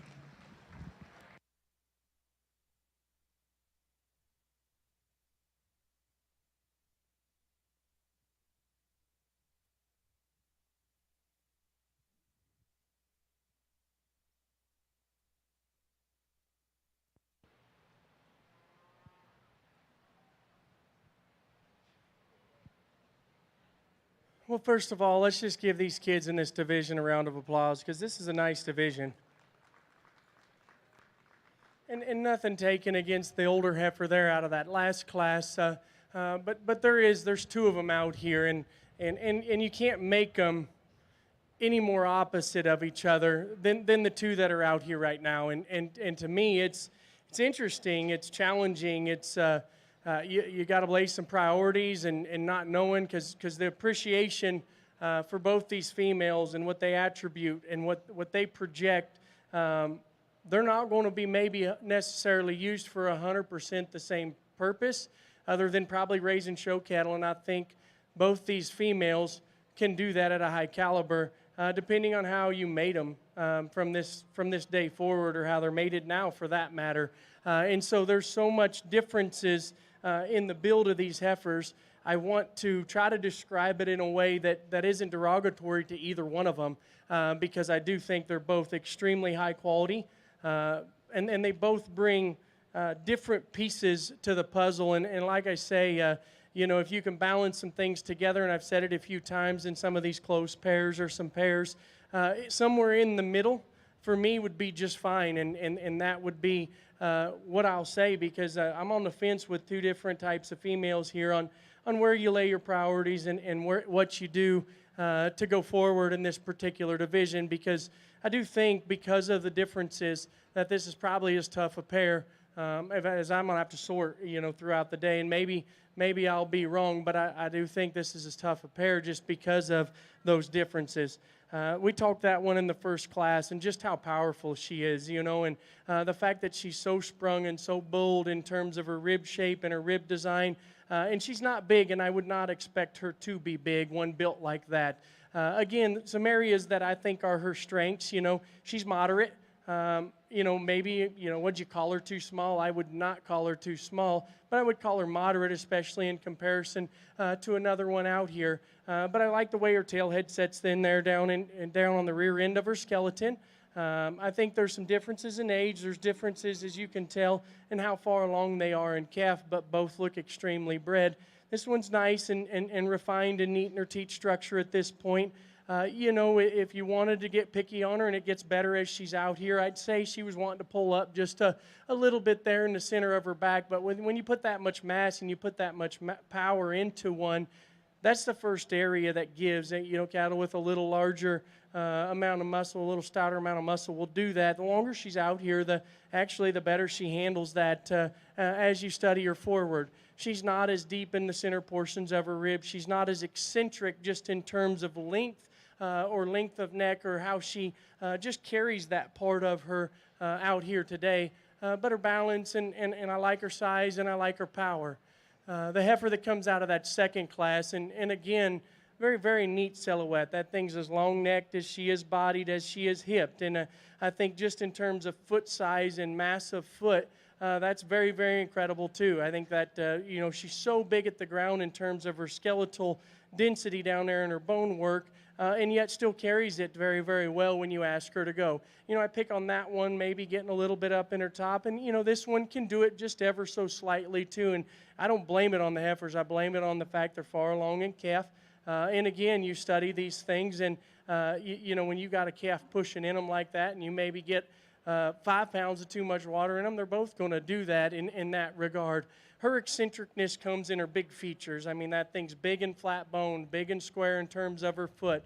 And you can read that one from 3/4 angle. The young lady's kept her condition just right. I mean, that thing's thin-chested. I would not expect her to be just the burliest in terms of the way she's built there and behind her blade, because she's so skinny and she's so fresh in that regard. And again, you just study this one, and you want to try to stereotype that she's not probably stout enough, and you get in behind her, and there's more than enough. I think carries her muscle deep. It's a little longer. She's a little longer, so that pattern carries a little longer. And I appreciate those things about her. And like I said, to me, there's two totally different types of females out here, and I do think there is one that fits me personally better, and in my route, or what I want to try to say, or maybe our cows, our main Anjou cows maybe looked like with a more modern look back in the day. But I also think there's one out here that's got some projection and got some look that you don't also see in this breed as well, that that thing's going to make an impact. So again, let's give these kids a round of applause, because I do think there's two tremendous big bred females out here today.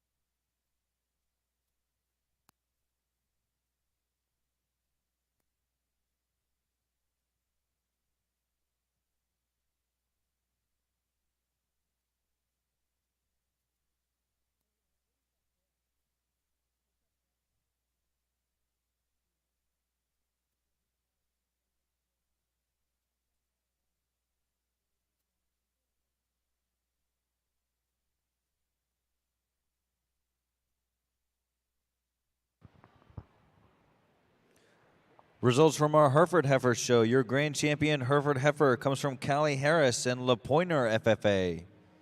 Your reserve grand champion Hereford Heifer comes from Zeb Murphy in Hamilton County 4-H.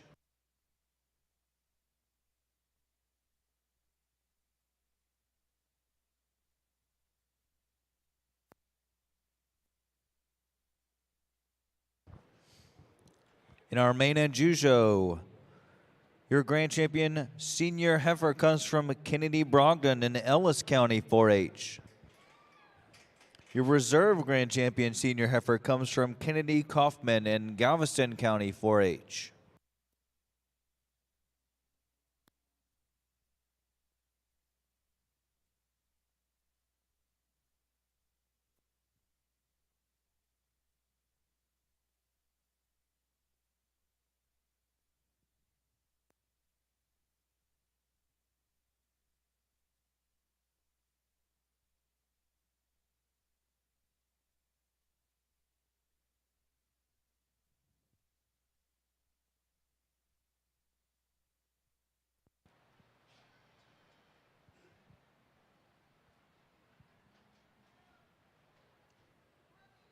Again, this main Anjou division, it was tough. That last division to me was like very, very tough. And again, and how I just to display it, you know, if I were to take 100 of them home, I would always land it on the one I did in that division. And it's just, you know, it's a priority for me in some little areas.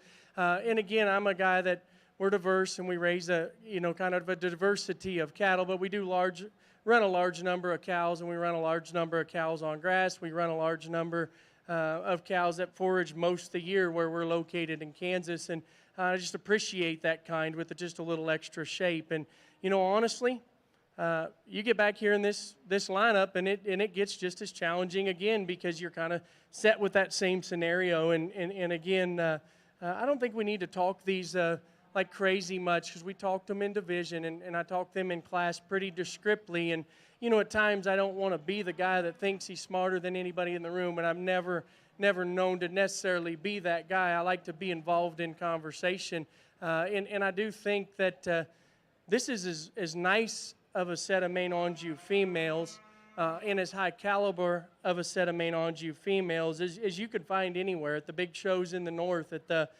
whether it be wherever state's involved. And I do think just in terms of quality, this lineup has been very, very good. And to me, there, you know, and I don't want even I'm going to pair them up together, but there is a pair of females out here that we're contrasting in type, and we're different in terms of type and kind. And so with that being said, I can't split those two up. And to me, you know, if we could have been somewhere in the middle, I'd have walked away from this thing just grinning from ear to ear, and I still will, because I still truly believe the extra power out of this heifer that comes out of that Division III is the reason why I like her so much, is the balance she has and the extra density that she has in her forerib and the way that she's built in terms of just of a dimensional angle, but yet silhouette from the side. So young lady, heifer out of this 3rd division will be your champion. And I'll follow up with the heifer that was reserved in that division.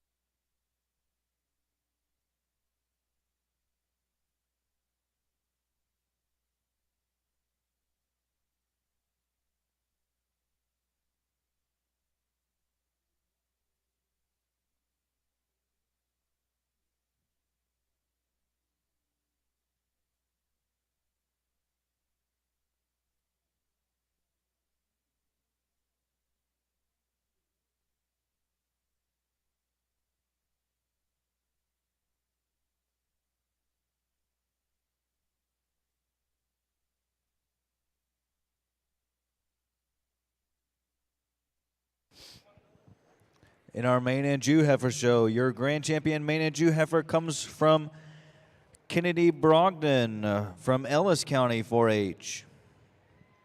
Your reserve champion senior heifer comes from Kennedy Kaufman in Galveston County 4-H.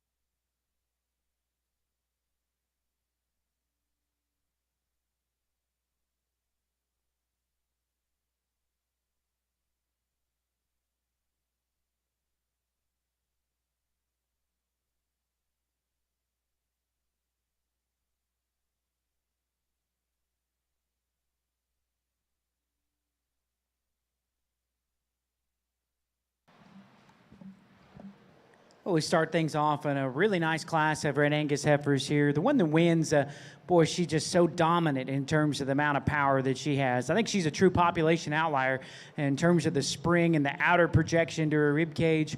For a female that's just chock full of muscle and just downright impressive for dimension in every single angle, I still like the fact that she's pretty composed in the way that she pulls together her top line.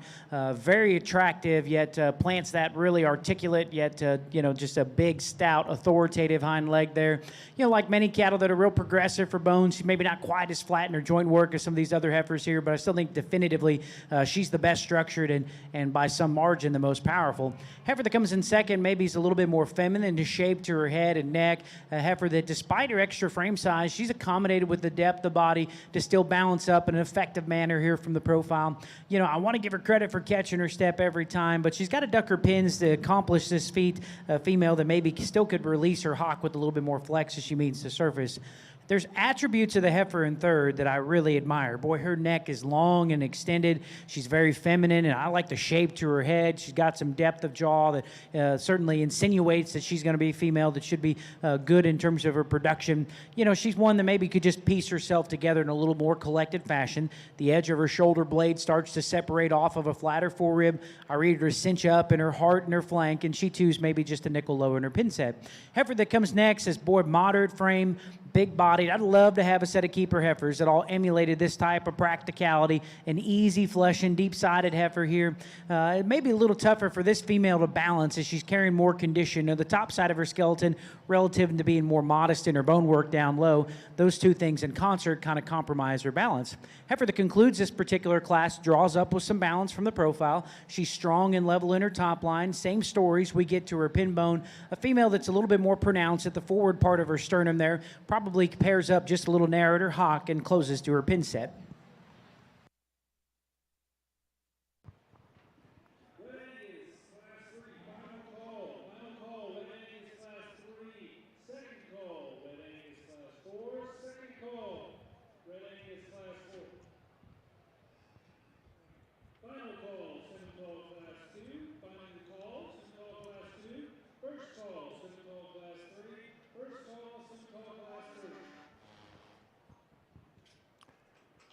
Thank you for that breakdown, Dr. DeClerc. That was Class 1 in our Red Angus show, led by Kinley Rathman, Lynn County 4-H, followed by Chloe Peoples, Rockwall County 4-H, and Casey Holton, Cisco FFA. In fourth, Dixie Snodgrass, Glen Rose FFA, followed by Faith Jackson from Friendswood FFA.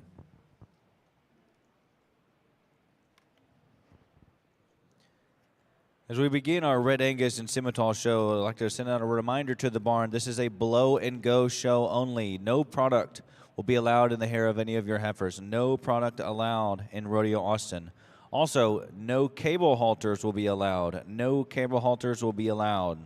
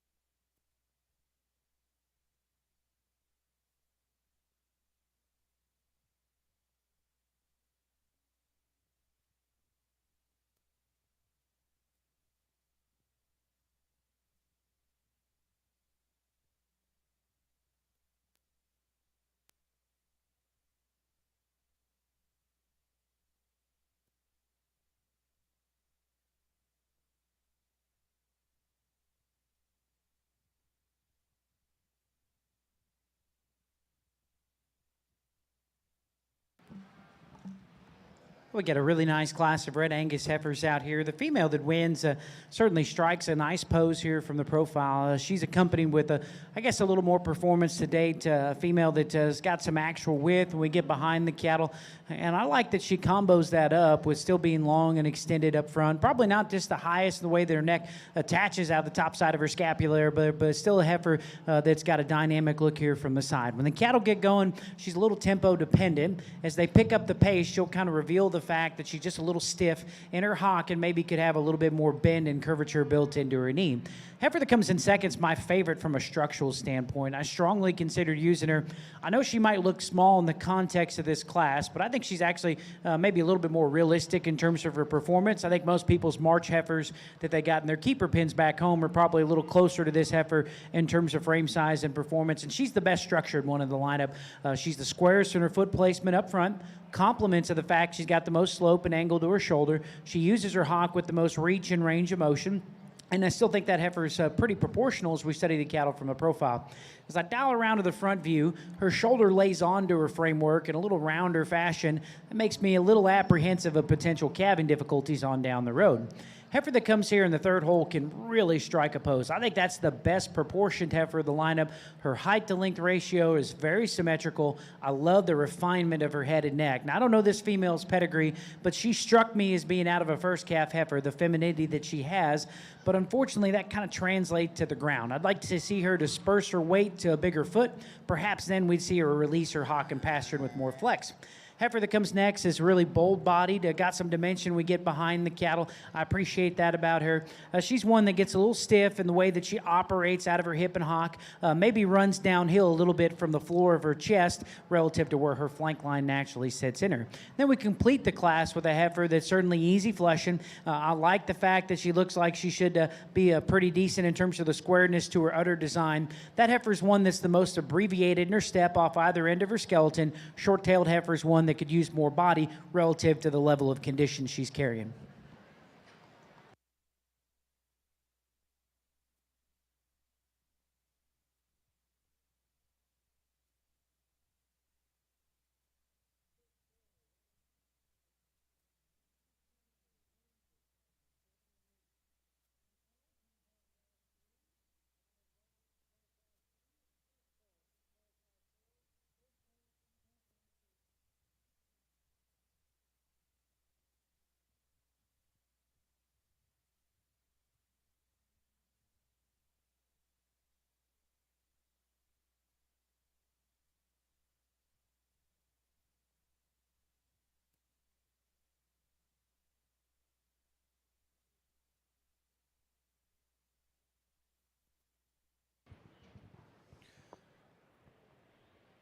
Results from our Red Angus show, Class 2, led by Clayton St. John from Weisboro FFA, followed by Paloma Ortiz, Elgin FFA, Grace Tuyos from Trinity County 4-H, in fourth, Amelia Elmendorf from Brazos County 4-H, and followed by Demetrio Luna from Ballinger FFA.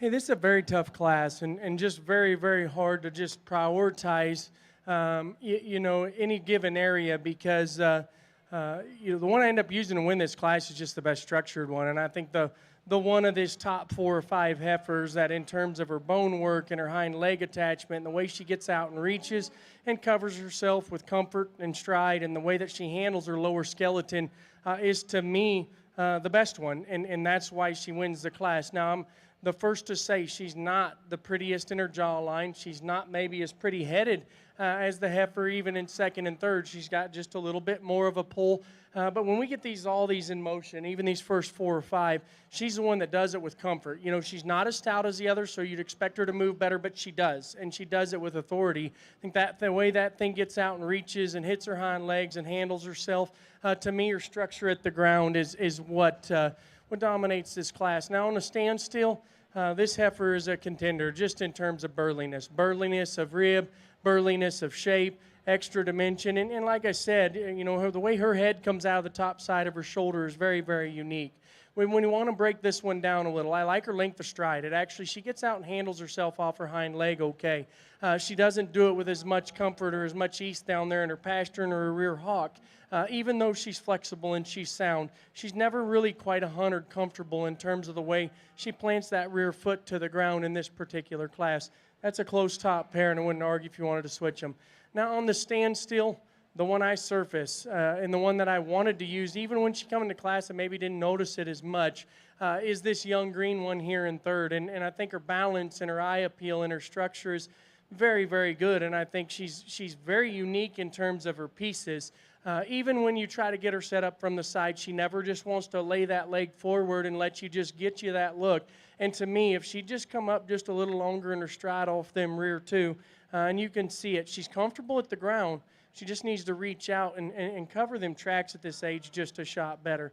The heifer here in fourth, and again, kind of built from a similar mold. Exotic, extra good haired, very fresh, very neat in terms of her build in her angles. Does she come with a little more tail head? Probably. And I think maybe that hip structure, again, when we study that one rest at the ground, we just need to solid her up just a little bit in that pastern. Might be just the fact she come to a show a day ago. And that could be the fault for a few of these heifers here that maybe just aren't reaching the surface just as neat.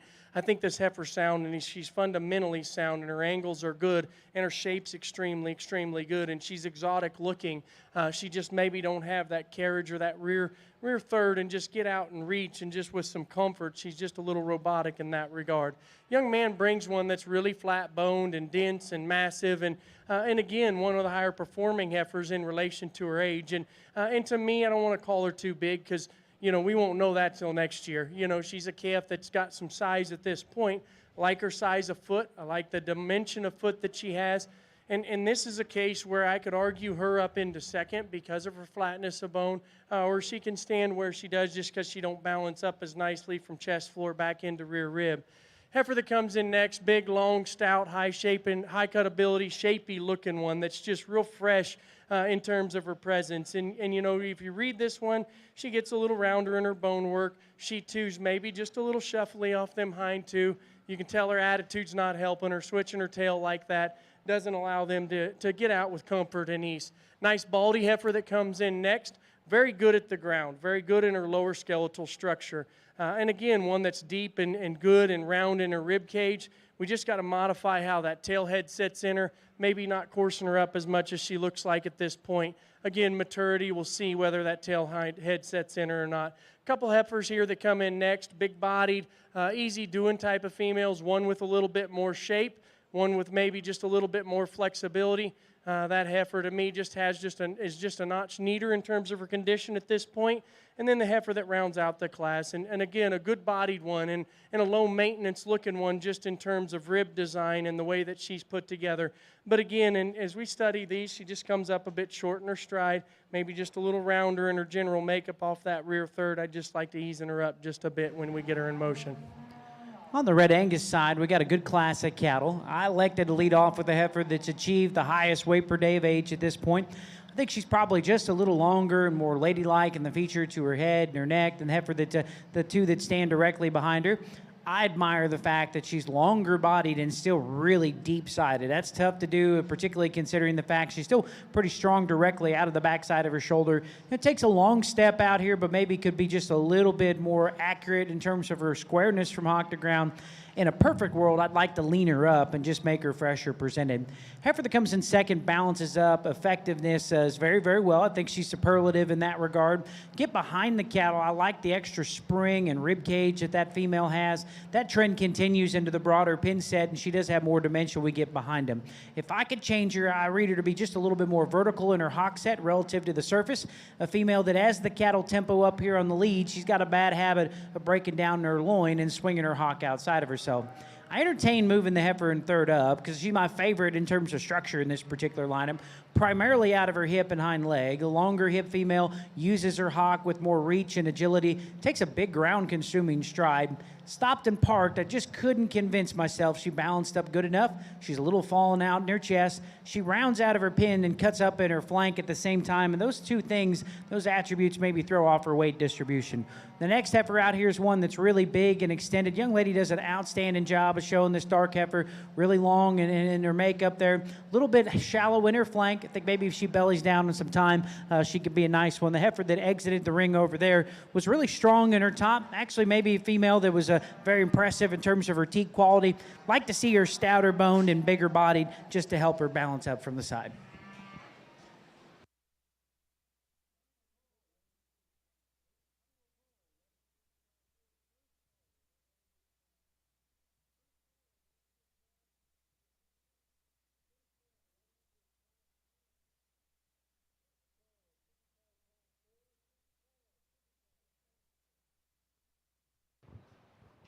Thank you, Dr. DeClerc.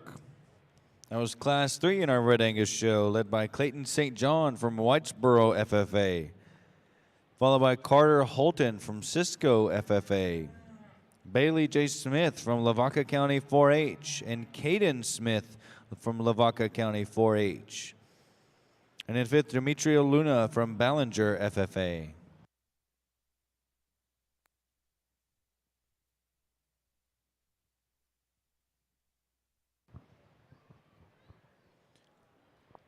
Our first class in our Scimitar show was led by Zachary Buchanan from Ellis County 4-H, followed by Briggs Hand from Gonzales County 4-H. Then Remy Murphy, Taylor FFA, Madison Mosley from Brown County 4-H, followed by Benjamin Alvarez from Gladewater FFA, and Sidney Petrash from Sealy FFA. Braden Hopp from Runnels County 4-H. And eighth, Derek Hempel from Victoria County 4-H. Followed by Tadarius Miles from Waller FFA and Carolee Freitag from Flatonia FFA.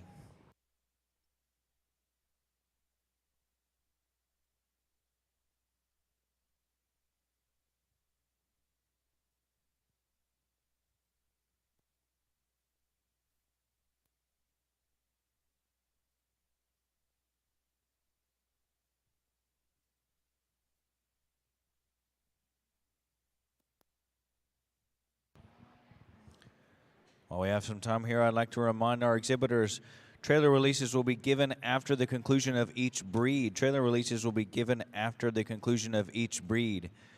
As a reminder also, Rodeo Austin is a blow and go only show. No product is allowed in the hair of your heifer. Rodeo Austin is a blow and go only show.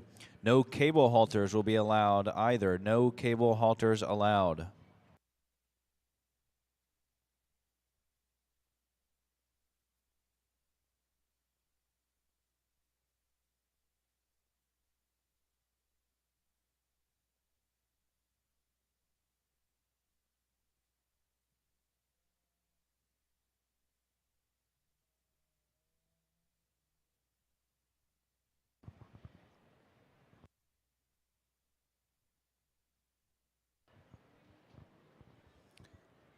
Our exhibitors that win Grand Reserve and Division or Breed. So that is, if you win a banner, you must take a photo at the backdrop. The backdrop is open for all exhibitors. However, all exhibitors are welcome to take photos at the backdrop.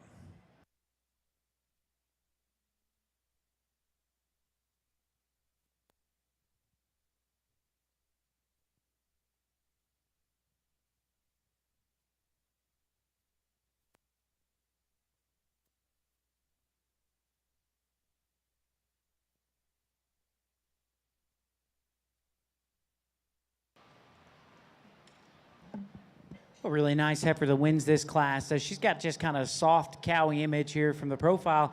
I like how deep she is in her midrib. The sweep to her bottom line really kind of helps her balance up so effectively from the profile. When she stopped and parked, she's got a nice set to her hip and hind leg from an aesthetic standpoint, and a heifer that's maybe not just chiseled out up front, but I still think that she's got a good looking front end to her in terms of cow feature. And we study her on the go. Maybe sometimes she'll tuck her neck into her shoulder and rise up in her spine just a little bit. I think the genesis of that is we probably could build her just a little more angular up front, but that's an awful good one to get started with. Heifer that comes in second, I like a lot. This one's been down-sheared, obviously, but I appreciate the fact that she's more honest in her condition than our class winner. I think she's one that's a really clean and extended up front. Probably got more just spread to her pins than I anticipated when I studied the cattle from the side. Since her twist and her flank line sit up and are a little high, she has a tough time balancing up. As the cattle maybe pace up here, the pace is pushed on the go, she'll maybe kind of start to break in her loin a little bit. I admire the power of the heifer in third. My favorite view of this heifer is directly behind the cattle. That's where she shows off the extra expansion to her rib cage, the natural spread that she's got up high. She certainly follows suit when the cattle are viewed from behind as well through her quarter. As the cattle are on the lead there, she's more abbreviated in her step because if she reads just a little more vertical in her hock and they're set to her shoulder. Heifer that closes this class is more moderate in her frame. I like how strong top she is. She's got plenty of body to sustain herself in production. She's given up some performance to her contemporaries, but if I could upgrade her, I'd like to tidy her up through her chest and make her neater in her tailhead.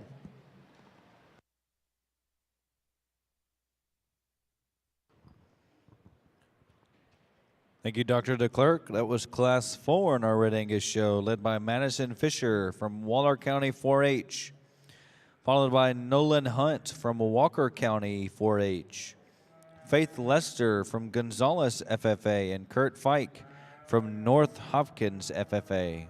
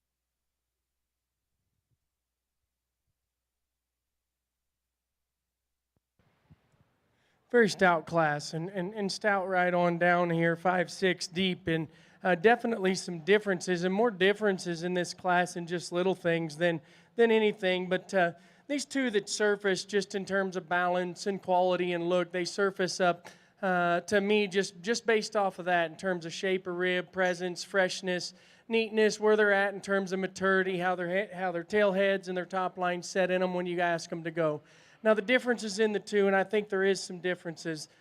This one's just a little more pleasing to me. I like how her tail head sits in her. I like her looseness and just her bend to her hawk, but yet still it's attractive in her hind leg set.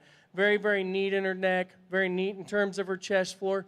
When she goes for some reason today, and it's maybe just because she's so long-bodied, I think she could stretch out a couple more inches in a perfect world. But the way she moves and the way she flows and holds herself in her leg, I think is just a little neater in her hawk. The heifer that ends up being second, pretty exotic. I think extra shape, very, very powerful when we study that one from behind. I love her power and dimension, and yet still has some presence and some look. In this particular class, she's pushing just a little bit more chest floor, and again, that's just going to be part of her. I think she maybe gets out and actually, because she uses her hip just a little more, gets out and reaches maybe an inch or two longer than that class winner, but she's not quite as neat as we study that one in the design to her hip, and maybe not quite as, flat or as flexible there in her hawk as we study that to the class winner. The one in third, again, another big burly stout one, and again, I think one just in terms of power and performance, she's got it. Still has a look. I mean, she's up here because of her extra look. Again, comes with a little more shoulder. Maybe comes with maybe a tail head that could be set in her just a little bit differently. But honestly, when you get her in motion, I still like those things about her. So maybe just a shot plainer version of the two heifers there in front of her with just a little bit more dimension and power. Really a pair of heifers here that you could kind of combine together. They're shapely, they're stout, they're good in their rib design. Things are going to make nice cows, and time will tell. If this one needs to maybe loosen up just a little bit in her hind end structure, ever so slight, just be a little more coordinated in the way she plants off them hind too.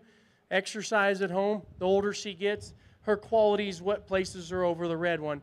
This red one actually on the standstill, you want to deem her just a little plainer, and I think it's just because she's got so much more power to her and so much more denseness just to her bone structure. When you get her in motion, she gets out and reaches pretty good off of both ends of her skeleton, but again, you study this one, she's a little crestier about her neck, maybe not quite as neat in the way her tail head sets into that hip, not as long in her hip as them three heifers right there, or four heifers right there above her. Still a tremendous cow. Very nice red and white one, big-bodied, massive, high performance, just a little upright in the angle to her shoulder, maybe just a little plainer as we study her chest floor.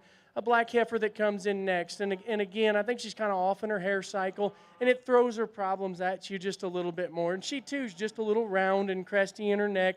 Maybe don't handle her top line perfectly when you get her out on the go. When you study her in her underskeleton, though, she has some base width. She has some agility to get out and get up underneath herself and hit her stride. She just does it in maybe not quite as a balanced package as a few of those above her.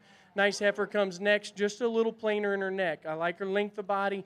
I actually like her foot size and circumference of foot as we study that one. Just chest to body ratio maybe don't balance up as nicely as the one in front of her.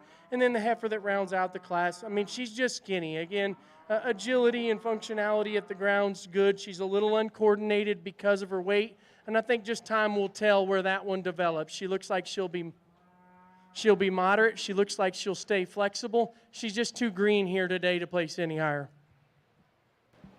Well, over in a Red Angus ring, we got a really good first division of heifers out here representing their particular classes. Like to congratulate these students. If you don't mind, let's give them a big round of applause.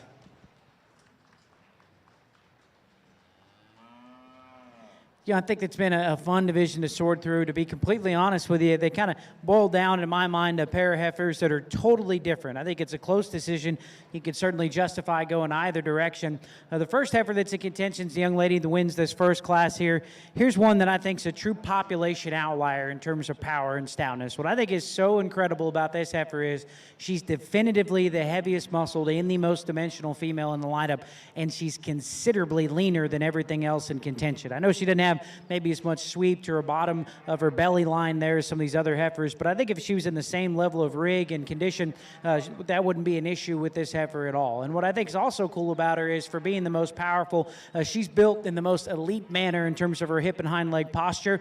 And despite the fact that she's got more power and we get directly in front of the cattle, you know, her knee drops out of the bottom side of her shoulder and sternum into a square fashion, and that allows her shoulder blade to connect smoother into her forerib than the other heifer that I've got in contention out here. Now, she's a little shorter tailed, so maybe that throws her look off a little bit from the side, but like many cattle that are chock full of power and maybe pushing the envelope, she's just not as feminine in the feature to her head and neck as maybe the other heifer that I'm considering. At the far end there, we got the Class 4 winner, and she's the one that really gives you that maternal look that we're after. She's more progressive in the sweep to her bottom line. I know that heifer's one that maybe is naturally just a little lower fronted, but she's just so good in her body that able to offset that. Standing still, her hip and hind leg posture is really nice. She's leveler hip than the heifer I just discussed. I think her hind leg sets up really attractive here from the profile. You know, she's not chiseled out up front, but the top of her neck is definitely more feminine and ladylike, and it's the same stories we get to her head there. I think that heifer, still compared to the other two females out here, is still very sound out of her hind leg.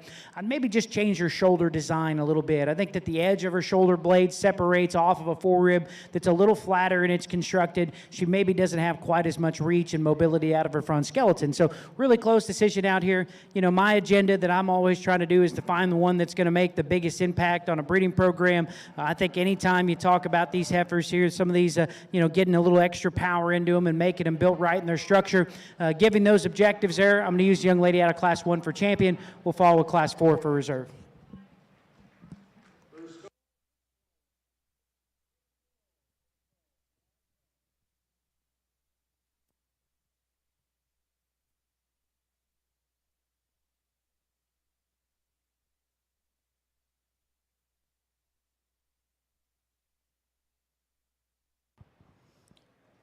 In our Red Angus show, your champion heifer calf comes from Class 1 and Kinley Rathman from Lynn County 4-H. Your reserve champion heifer calf in our Red Angus show comes from Madison Fisher in Waller County 4-H.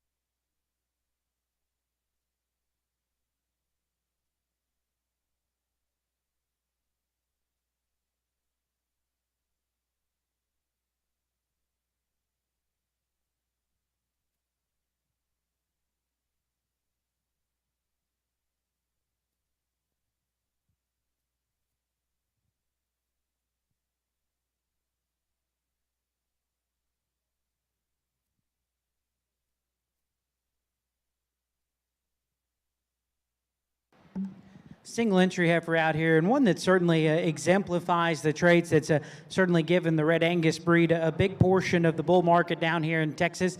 This heifer is one that has moderate frame, very easy flesh, and looks like she'll probably look even better when she's melted down on grass there and maybe toned back a little bit in terms of her condition. Since we've gotten a little aggressive with the feed bucket on this heifer, you'll see she's starting to wear a little bit more white tissue down there through the floor of her chest. It looks like her feet have kind of taken a little toll there. They're getting a little longer on us, but a heifer that certainly like in terms of just the practicality and the easy fleshing body type that she represents.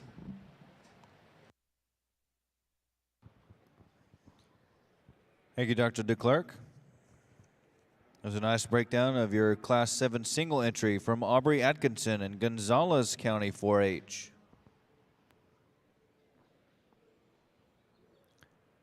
In our Simmental show, Class 2 was led by Roxton Stone, Martin County 4-H, followed by Cash Dale, Rains County 4-H.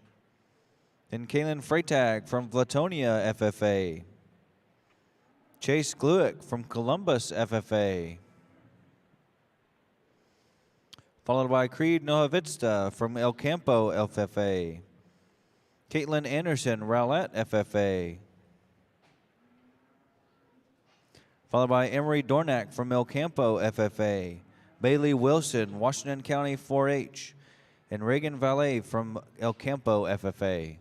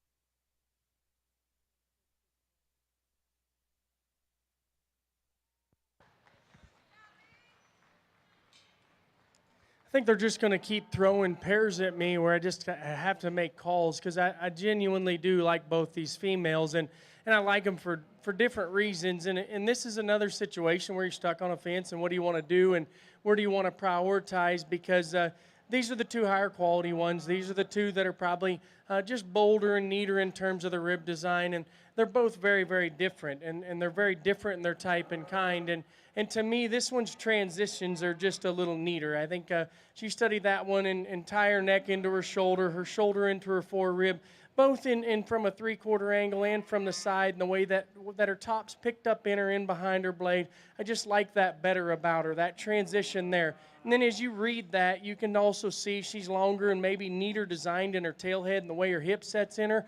And again, athletic when you ask her to go. She's not as overwhelming in terms of just raw extra muscle, but that thing wedges up in the right degree, in the right angles, and gets progressively wider from front to rear. To me, if you could just tidy up her chest floor a little bit more, I would make that an absolute easy call, because that's an advantage the red baldy has.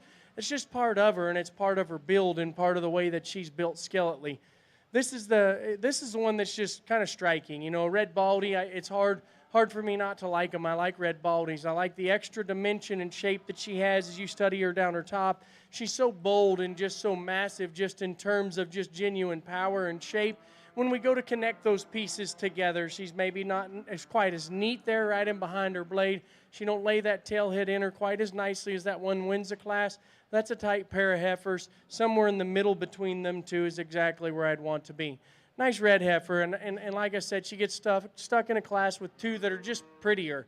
I think this thing's bold in her rib. I think she's good in terms of muscle and dimension, and still pretty athletic when you ask her to go. Again, just a little rounder, a little coarser about her tail head, and to me, just them pieces of balance is what rolls her third. Fourth, again, a moderate female. It's good in terms of her shape up high, pretty little head on her. Again, as we study that one, though, maybe just gets up underneath herself, just a little more compacted version. I'd like to see that one just a little looser in the design of her hip and her hind leg when you ask her to go. A big rugged one like a semi looks like here next. Big, bold in terms of her foot, long-bodied, one still that has plenty of shape. She don't balance up quite as nicely in her rib cage here today. Time will tell. Growth and getting a baby in that belly someday will help her a ton. And the red heifer that rounds out the class, extra high quality, very, very neat and fresh in terms of her hair coat, in terms of her bloom. Again, she just don't have the added body or the added mass that those heifers there above her have. But I still appreciate her look. I still appreciate the quality that she does present. We've got a nice pair of red Angus cattle up here at the top end of this class. I think it's a very tough call. To me, both these heifers will be excellent replacements. I tried to stay committed to structural correctness. I think it's the cornerstone of every elite breeding program. It doesn't matter what breed you're looking at around the country. And I think the heifer that wins stays more within her skeleton as she tracks away. You dial around to the side, and that heifer utilizes her hock with more range of motion and athleticism. And I still think that heifer's a big-bodied, easy-keeping replacement that's maybe not just chiseled out up front, but I still think everything fits and makes a sense. Now, we can see her just a little bigger and more extended. She's maybe a little quick for my taste, but I think that's a nice heifer to get started with here. There's more power in the heifer in second. The black-tailed heifer is particularly more aggressive in the wrap to her stifle. The spring to her rib cage is certainly more my speed, and she's got just more true charge and shape starting out of the backside of her shoulder blade. Now, if I could alter that heifer, I'd like to provide her just more flexibility in her hock. She's starting to protrude forward in her chest, which maybe throws off her balance. Heifer that cakes up around her tailhead. I like the structure and the moderation of the heifer that's in third. She's the most honest in her condition, the top trio. She does wear a little extra condition around her tailhead, but the over her rib cage, she's definitely the leanest. She's really long-necked. Probably doesn't just blend quite as smooth up front. Female that the edge of her shoulder maybe sets a little wide onto the base of a flatter forerib. Heifer that follows hers big and extended, takes a long step, very got some reach from her hind leg there. She'll shift her weight to her outside toe and pull in at the point of her hock. Maybe needs more flank to help her balance up, given her extra frame size and hip height. Heifer, the closest to the class, has probably got just a little bit more size and scale. Got a big hind leg, catches her step every time, just like you'd like to see. Just like to see her pull herself together in a more collected fashion. Coarser shouldered heifer, breaks behind her blade, maybe gets a little high in her flank, and I'd certainly like to upgrade her teeth quality.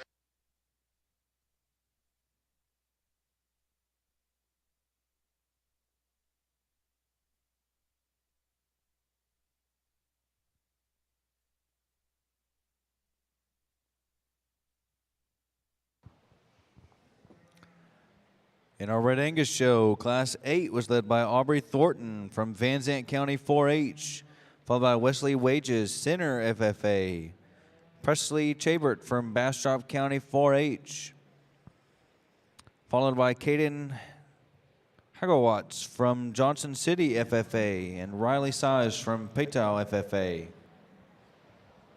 Well, confronted with just a single entry over here on our Red Angus side, but a female that's really performance-driven. I really appreciate just how bold-bodied and opened up this female is. I think her most advantageous view is directly behind the cattle. Boy, that's where she shows off her outlying power and dimension. And I think all those attributes certainly lend her credibility to be a bullmaker as an individual. You know, she's probably not just the smoothest, the way that her shoulder's built, a little rounder in terms of the way that her muscle lays over her framework. But a female that's certainly going to make a big impact on a breeding program if she can be selected, mated to kind of maybe fix her just a little bit in a couple areas.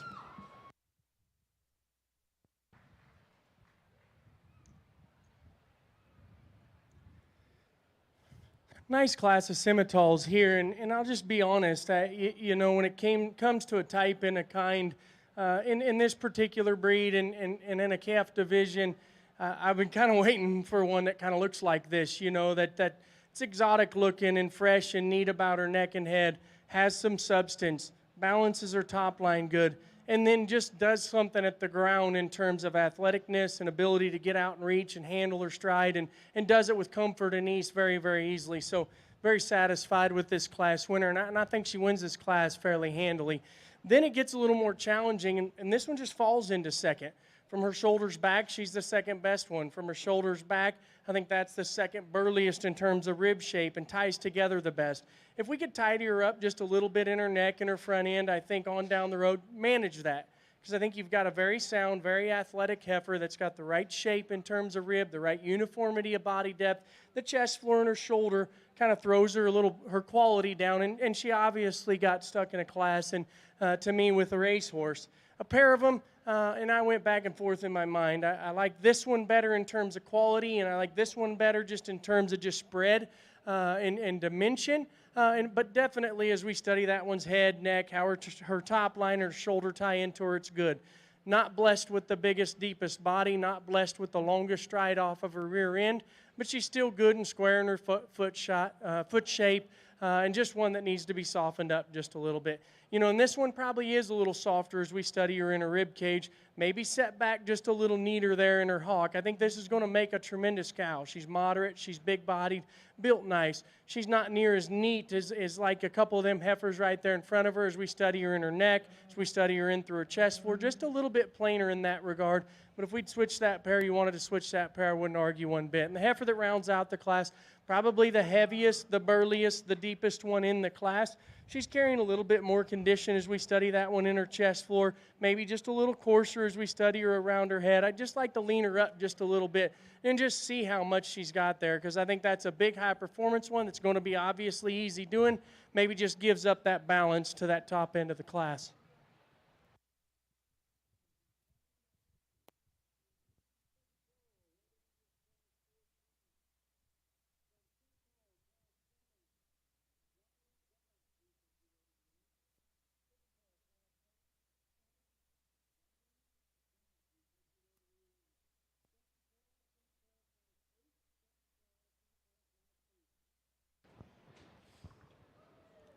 Thank you, Mr. Stewart. In our Scimitar show, Class 3 was led by Harley Groom, Johnson County 4-H, followed by Bailey and then Jesse McCott, both from Austin County 4-H. Stiley Beggs from Lockhart FFA, followed by Anna White, Grandview FFA, and in 6th, Jesse Smith from Rivercrest FFA. Class 4 in our Scimitar show was led by Lane Fincher from Ellis County 4-H, followed by Bailey Hardy, Scurry Rosser FFA. Taylor Grochi from Snook FFA, Jamari Jeffrey from Waller County 4-H, and in 5th, Ryder Stevens from Springtown FFA.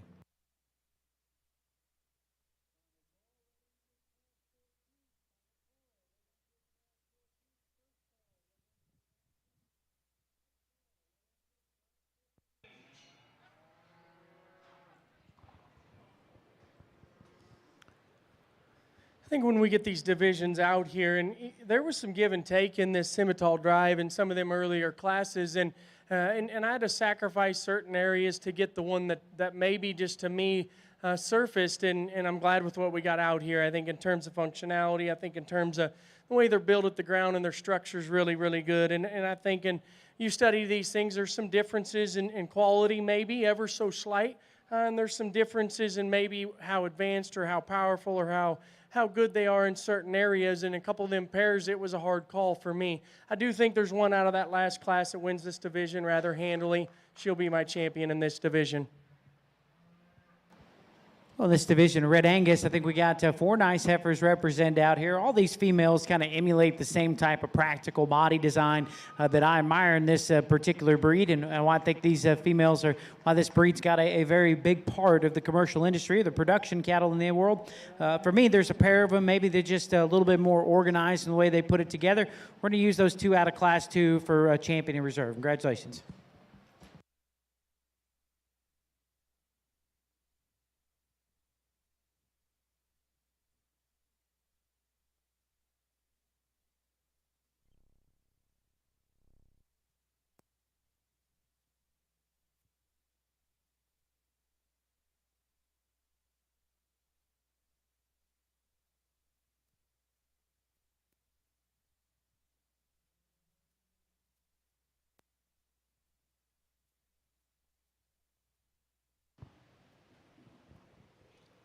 In our Red Angus show, your champion junior heifer comes from Aubrey Thornton from Van Zandt County 4-H. Your reserve champion junior heifer comes from Wesley Wages and Center FFA.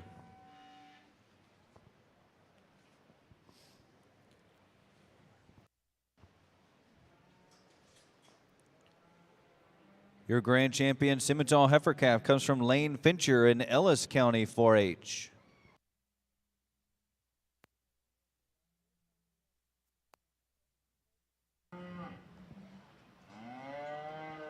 Got a nice moderate frame, single entry over here in our Red Angus show. A female that's got some spread over the top side of her skeleton. Still pulls together a very strong level top line out here.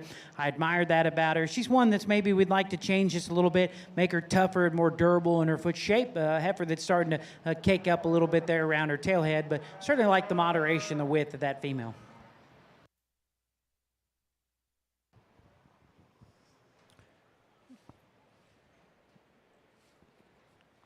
Your reserve champion heifer calf in the Simmental show comes from Roxton Stone from Martin County 4-H.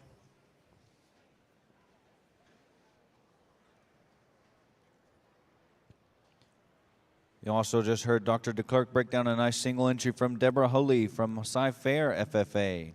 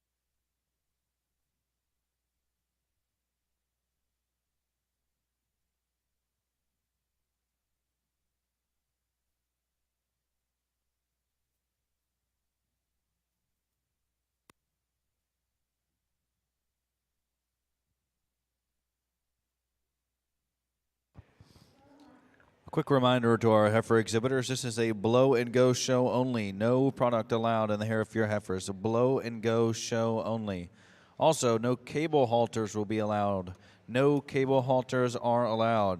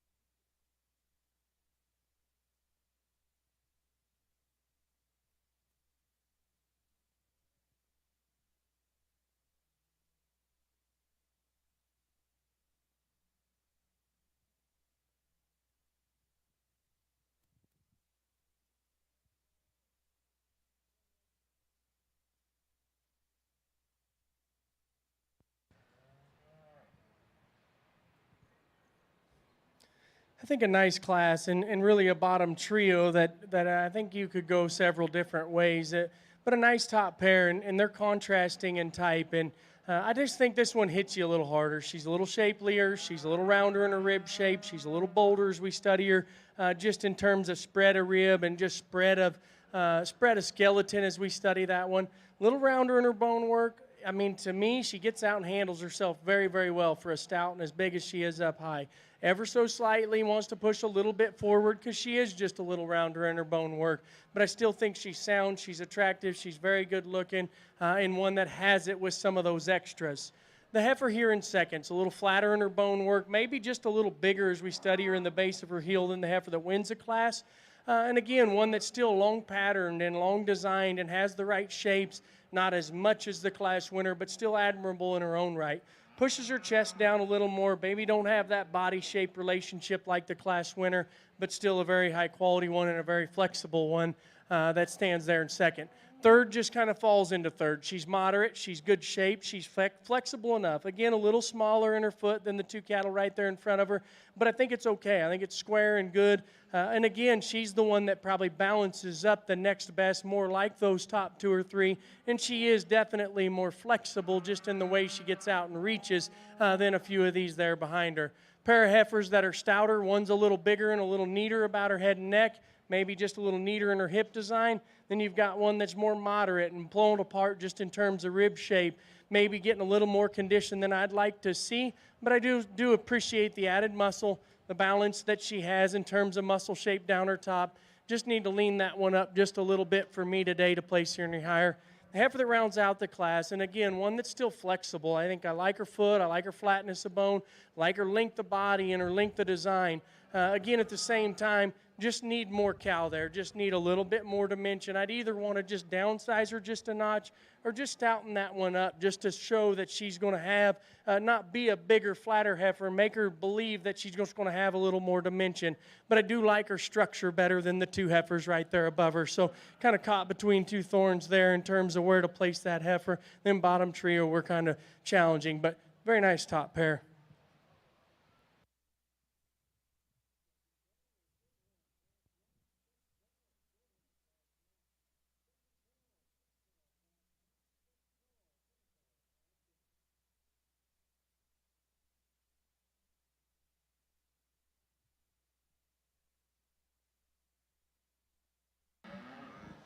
Well, we got a nice pair of first calf heifers out here.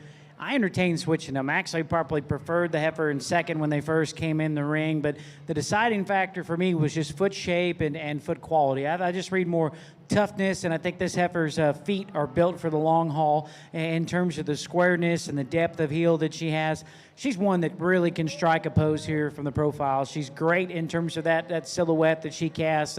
Got a nice heifer calf on her side to boot as well.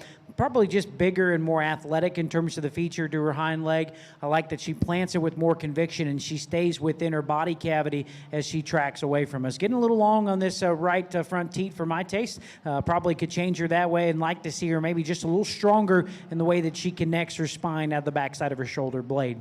The cow-calf pair that comes in second was my favorite when they came in because of this female probably is a little bit more proportional. I think she's got more skeletal strength built into her spine, and that heifer definitely blends more seamlessly from the point of her shoulder into her forerib. And I also like the fact that she's one that's just very, very deep and sappy middle. Got another nice calf on her as well. I just like to change her rear feet. She's getting a little long and narrow in her toe, as she's got a bad habit of stepping outside of herself as she tracks away from me, but that's a really good pair to stand in the 2-hole. Cow that's more in her working clothes, it's going to end up here in 3. I think a cow that I appreciate reproductively has got a calf on the ground. I thought that was the deciding factor between her and 4. Probably relative to the good pair of females in front of her. She's just not quite as strong. Gets a little bit more lackadaisical in her spine, particularly out the backside of her shoulder blade. Extra teated heifer is really refined in her teats, but maybe we could change her suspension just a little bit. Heifer that follows her, the one that doesn't have a calf yet, I like just how broody she is. She's pretty massive, a little thicker at the base of her neck. I think she's one that plays out when we get behind the cattle, and definitely like to see her maybe have a calf on her side, and she's a little long in her teats just for my taste. Young lady's pair that comes out next here, first calf heifer that's pretty bold-bodied, dimensional, a little bit more moderate in her frame. She kind of wants to round out of her hip a little bit. I think she reads a little bit deeper and more pronounced in her chest relative to being kind of modest in her flank. Then we conclude the class with a really long, extended female. Got a lot of extension up front, got some bone to go with it as well. I'd like to change the suspension of that heifer's udder. Certainly like to square up in her teat design as well. She too could use just a shade more body to offset the extra frame that she presents.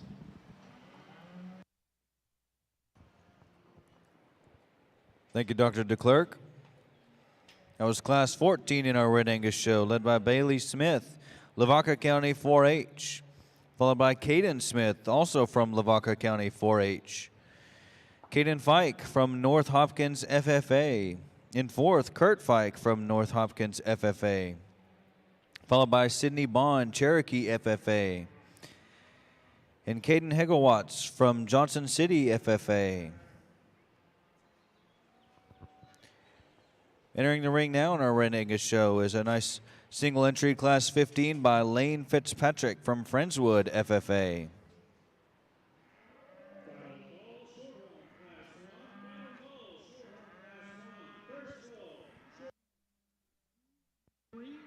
First call, Shorthorn, classes 2 and 3.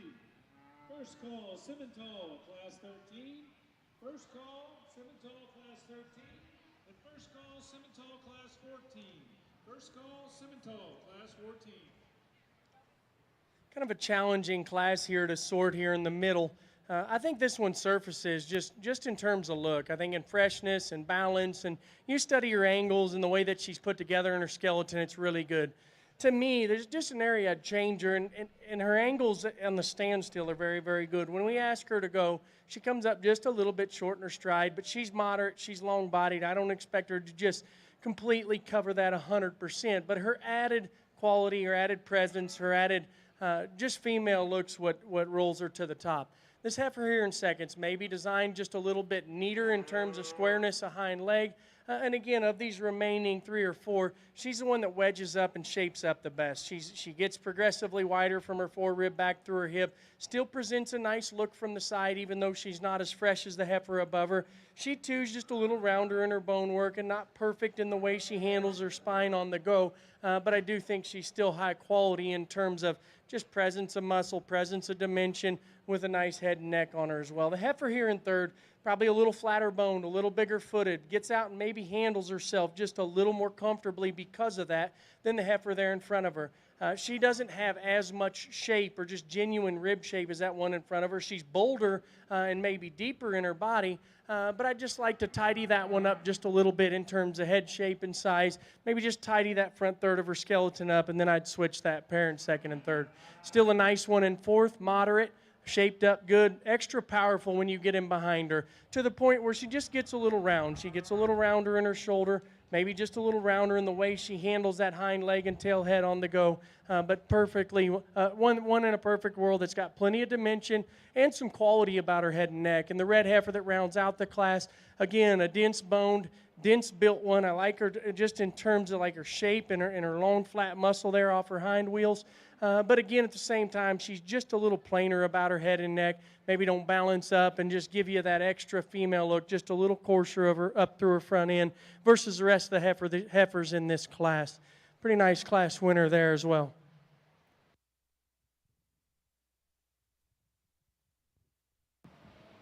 We got a single entry in our Red Angus show. A young man brings us a heifer here that I really like the package that she comes in terms of generating performance. I read that heifer to be moderate in her frame. I think she's going to have an outcome as a mature cow that's not going to outgrow the available forage resources and still has been able to achieve some performance with the extra stretch and length of body that she has.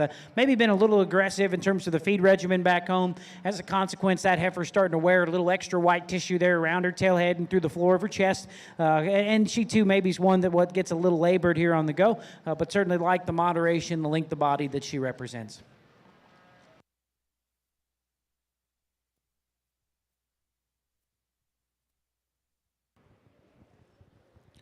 Thank you, gentlemen.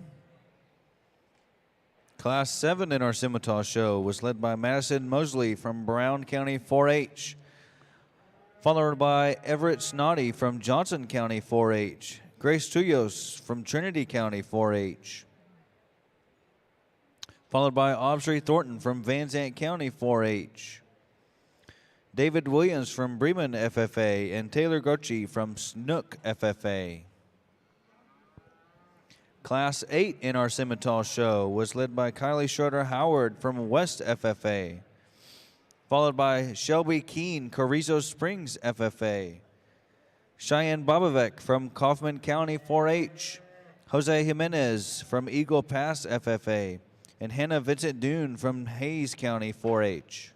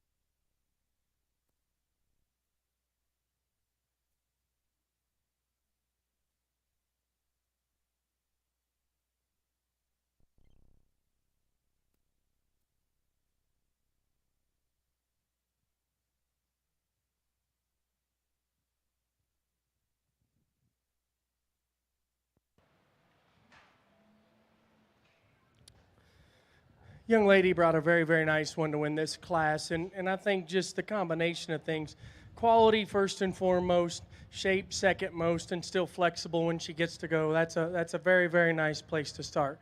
This pair's close, and I think there's some give and take here, and there's one with a notch more dimension to her, there's one with a notch more shape to her, and she does probably handle her hawk just a little bit squarer when we ask her to go than the heifer in third. Is she tie in or is she as lean in his chest floor as the one in behind her? Oh, probably not. And I think this one's maybe just a ever so slight smoother in her joint as we study her off her hind leg. But I think a pair of heifers that really aren't built that different from the side in terms of balance, in terms of the way that they're put together, just a shot more to the heifer there in second, and one for me that maybe just stabilizes that hawk just a little neater when we ask her to go.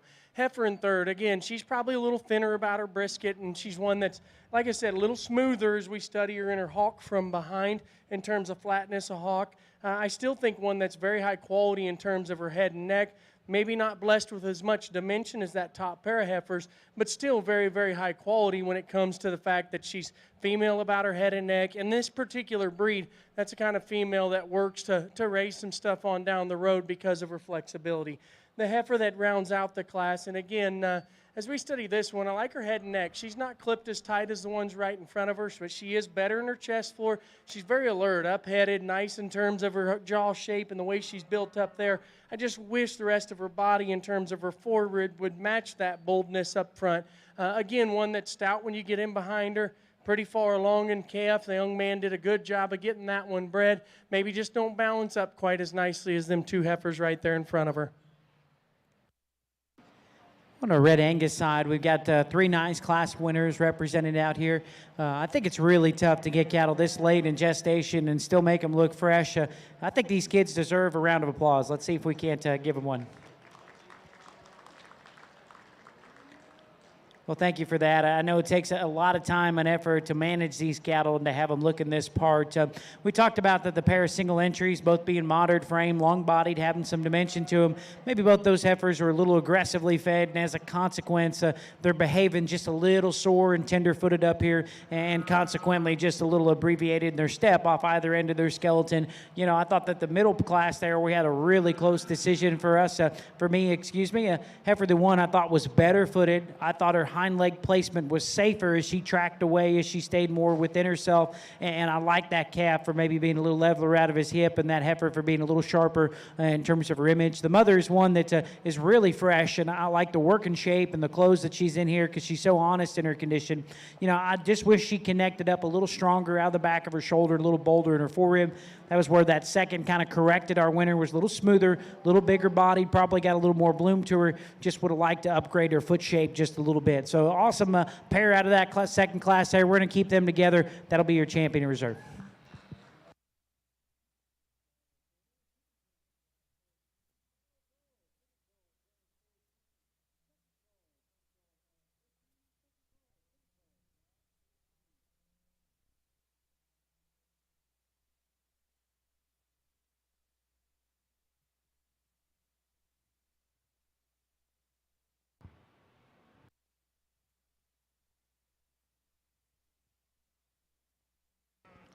In our Red Angus show, your champion senior heifer comes from Bailey J. Smith from Lavaca County 4-H.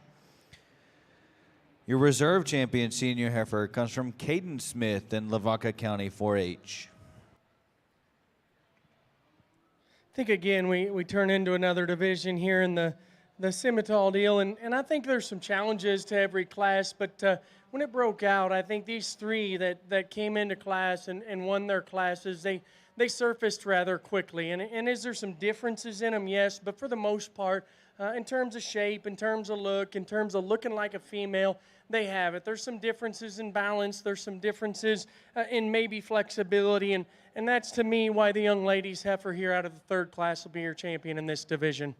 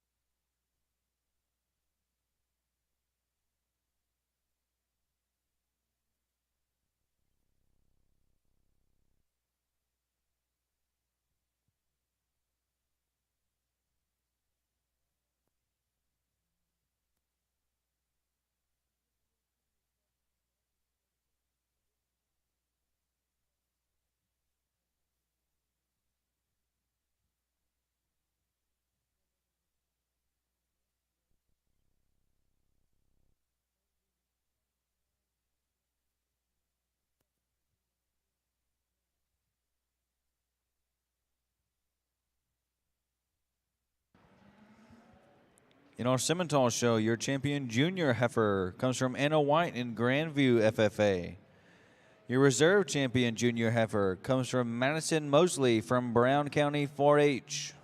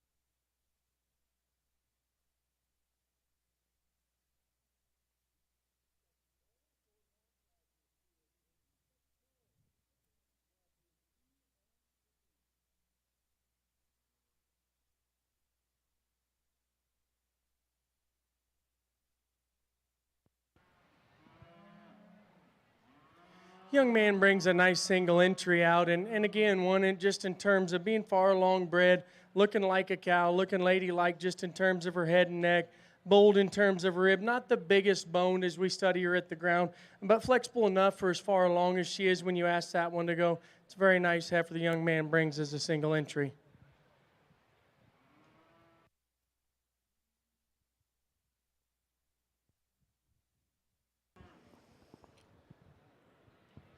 Thank you for that breakdown, Mr. Stewart. That's the heifer from Stephen Gunn from Waller County 4-H, a single entry in Class 13.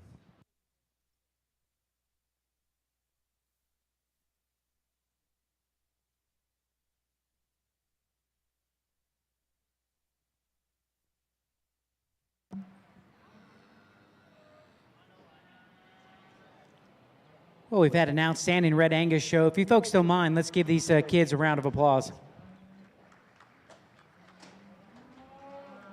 You know, it's been a fun show to sort through. I've really enjoyed getting to look at some of these cattle out here and just try to project where I think that they're going to fit in. You know, the objective always is going to be to find the females that can have the most profound impact on this breed's registration base and really push things in a progressive fashion. I think we got a couple heifers up here that certainly fit that objective and can certainly do that assignment. I think the heifer that wins the very first class or the very first division of the day is the one that's the true population outlier for power. I think that heifer is without question the leanest heifer and yet distinctly the boldest and the most dimensional throughout. I know she's not quite as sappy in her midrib as some of these others, but I actually am more interested in making them round and robust in their cage. And I still think if we had her at the same level of condition as the females that stand behind her, the spread and depth of body would not be all that different. And to me, the other big advantage I think about this heifer is just how stout and sound structured she is. It seems like bend to their forearm and knee has been something that's really held at a premium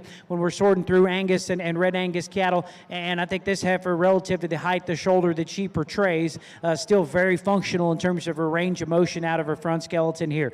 You know, she'd maybe one we could make a little flatter jointed from behind. That comes with the territory of all the extra power she has. She's just not the most sleek about her shape to her head and neck, so I know she's probably not you know, for everybody out there, but if I'm picking one to go home and to try to really make one that I like, she's the one that I'm going to pick. The heifer that was reserved her in that division, kind of the opposite of the things there, Spectrum, very feminine, very deep, very maternal, kind of matches the heifer in front of her in terms of just range of motion and reach out of her hind leg, maybe just not quite as bold, maybe not quite as smooth in her shoulder, but elegant and great balance as well. Heifer that won the second division, I think she's got a lot of the hallmarks, kind of the calling card of the Red Angus breed. She's moderate, she's big-bodied, and she looks like she could thrive in a forage-based environment. You don't need improved forages for this one to get the job done, and that's what we want to see, a cost-efficient cow here, and she won that division by utilizing her hind leg with more articulation and safer in terms of the way that she tracked from hock to ground. Now, we get her out here amongst a strong competition.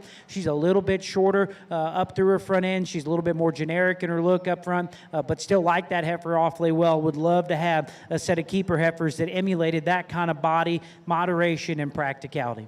Then we get to the first calf heifer that's in her her working clothes here, and I really like this one in terms of just how fresh and honest she is. It's tough to make these first calf heifers look the part, and this heifer's hip and hind leg structure is just impeccable. I'm a big fan, and I've got a preference and a bias of building cattle elite in their hip and hind leg. From my own experience, it seems to be a trait that's pretty heritable, and I think this heifer really does a good job in that regard. She's got a nice calf on her side that's very sharp, and certainly got the outline that she's got some future, and very optimistic of her. We talked about this heifer for being maybe just the cow, for being a little longer teated. More than anything, I wish she just composed herself with a little bit more balance. Out of the back of her blade, she breaks a little bit in her spine. She's a little smooth, could be a little coarse and out at the edge of her elbow there. Since she's got maybe just a little bit more shoulder and reads a little more modest in her pin set, I'd probably want to selectively mate that heifer to control for calving difficulty. So excellent lineup of cattle out here. I think it's pretty close. My favorite two came out of the calf division. We're to keep them together, use them for champion reserve.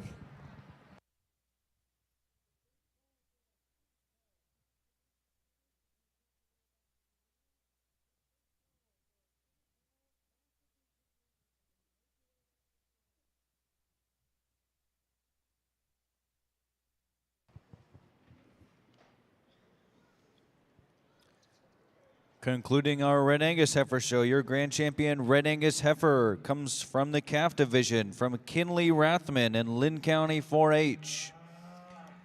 The reserve grand champion Red Angus Heifer also comes from the heifer calf division and is shown by Madison Fisher from Waller County 4-H.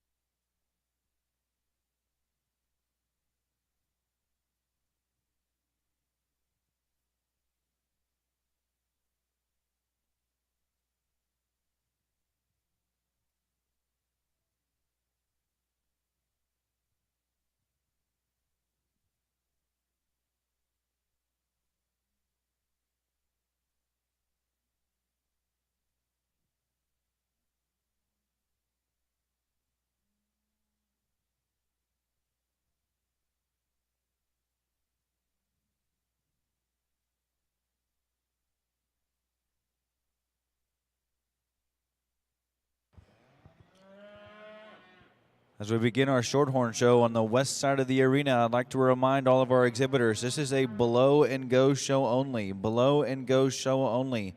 Also, no cable halters will be allowed in Rodeo Austin. No cable halters are allowed.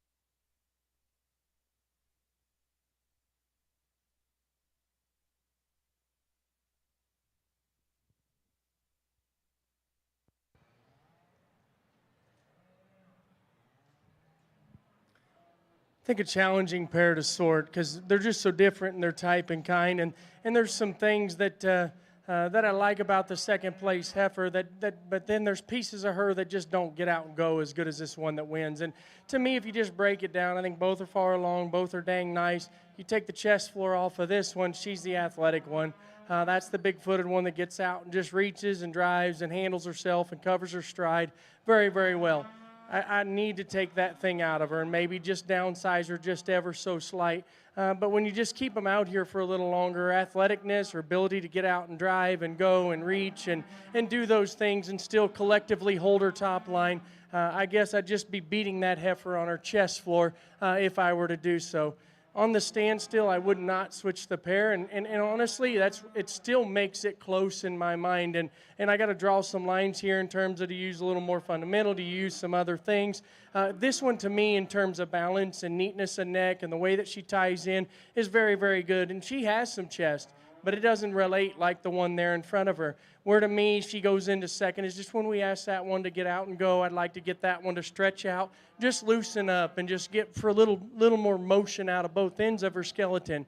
Now, she's that kind of heifer. She's moderate. She's so good just in terms of roundness of rib, in size. She's just a little rounder in her bone work, not as flat or dense in her bone work. Doesn't allow her to get out and maybe reach like that one that wins the class. Baldy heifer that comes in next is the next highest quality one. She too, probably in terms of balance, her chest floor comes out in her. We're at that age where it starts exposing, but at the same time, she's flexible. She's fresh in terms of her hair coat. She's fresh as we read her over her rib cage in terms of condition. Again, one that's just a little robotic when we ask that one to go. Don't get out and maybe just reach quite as well as a guy wants to. A big hoss, a high performance, big framed one comes in next. And again, one that's plenty dimensional when you study her in terms of power, like her bone work and her flatness of bone. When we study that one, though, maybe not as much center belly, not as much swoop to her belly as the ones above her. And then you study that one just in terms of her chest relationship there. She maybe gets up in her top, drops her chest down a little on the go. A big, stout, sowy one comes in next. And again, one that's very, very neat in terms of roundness of rib. Very, very cool just in terms of just moderation of build. She's carrying a little more condition, maybe not as explosive or as dimensional when we get in behind her. Still relatively functional when we study her at the ground, and I think will stay sound as a big one just gives up a little extra look to them heifers there right above them.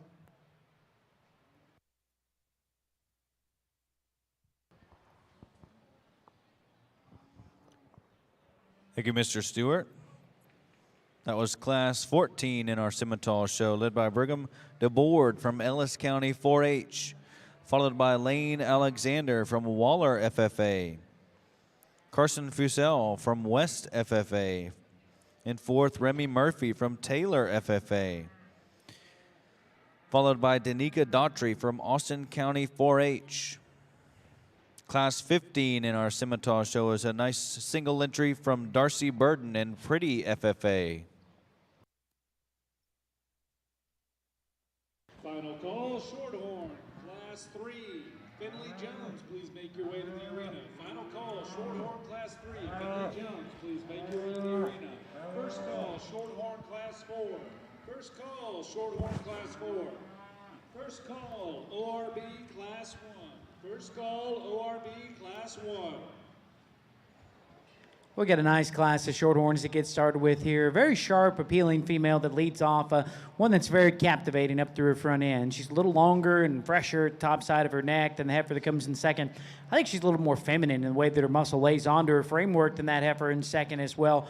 She draws up with just a lot of symmetry here from the side. Now, we could see her just a little looser in terms of her structure. She's maybe just a little limited in terms of the use out of her hock, but a nice heifer to get started with here. I like the power of the heifer that comes in second, and I like cattle with a little bit more dimension than most. This heifer for me is one that's extremely round in her rib cage, big out of her hip, very dimensional, probably accompanied with just more bone at the ground, and I appreciate that about her.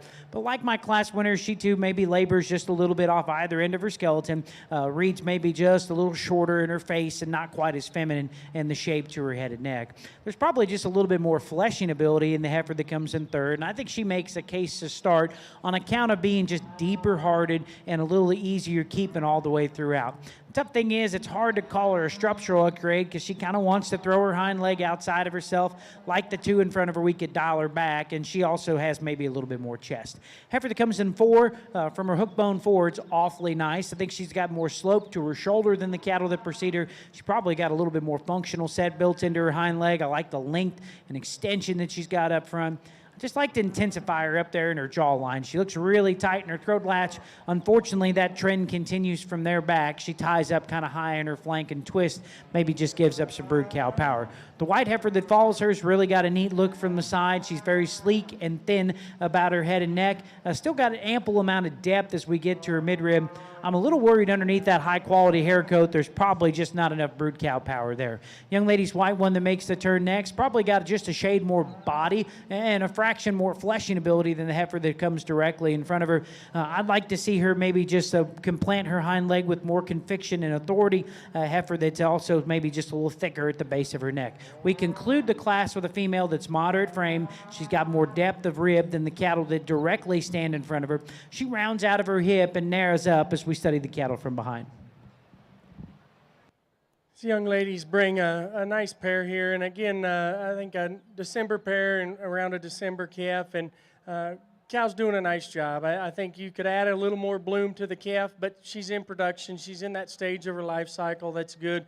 You study her angles. She'll get out and go and handle herself. It's going to be a nice little project for the young lady.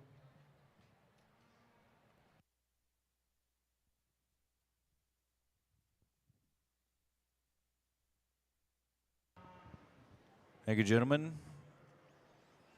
You heard Class 1 in the Shorthorn Show, led by Rai Bivens, Johnson County 4-H, followed by Brianna Chavez, Travis County 4-H, then Hunter Jones, Aledo FFA, followed by Hunter Jones from Aledo FFA, and Lila Seymour, El Campo FFA.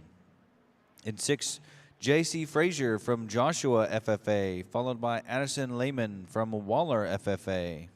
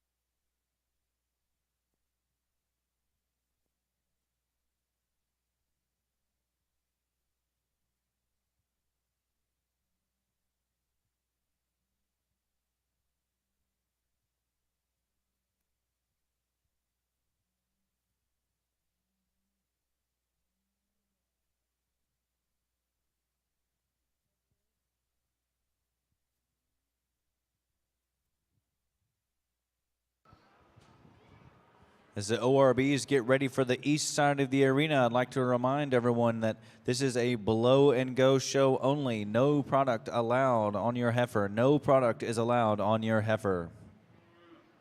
Here in this division, like I said, we had a couple single entries and then a class of 3 or 4 in there that with some differences there on the top end. And, I'll be the first to say there just wasn't that one that I just wanted to just hang my hat on and say that she's right size, she's my kind of movement and does all those things all together. And so it made it a little more challenging on what you want to do. But I think just fundamentally as we study them, in terms of angles, in terms of the way they just get out and go, young man out of this middle class will be your champion in this division.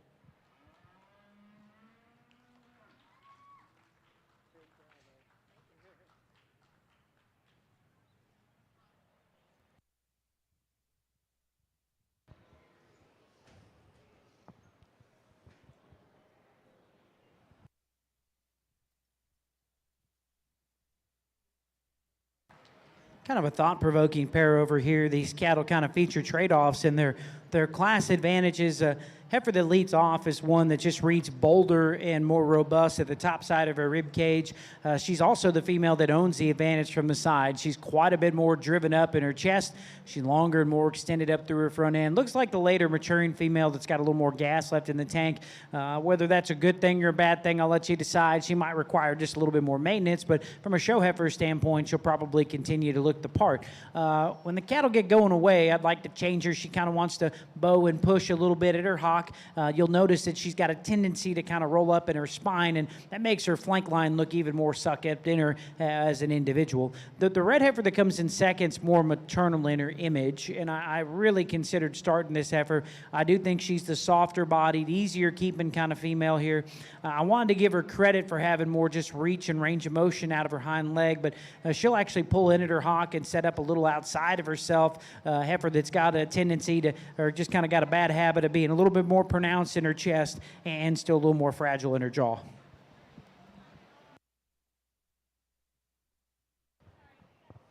Thank you, gentlemen.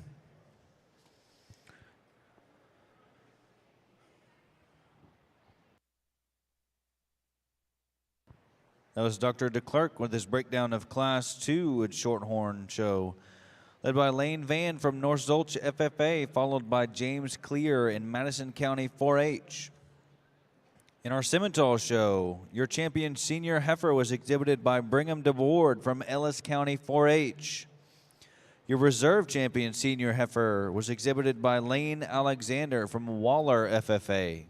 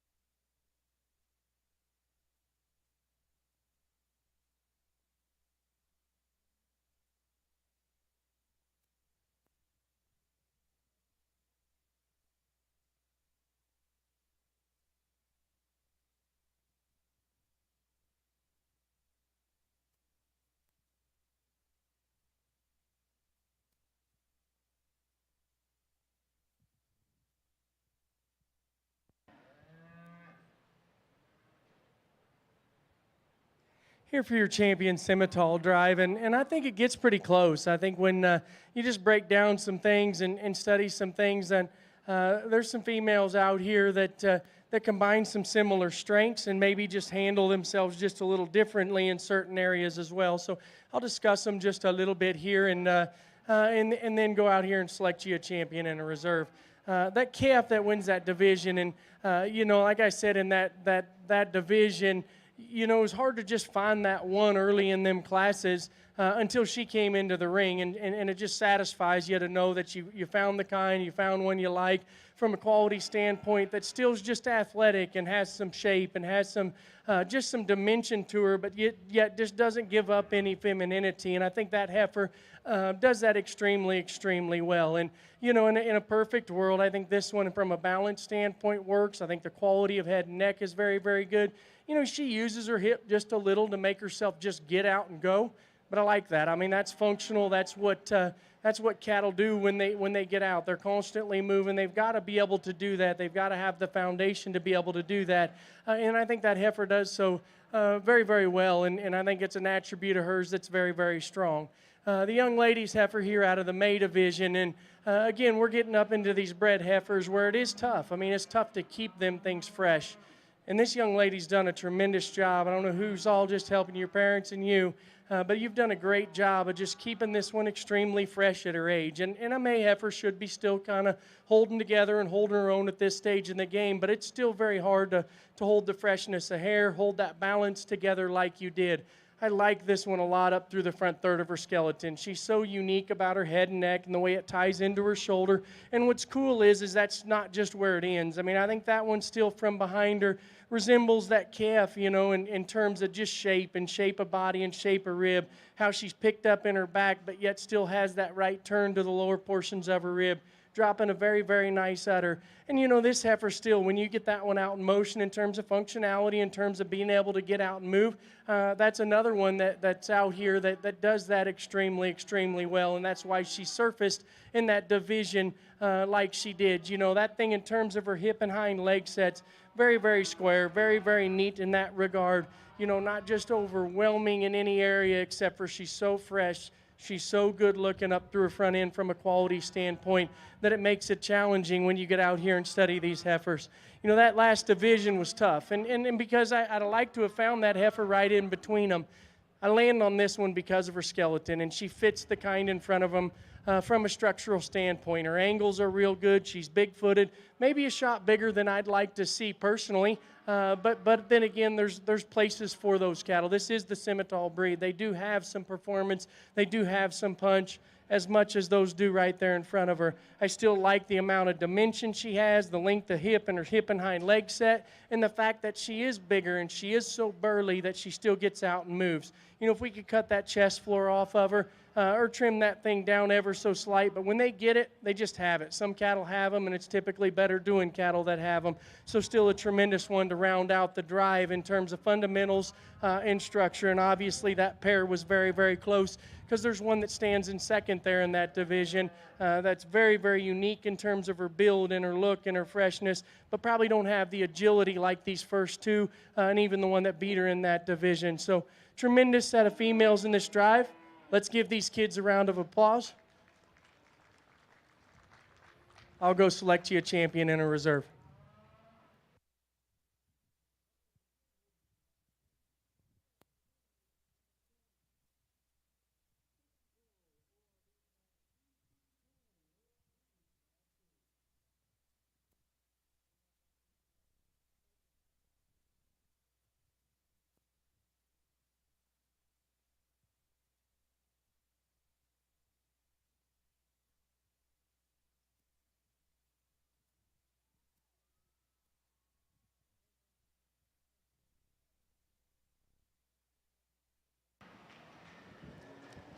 On our shorthorn side over here, I think we got a nice class of cattle. There's several of them that I'd certainly characterize as really attractive from the profile.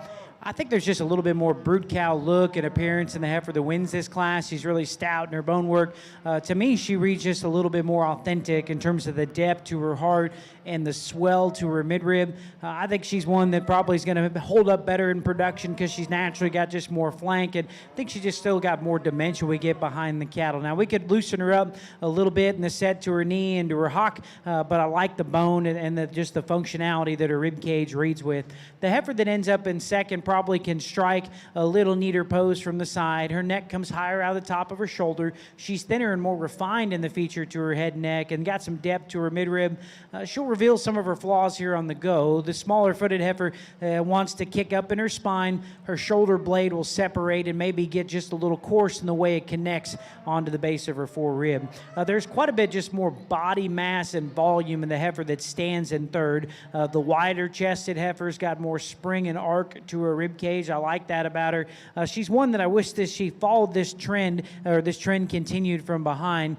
She too maybe wants to taper a little bit from hooks to pins, and a heifer that maybe we could loosen up a little bit out of her front end design there. Like the bone of the fourth place heifer, big and extended, really stout featured. Just like to give her more body to accommodate her added frame size. The running gear on the red heifer that comes in 5 is really nice. I think she's a really stout bone and loose structured.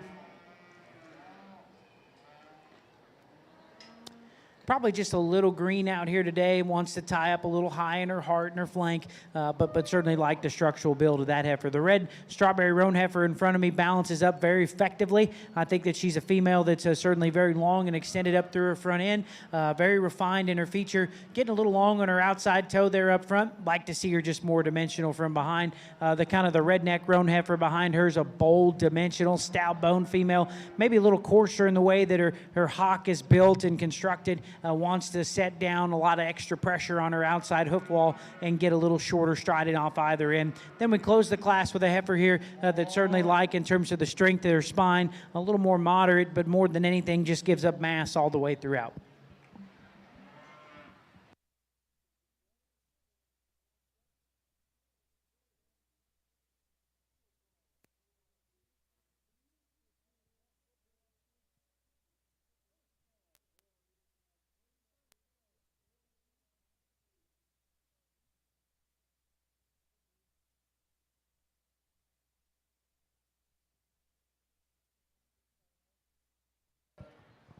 Thank you, gentlemen. Wrapping up our Simmental Heifer show, your grand champion Simmental Heifer was shown by Anna White from Grandview FFA. Your reserve grand champion Simmental Heifer comes from Lane Fincher in Ellis County 4-H.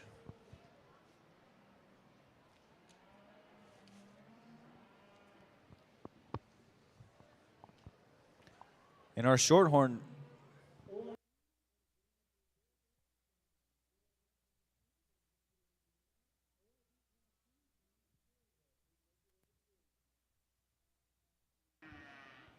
In our Shorthorn show, Class 2 led by Lane Van from North Zulch FFA, followed by James Clear in Madison County 4-H.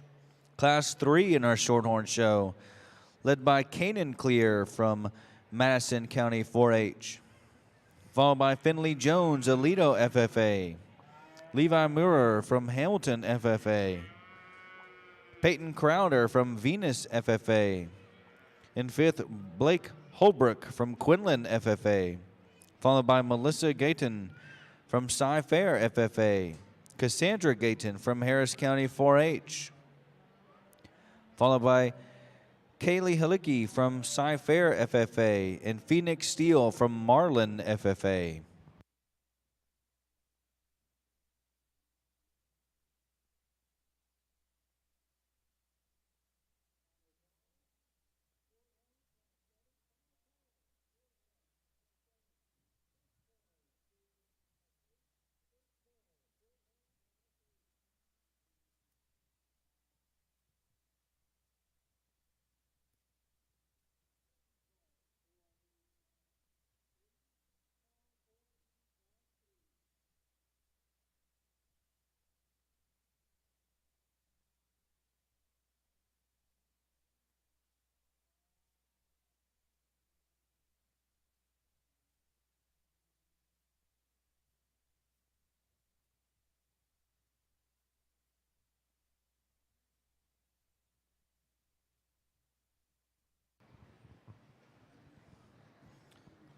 As we get into our last two breeds of the day, I'd like to remind our exhibitors this is still a blow and go show only.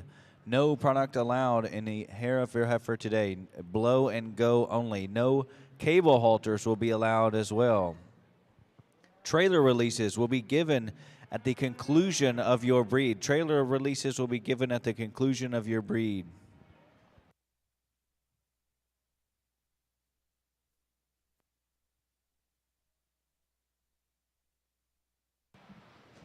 Oh, we got an awfully nice pair of heifers that come to the top end of this class here. The Strawberry Roan heifer is one that's just really attractive in the way she comports herself here from the profile. I like how strong and sturdy she's built in her spine. A female that's got a great sweep to her bottom line here, and then very elegant and chiseled out there in her throat latch and her neckline. The female that's chest is driven up in her to really give her that symmetrical look. Height to length ratio is extremely good as any of the cattle we've seen today. Got a refined set of teats underneath her, which make me even more optimistic of her future.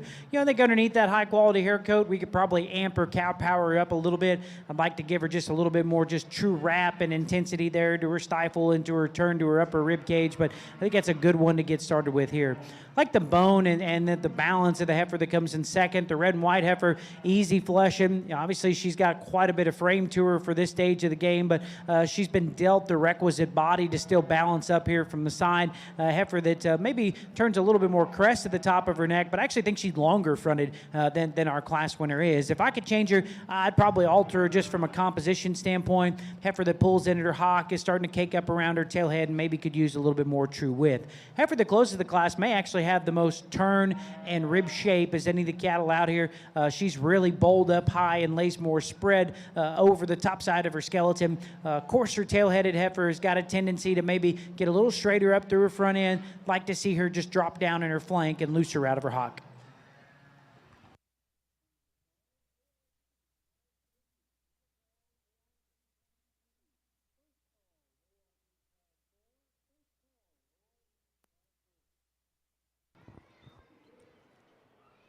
Thank you for that breakdown, Dr. DeClerc.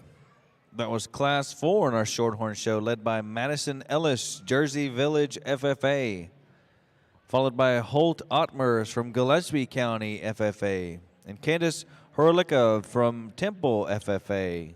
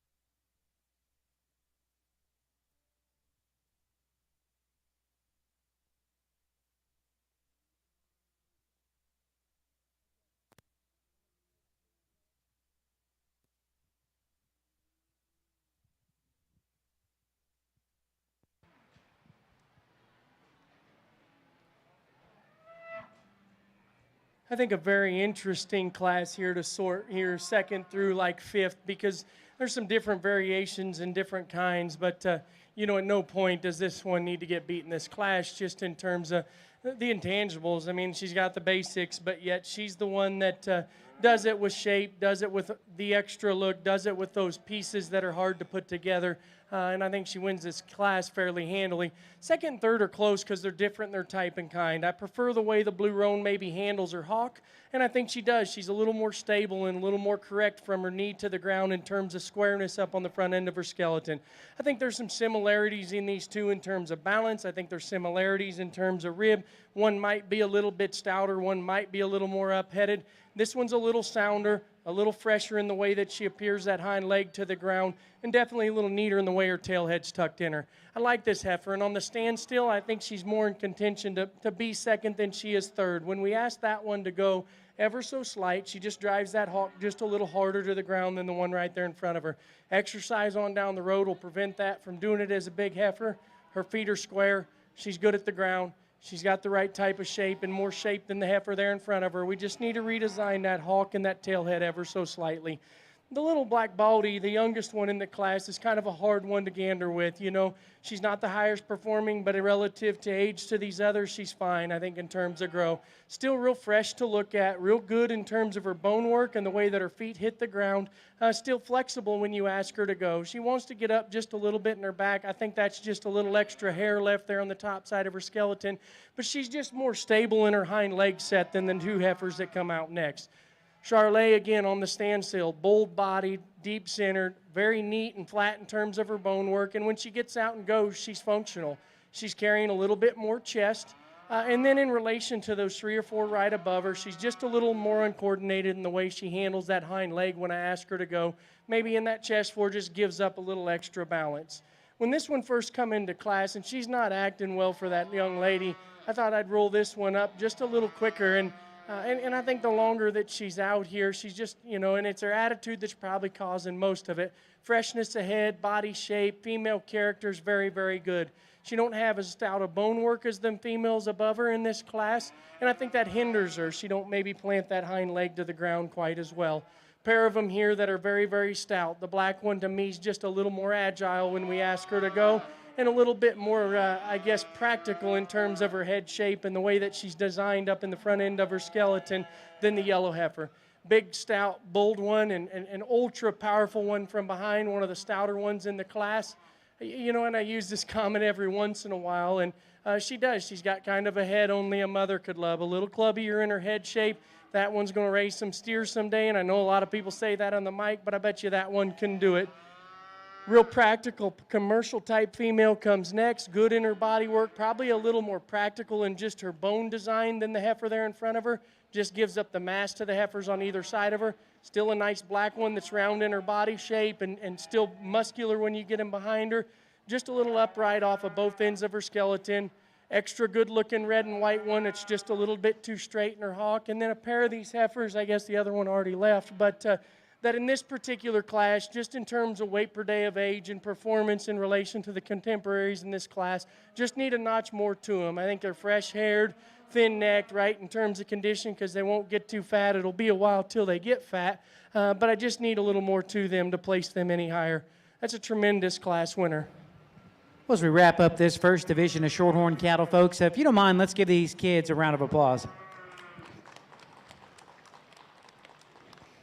We got a lot of cattle out here that I think really kind of exemplify the trademarks of look and style that's become synonymous with the Shorthorn breed. Very much like the heifer that wins this first class. She's really extended up through her front end, very clean and chiseled out there in her neckline and her throat latch. A female that's very strong and composed in her top line. You know, I'd like to just intensify her. She's a little flatter at the base of her jaw, and as a consequence, she kind of reads that way from there back. Another female, maybe we could give a little bit more just a reach and range of motion. Heifer that wins the second class is really dynamic from the profile. I thought that was the closest decision that we had in class. I like the heifer in second better from a cow standpoint. Thought this one was maybe just a little leaner, a little taller fronted and cleaner chested. Like the turn to her upper rib cage.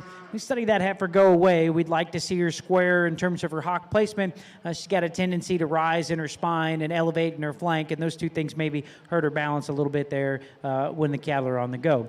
Red Heifer that wins Class 3 is not blessed with as much hair as some of her contemporaries out here. One thing that I really appreciate about her, I think she's probably just a little bit more realistic in terms of her performance, and she probably fits her age class a little better than a couple of these other heifers out here. I know people, we maybe get a little more creative on some birth dates on some of these, but this heifer to me looks a little bit more appropriate in that regard. What I think is probably the best about this heifer in this lineup is if we kick him out on grass, I think she'd probably sustain herself and would probably look the most honest, and maybe it's partially because she doesn't have as much hair, but I do think that's a bold-bodied heifer. She's got probably more dimension than cattle that stand right behind her, and I think she's a heifer that's still really long and extended up front. I would like to see her just a little freer fluid on her hock and maybe give her just a little bit more reach in terms of her joint work there, but I do like that heifer's stoutness, and I think that she's one that reads like a brood cow, and that makes her kind of a population outlier in this particular breed.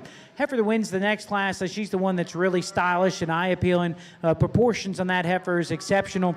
She's one that's extremely clean in her throat latch. I like just how loose structured she is. I think she's got a big advantage in terms of skeletal quality out here in this lineup. Had a nice heifer that was second to her in that class. I thought this female, both of them probably could have been amped up in terms of power, but this female is just more honest in her condition and probably reads with a little bit more long-term in the way that she's built. As we could probably change her, I'd give her just a little more jaw and maybe a little bit more authentic width underneath. So I think it's pretty easy for me to use this young lady out of the last class for champion. I think it's pretty close for reserve. He could go either way, but if I'm taking him home for cows, I want the one out of Class 3. That young man will have your reserve.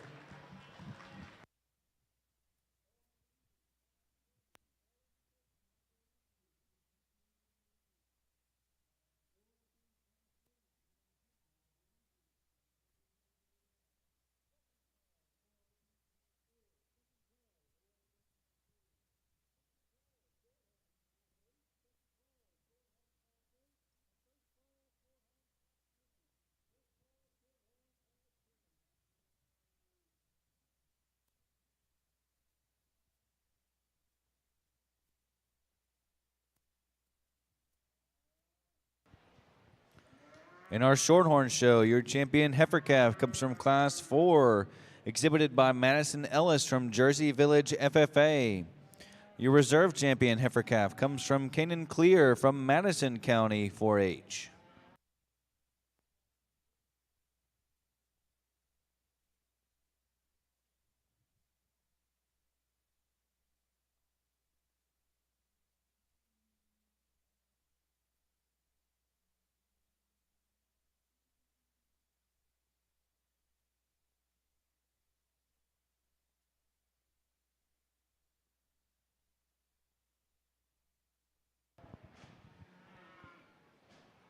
Results from our ORB show, Class 1.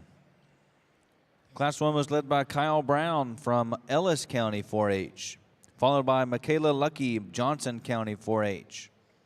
In third, Mason Hunter from Troop FFA, followed by Kennedy Howe, Burleson County 4-H. Caitlin Robinette from Burnett FFA, followed by Landry Bozeman from Idalou FFA. Then Kix Beggs from Lockhart FFA. In eighth, Titus DeLizzi from Earth County 4-H, followed by Slade Saha from Matagorda 4-H.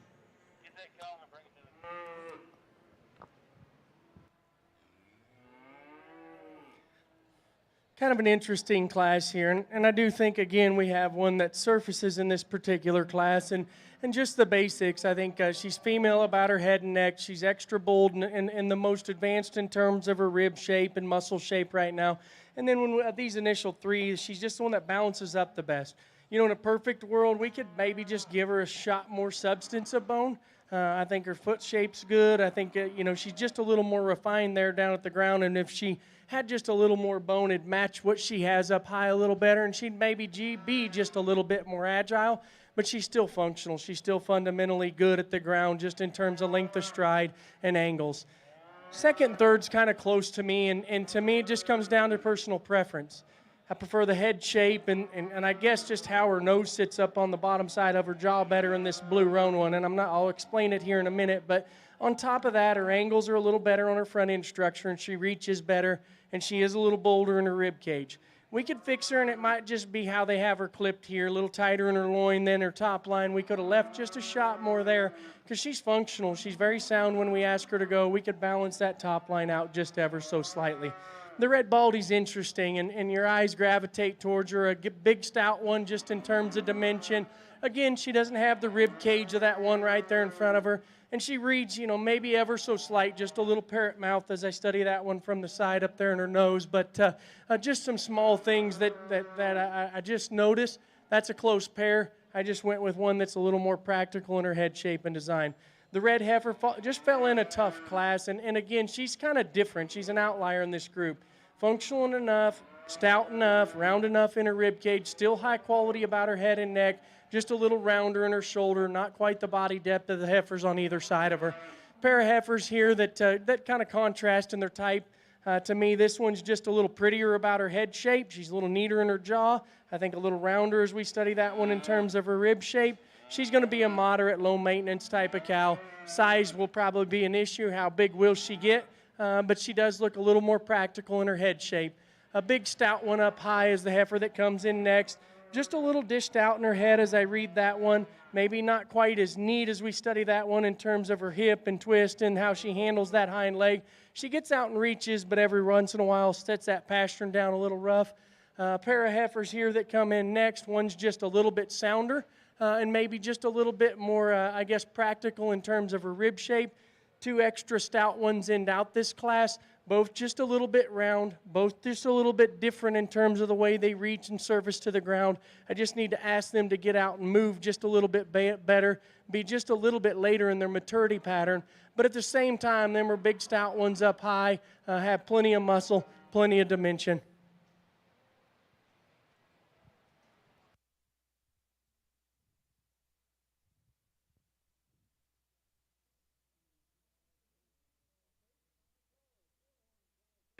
Second call, Shorthorn Class 10. Second call, Shorthorn Class 10.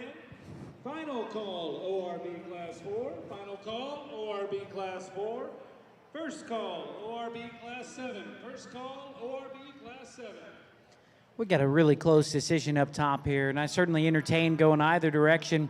I landed on the heifer that's a little leveler from hooks to pins, maybe just a shade fresher at the top side of her neck. And what I like is that she's a longer hipped and square pinned. Both these cattle have got a lot of dimension we get behind the cattle. I still probably a little bit more optimistic of the running gear of the heifer that wins. I think she's built for a little bit more of the long term. Now, she's pretty modest in terms of depth of body. We would like to see her just deeper in her flank and pulled down in her heart. Perhaps it's the illusion of the fact that she's accompanied with more length and stretch, but still like to balance her up with just a shade more depth. Heifer that comes in second corrects my winner in that regard. She's naturally deeper in her heart. Heifer that can equal my winner just in terms of width we get behind the cattle. You'll notice that her flank and twist set up in her just a little higher relative to being deeper in her sternum. That not only makes her look like she runs downhill, but it probably makes her weight distribution just a little tougher to proportion out. Bigger heifer winds up in third. She has got more altitude and elevation up front, and really it's impressive how tall fronted she is because it's able to counteract the fact she's got more just general hip height as an individual. Another one that I'd like to accommodate with more body to match her added frame size, although I do want to point out that she's really nice in terms of her teeth structure. Heifer that follows her is bolder bodied, more opened up, and certainly more moderate frame. I think she turns more crest to the top side of her neck. Bigger shouldered heifer maybe gets a little tougher in the way that her hock plants to the surface. Red heifer that comes next is a little deeper bodied as an individual, one that maybe gets a little more generic in her look up front. Heifer that concludes this particular class is as strong in her top line, reads a little more fragile in the feature to her jaw and her bone work, like to give her more body.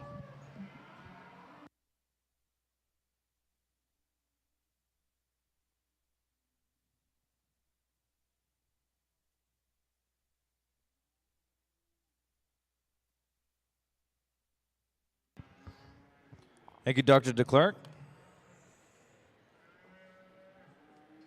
That was Class 7 in our Shorthorn show, led by Holly Spencer from Midlothian FFA, followed by Abby Doublechan from Fannondale FFA, Casey Cleggs from Clear Creek FFA, Morgan Perubsky from Temple FFA, followed by Valicia Cox from Johnson City 4-H, and Abigail Werchin from Travis County 4-H.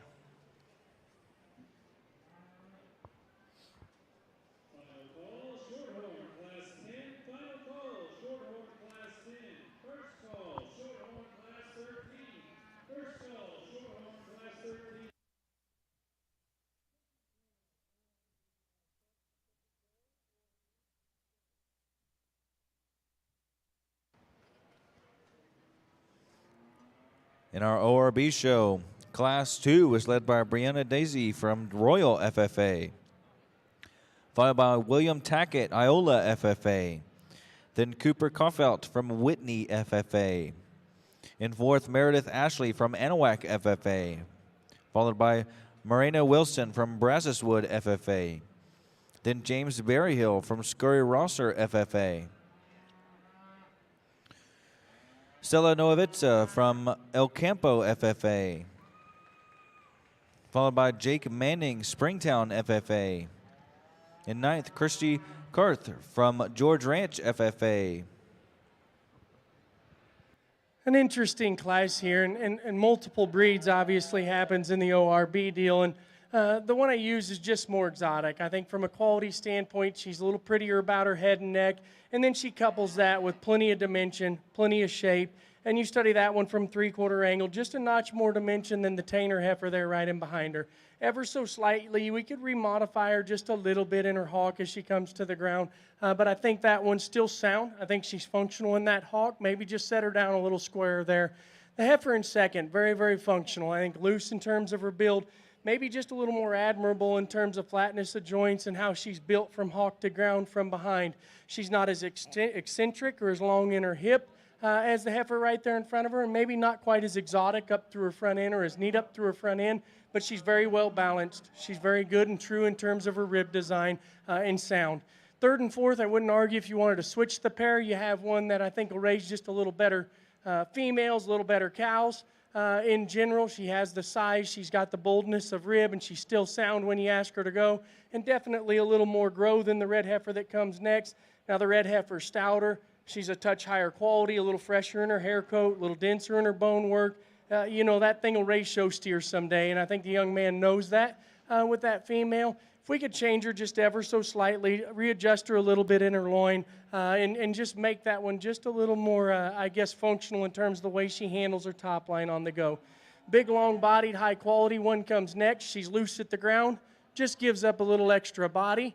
The red heifer, again, one that's very stout, very erect about her head and neck, very, very dimensional and wide in her rib cage, maybe just not as sound as we get them on the go.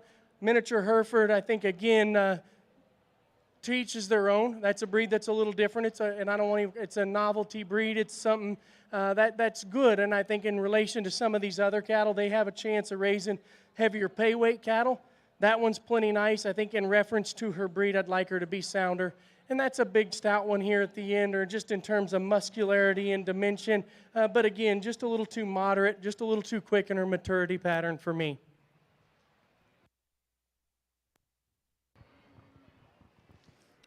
Thank you, Mr. Stewart. That was Class 3 in our ORB show, led by Colin Smith from Anderson County 4-H, followed by Zane Heyman from LaPorte FFA, Kylie Way from Sweeney FFA, in fourth, Gage Seymour from El Campo FFA, followed by Bryson Jenkins, Poth FFA, followed by Zane Wilson, El Campo FFA. In seventh, Aubrey Andrews, Anahuac FFA, followed by Charlie Ortiz, Elgin FFA.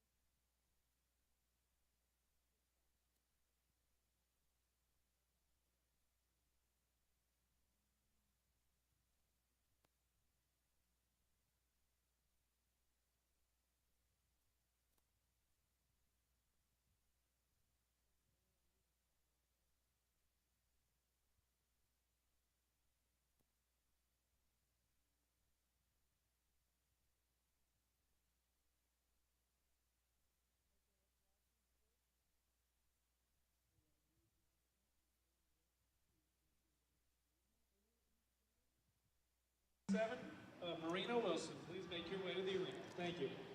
On our Shorthorn side, we've got 3 excellent cattle to come to the top end of this class. I still feel pretty comfortable landing on the young man, Strawberry Roan Heifer. I thought that she was just quite a bit fresher and more honest in her condition. The heifer in second. I probably like her frame size and just performance to date. I think in a breed that's really made making cattle more functional and practical, a focal point of the breeding decisions. This heifer maybe embodies those decisions a little bit better to me. I think she's considerably just smoother in the way that she's put together because she didn't filled up quite as much there in her chest. Probably got plenty of dimension we get behind the cattle. We could see her operate just a little bit more mobility out of her front skeleton. It's getting pretty critical of an awfully good heifer. There's just more mass and power in the heifer that comes in second, and she still pulls together a pretty strong top line, remains very level out of her hip. I like that about her.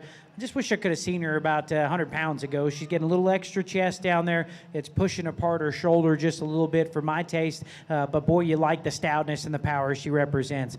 I entertain moving the heifer in third up because if she's got the silhouette that I'm after from the side, she's quite a bit more just ladylike in the feature to her head and neck than the female that stands in second. She's cleaner in her chest. She's more honest in her condition. I just wish she had a little bit more depth of heart. She's maybe just a little tighter in that regard. Maybe a female we could see just catches her step every time like we need to, but maybe could be just a little bit more fluid in the way she uses her hock joint. Heifer that comes next is a moderate frame, big-bodied, easy-keeping heifer. She's got, she kind of has more just total body volume than the heifer that stands directly in front of her. As she tempos up on the go, you'll notice that her tail head becomes a little bit more pronounced. Chest falls out of her. Female that maybe we could dial back a little bit from a condition standpoint. Strawberry Roan heifer's level-made, pretty moderate in her frame. Got a stout hind leg. Starts to fall out in her chest and drive up in her flank. Those two things in concert maybe throw her balance off from the side. The white heifer that follows her's got some stature. I like the frame size in terms of where she's at and then height, the shoulder. Female to me that's starting to protrude forward in the base of her chest. Certainly like to see her just stouter boned and relax her and level her out in her spine on the go. Star-headed heifer that comes next, quite a bit leaner and more honest in her condition. I value that about that particular female. Heifer that's pretty feminine in her make. Like to see her just stouter in the feature to her jaw and her bone work. Probably could provide her with more body to offset the extra frame size that she has. Predominantly white heifer here, redneck roan, sound structured, just needs to mass up with more body cavity. Heifer that concludes this particular class is certainly strong in her top line. Like to give her more body and rib to give her practicality a chance. I think an interesting class and a couple to 3 different breeds here that make it a little challenging because you have some some maintainers and some keys out here and some composite shars and then some semis as well. And so to get your mind around all those things, that's why I ask those questions to them kids is to know what breed they are, so I know what I'm looking at. And then that way it makes it an easier decision in terms of how they should look like and what they compare to their breed. And to me, I end up using 2% semis up here on the top end of it. And one's just a little better looking. I think that one in front, in terms of flatness of bone, neatness of head and neck, the way she ties her undercarriage together is just better. She's fresh in her rib shape. She's square and neat in her top line when you ask her to go. And plenty athletic. Is she blessed with the longest neck or the nicest chest? Probably not, but is it a touch better than the heifer here in second? I'd say yes. This heifer here in second's just good cattle. Functional built, round in her rib shape, dimensional when you study her from a 3/4 angle. Maybe just a little rounder as we study her in her shoulder. Don't tie that forearm quite as well together as that heifer that wins the class. But I think there's a little more performance. There's maybe just a shot more dimension there. Still just a very good kind of cattle that just got out-qualitied there today in this top pair. The one with the most quality is the heifer here in third, and that thing's long-necked and very good patterned, and, still at the ground, she's structurally correct. To me, I just need to stouten her up and lower her down just a notch in her body shape, or just moderate her just a touch to kind of balance those pieces together. I think her look and quality will go a long ways in a year from now. Just needs a little bit more advancements today compared to them 2 semis right there above her. Big rugged one comes next, and honestly from her shoulders back she's more in contention to win the class. She's shown a little bit more maturity than the other contemporaries in this class, and to me if we just lean that one down, if she was that big and burly and still neat-headed and neat-necked, I'd roll her up a couple spots, but she's just a little plainer and a little lower quality as we study her up through her front third. Now from there back she's fresh. The young lady's done a great job keeping hair on her.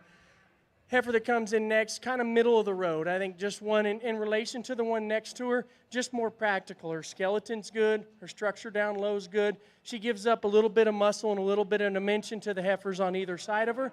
We've got a nice night white one that comes next. And again, she's just a little more jammed up in her features, a little quicker in her maturity pattern.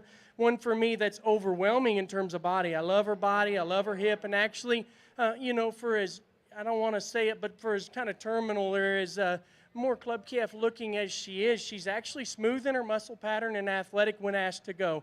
Just need to extend that one out a bit in her growth pattern. Nice red heifer, extra powerful, one that's got plenty of length, still agile when you get her out on the go. Just a little crestier and a little plainer as we study her through her front end.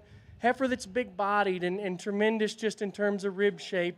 But again, just carrying a little more condition than anything else in the class. We just need to lean that one down a little and melt that off and just see what's underneath that to know her, where she stands. And a nice baldy heifer, just in terms of functionality of legs and get out and reach when she goes.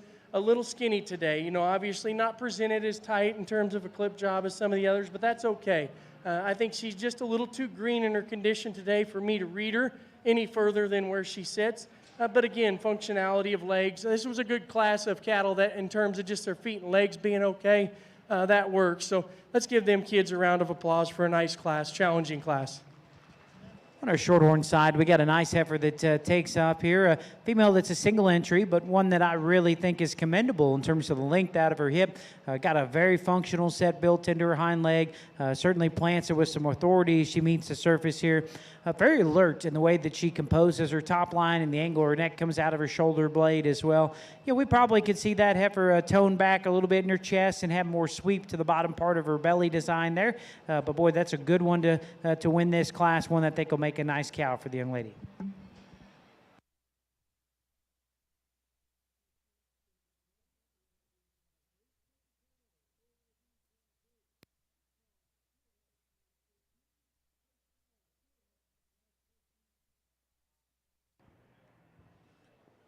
Thank you, gentlemen. You just heard Dr. DeClerc break down a nice single entry from Paula Cervantes from Ellis County 4-H.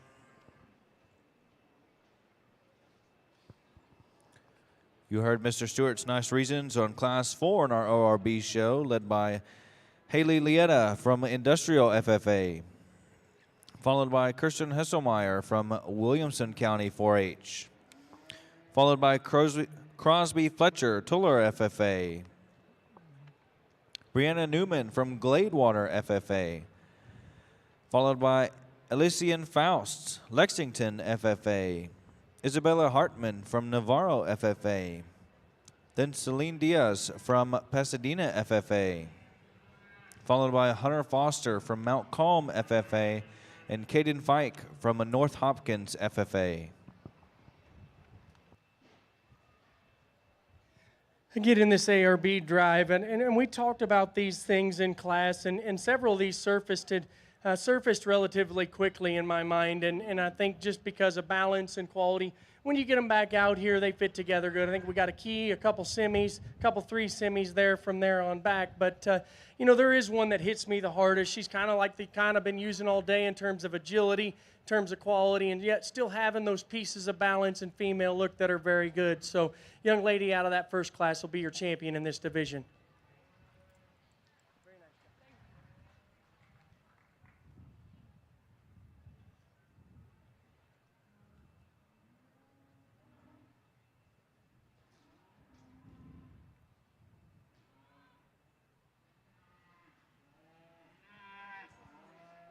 I think here for reserve it gets just a little bit more challenging because I don't know if there's one to fit that one just in terms of the extras that she has, and it probably lands in these heifers here in these middle two divisions, and there's some give and take. I think they have some similarities. I think, like I said in class, both of them we could have maybe just shored up ever so slightly in the way that they handle in relation to that one that wins this division.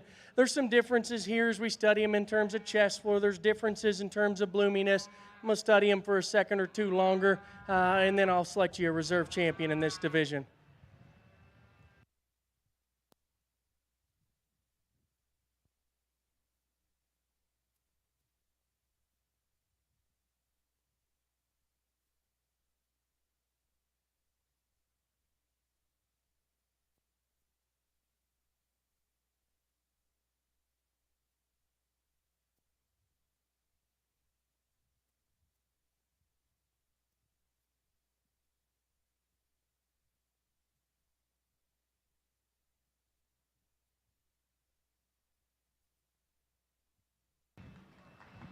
Well, as the cattle pull to a stop over here in our Shorthorn division, we got a really strong set of cattle representing 3 classes. If you don't mind, let's give these kids a round of applause. Yeah, I'll tell you that I thought there's some cattle out here that got a lot of good to them. There's a pair of them that kind of stand out to me just in terms of style and maybe having just a little bit more power and balance from a symmetrical standpoint. It's going to be the 2 out of the 2nd class. We're going to keep them together. They'll be your champion reserve.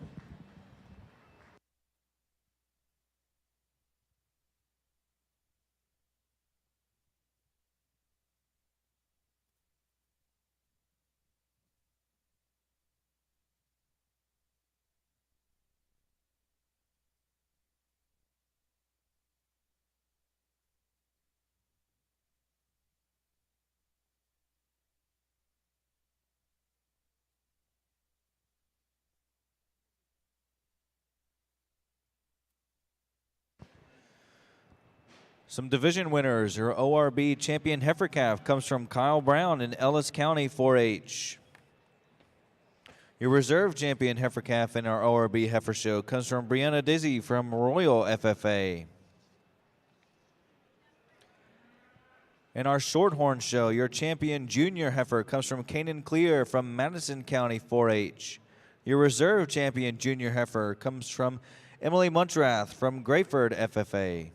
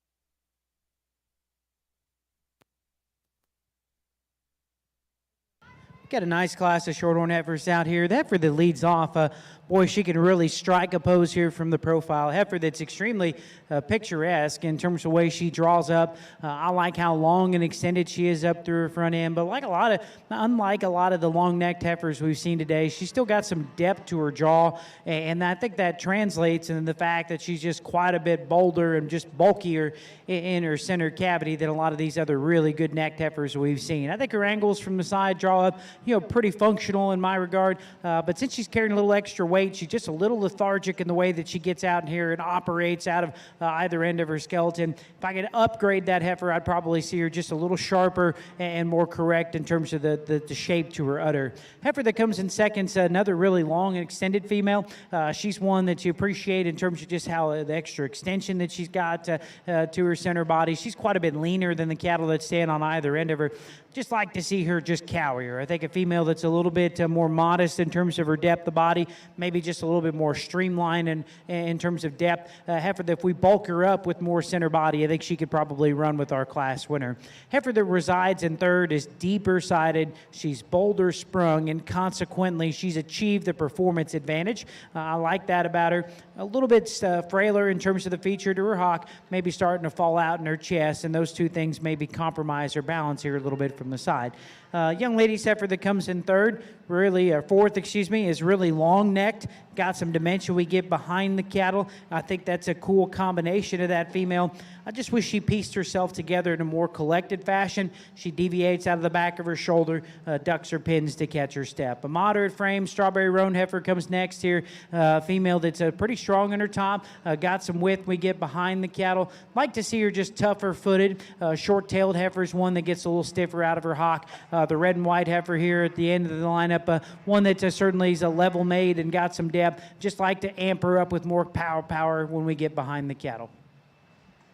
Nice class over here, and a challenging trio on the top end, but I think these pairs this pair kind of comes up. Obviously, the black heifer, she's plenty advanced for me, but I think at the same time, she's the most athletic when you ask her to go.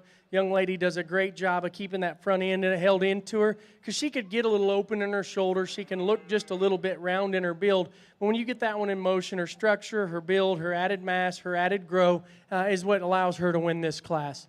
Here in second and third, on the standstill, it's close. And I told the young lady, if this thing had a different head on her, if she wasn't as pretty headed as she was, she maybe would go third in my book. But she's not. She's got a nice head on her. And again, she's moderate in her build, good in terms of her shape, more athletic when asked to go in terms of length of stride. Yes, she's more compact. Yes, she's shorter bodied. Should she reach out better than the one behind her? Probably. But yes, I'd like to lighten her up and then just extend her out a bit in her growth curve. But I like her flatness of joints. I like her length of stride off her rear too. On the standstill, I would never switch that pair. It's when we get them in motion. And I think this thing's still nice. She's high quality headed. She's good and round in terms of her rib shape, and definitely level and good in terms of her hip structures. We see her on the standstill. It's when we get that one in motion, she just needs a shot more, more agility. She's a little rounder in her bone work, just wants to come up quite a bit short there in her stride. And if she'd get out and reach just a little better, she's more in contention to win the class than she is third. Nice black heifer that comes out, moderate and stout in terms of her build. She gets up a little in her back, gives up some performance to some of those heifers right there above her. I wouldn't argue if you wanted to switch the pair with this red one. And honestly, I think I did it a couple times in my head. Her angles are good. Her skeleton down low is good. She holds her top line just a little bit better than the one in front of her. But she just doesn't have the extra mass of those females that you see just there in 3, 4, 5. And I just like to just stouten her up just a little bit when we get in behind her. Nice heifer that comes in next, long-strided, big square hooved. A little plainer and just a little coarser about her head, a little coarser about her tail head as we study that one. Again, her agility's good down at the ground. I think in relation to her age, she could have just a shot more performance. Again, a nice mini Hereford, and I think in relation to her age, definitely better in terms of a grow pattern in relation to that breed. At the same time, she's a little upright in the angle to her shoulder, maybe just a little plainer as we study her neck. Told the young lady, if that heifer was just bigger in her kind, she'd get around the mini Hereford today. She's not much bigger than the miniature Hereford. I just need that one to have a later maturing look. First call, ORB, Class 10. First call, ORB, Class 10. Thank you, Mr. Stewart. That was Class 7 in our ORB show, led by Rodland Dunham from Kendall County 4-H. Standing second was Casey Shiflett from Navarro County 4-H, followed by Colson Fussell, West FFA, then Ty Gobert, Huffman FFA, followed by Kaylin Albright, Falls County 4-H. In sixth, Marina Wilson from Brazoswood FFA, followed by Aubrey Andrews, Anahuac FFA, then Jesselyn Davis from Grandview FFA. On our last class here, I guess Shorthorns, I think we got one that wins this particular class. Is just really stout and heavy duty, a female that just been dealt quite a bit more dimension than the cattle that stand directly behind her. You know, still puts herself together, pretty organized from a balance perspective. Got a big bull calf on her side here. It looks like even though he's probably stealing some calories from mom there, she still stayed in pretty good shape. He's got some muscle when we get behind the cattle as well. We could tidy the cow up a little bit in her chest. More than anything, I just like to upgrade her udder. She's getting a little long and coarse in her teat structure for a first calf female. Heifer that comes in second's a little more moderate in her frame size. I like that about her. I think that should be more conducive for longevity and production and sustaining herself on a forage-based environment. Female that's got a nice little kind of sharp bull calf on her side, doing a good job with that. She's actually a little more refined in her teats than my winner. She's actually also a little more gathered in them as well. We'd like to maybe see them just a little bit more organized from an udder standpoint. A female that's a little coarse and got a little more crest at the top of her neck and a little rough in the way that it hooks into the top of her shoulder. Female that comes next in the 3-hole here, the kind of the strawberry roan has got some bone. I think a female that's pretty long and level in terms of her top line and got a big bull calf and doing a good job in that as well. I maybe could actually give her maybe just a shade more progression from a growth curve standpoint. Hope that she's going to be able to transmit next performance to the next generation. Got a bad habit of splaying out up front, and I think that's predicated by the fact she's also a little upright in her shoulder. We close the class of the heifer that has got some depth of body and some fleshing ability. I think the white heifer is still pretty strong in her top line. Definitely like to see her further along in gestation. Not really showing any calf at this stage. Female that doesn't balance up quite as well from chest to flank.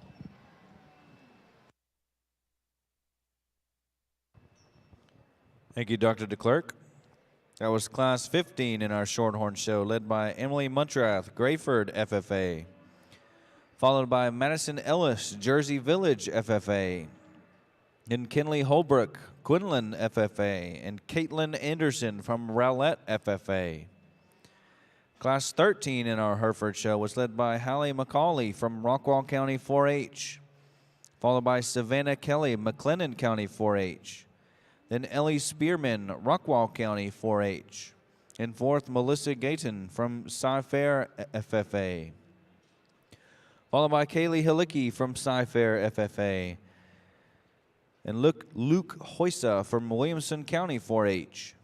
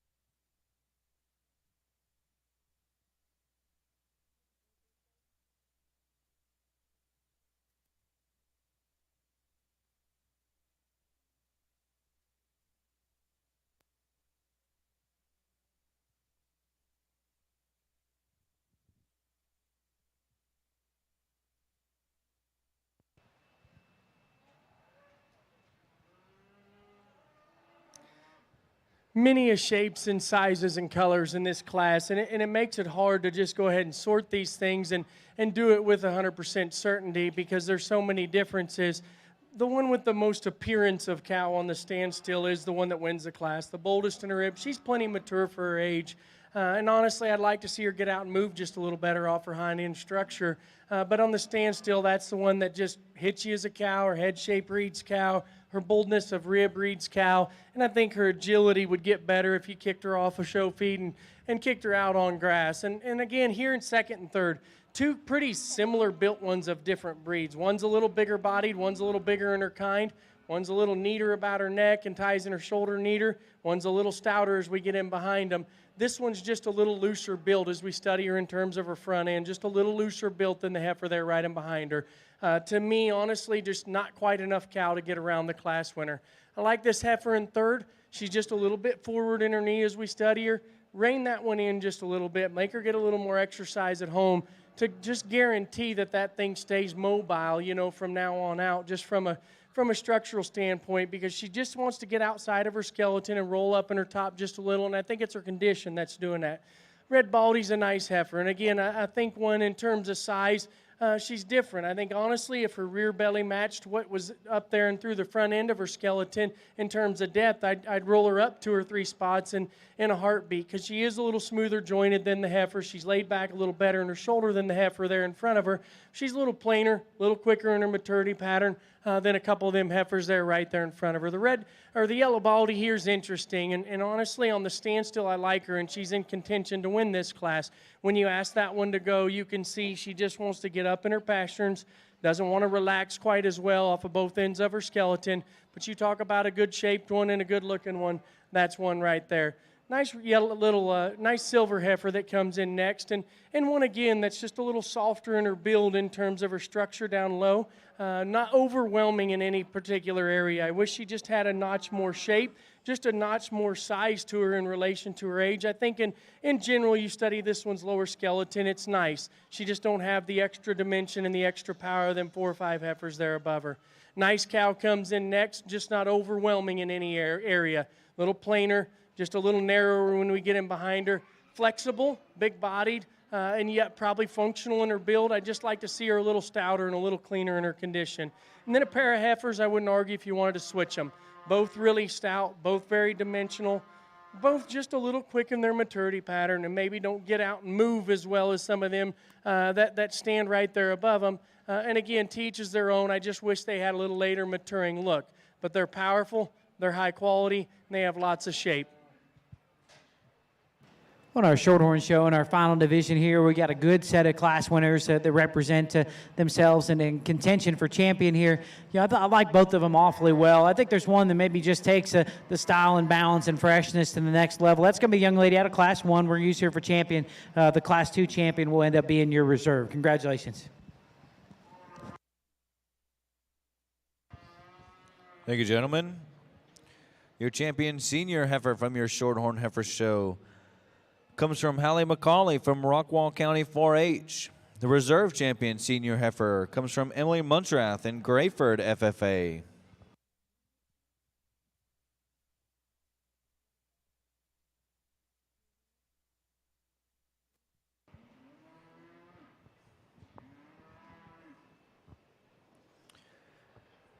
Attention.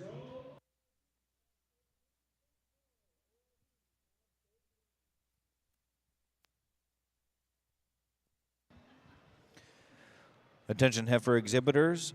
After the conclusion of the ORB show, 10 minutes after the conclusion of the ORB show, we will begin calling for our breed champions. We will hold our British drive first, our Continental drive, and then immediately following the Continental drive, the Supreme drive.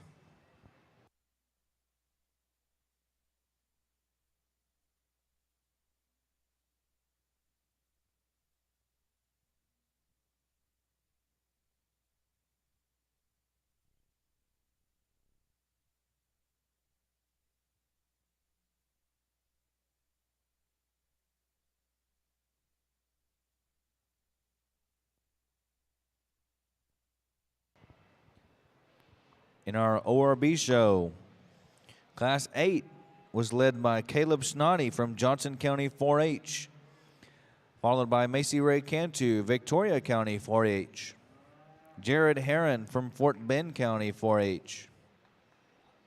In fourth, Colton Reich from Brasseswood FFA. Then Donnie Smart from Austin County 4-H. An interesting trio on the top end of these heifers, and I think there's just some differences here. And honestly, the first thing I'd like to do is change this heifer and just give her just a notch more center rib and just give her a notch more depth of body. But out here of this initial trio, from a quality standpoint, from a foot and bone and structure standpoint, she's the best one. Hopefully that comes with time. I think her size is right. She's so long-bodied, she's so long-hipped, she still gets out and reaches herself real well. But it's her quality and her combination of that and structure that wins this class. Second and third, you could call it close because thirds may be a skosh sounder. But this one's more in contention to win the class than she is to be second. And it's because of her rib shape, her roundness of body, the shape of body that she has, her trimness of head and neck.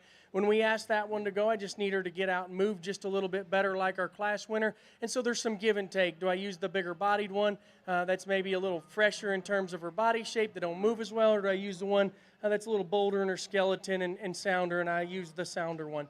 Here in third, just a good run-of-the-middle cow. I mean, I think that thing in terms of production traits is good, her structure's good, and roundness of rib and composition in that regard is very good too. In this class, she just gets a little plainer about her head, a little plainer about her chest floor, maybe don't have the circumference of bone or the neatness of features and lines of those top two.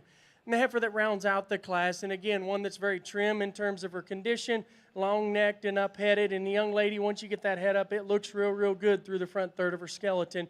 From there back, I just need to alter her. She needs a notch more dimension right in behind her, and she does want to get up in her top just a bit when you get her in motion.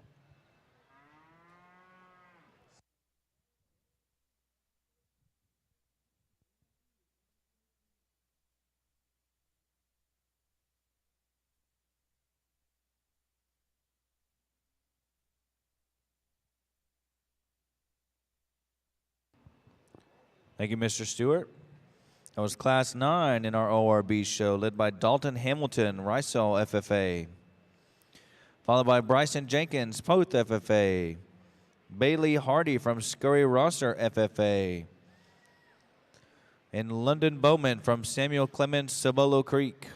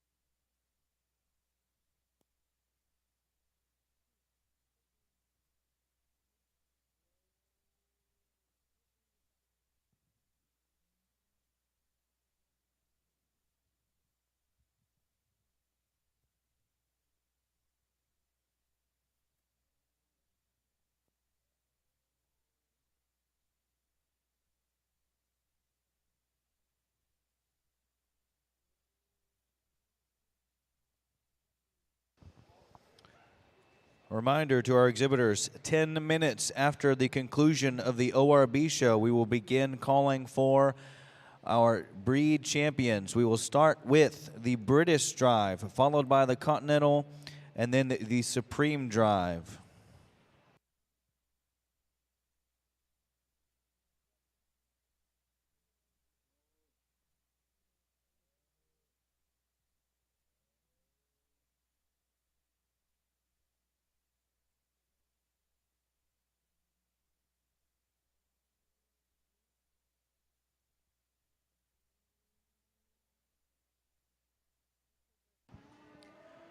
As you get your breed champions ready, remember that Rodeo Austin is a blow and go show only. Rodeo Austin is a blow and go show only.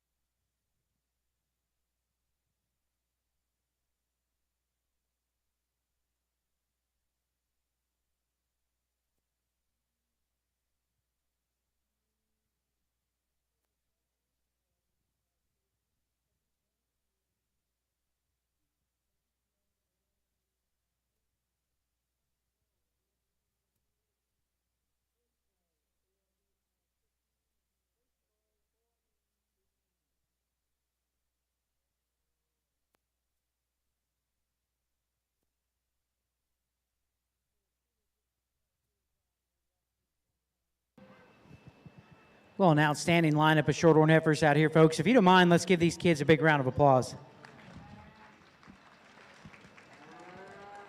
Yeah, this has probably been the most difficult decision I've made all day. I'm really enamored with the top trio of heifers out here, the won their respective divisions. I think each and every one of them makes a strong case to claim the division and breed champion honors. I'll just try to describe the difference that I'd see to them, and I'll tell you that as good as they are, it wouldn't surprise me if there's a lot of different favorites standing ringside. I was fortunate enough to judge the Shorthorns Oklahoma City this year. I believe that was the national show, and I can tell you all three of these heifers would have fared extremely well up there. And we're talking about cattle that are elite breed representatives that rank in a top sector of the registration base. Heifer wins the first division here. I really like how smooth-shouldered this heifer is, how seamlessly her blade flows back into her rib cage. I think of the cattle out here in contention, she's probably got my favorite hind leg. I think all three of them are sound structured, but this heifer probably is a little square on her outside hoof wall there. Oops, don't want her to sketch on that Scotch comb. Then the cattle that maybe wins, that heifer that wins the last division, she's square in her foot shape there, and she's considerably smoother up front. Maybe the heifer that wins the second division. I like the structural makeup of that heifer. I think she balances up with such a proportional look here from the side. A heifer that's really fresh at the top of her neck. Now, she's maybe a little tight in her throat latch and maybe not the longest fronted heifer out here, but I think she's one that's built problem-free in her structure and really got a good look long term. We get behind the cattle, I'd like to see her just have more wrap and intensity to the lower part of her quarter and stifle there. I'm a little worried underneath that high-quality hair coat how much just true power does she have.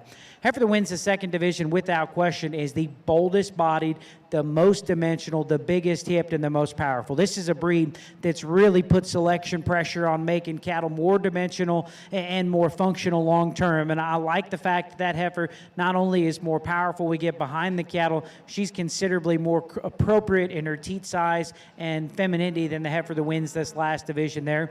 And for a powerful heifer, she's still got a big, stout, cool set to her hind leg. She catches her step every time, and a heifer that's still got a great silhouette here from the side.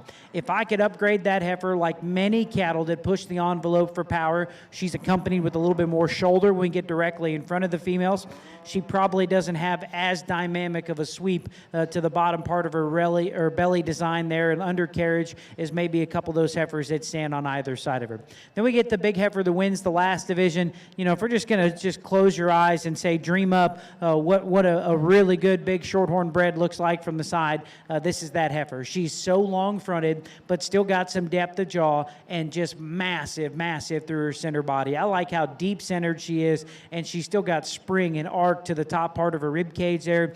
She's stout-boned, got a cool set to her hind leg. All three of these heifers catch their step pretty effortlessly here, and I appreciate that for a heifer that's this far in gestation that she does it. My biggest qualm with her is her teats, and I know that we're talking about a breed here, as I mentioned before, that is really trying to upgrade the functionality of these cattle. This heifer fits the bill in terms of body, and considering the mass that she has, I still think that she moves pretty good. We maybe could see her squared up a little bit in her front foot placement as she approaches me.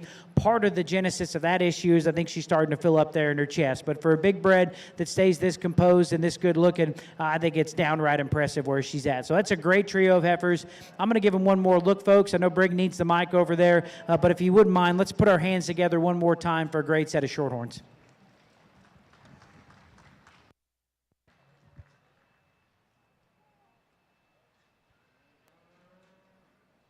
Over here on the ARB side, and again, we've got key females for the first several and maybe a shorthorn plus down there, but and some major differences. And I wouldn't argue if you wanted to switch this pair. But what I like about the pair, and honestly, when you first set eyes on this heifer, you want to deem her a little steery or a little club calfy or a little too much. And the more you study her, she's absolutely not too much. I mean, I get that she's overwhelming in terms of power, but her size is good, her balance is good. She's trimmer and a lot better in her condition than the heifer there in second. She's very, very athletic. She's very clean in her joints and still gets out and moves like they're supposed to. If you think she's a little small, I wouldn't argue with that one bit. But I like that one. I think that thing's got some relevance to raise something. And whether you use her to raise some steers or you use her to raise some females, depending on whether you probably go an Angus route or you go a turn-up notch, I think that one's very, very valuable in that regard. Heifer in second, and again, just in the silhouette of things, she's nice. I like her. I like her bone. I like her flatness of bone, her squareness of tone. toes. Probably a notch more female-like just about her flatness, about her head, about the way that she's built in some of those areas. She's a shot big for me, and doesn't bother me too much. No, not relative to that class winner, because I think she's on the small side of things. So just carrying a little bit more condition than I need to see that one, because I think she'd still be good if she was 50 to 100 pounds leaner. On the standstill, I wouldn't argue if you wanted to use this female. I think she's up-headed, high quality, good shape, very, very attractive in her build. She's smaller than them first two, but when we get her in motion, we just need to loosen her up just a little bit, loosen her up just a bit in her spine. I told this young lady, if this calf was just okay, this heifer could stand fifth or sixth in class. This calf's really nice. I think the angles are good. It's really built really nice. Time will tell whether or not it develops, and that's kudos to the mating, kudos to the girl, kudos to the cow for doing that. And honestly, the cow's not overwhelming in any certain area, but dang nice for a first calf heifer. I wish she was a little stouter maybe. I wish she was a little bolder, but she's raising a calf that looks like has plenty of power, will have plenty of boldness. I had to roll her up for that reason. Pair of heifers, I wouldn't argue if you went either way. I like this one's size better. I like her freshness better. I like her thinness of neck better. And she's still athletic when you ask her to go. She does have a little chest. She's not perfect over her loin, but I still think one that's moderate, attractive, high quality headed, and dang nice cow. Very, very heavy built one here comes in next. And she just has substance of bone, substance of body, very, very deep bodied. So we get to analyzing this one against them ones right above her. She's carrying a little too much condition for me for her age. She maybe got a little too much size for me for her age. But at the same time, if we just lean her down, I think she'd be better. You know, honestly, I think she'd be better. Because she's a little fatter, it's pushing her shoulder a little farther forward. Every once in a while, you'll see her get up on a pastern. A pair of heifers here that are moderate, a little later maturing, probably not going to have as much grow of the heifers on either side of them, but yet loose enough built in terms of their kind, female enough about their head and neck, modern enough in their build to make a cow.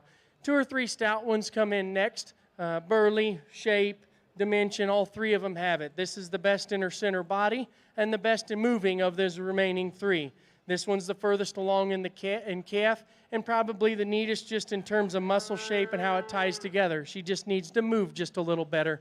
And the blue roan heifer that rounds out the class, a little bold in her chest floor for me, big-bodied, definitely wide when we get in behind her. Just like to balance her out just a little bit and lean her up a little bit in terms of her condition to get her over them 2 right above her.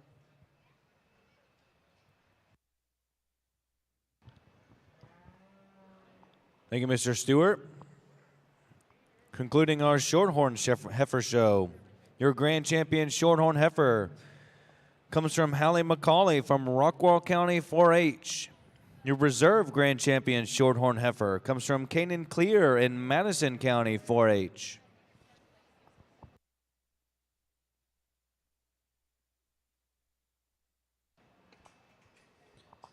In our ORB show, Class 10 was led by Peyton Gilchrist, Clearbrook FFA, followed by Cassidy Fuchs, Burton FFA, Kimber Fussell from West FFA, in 4th, Molly Pack, Springtown FFA,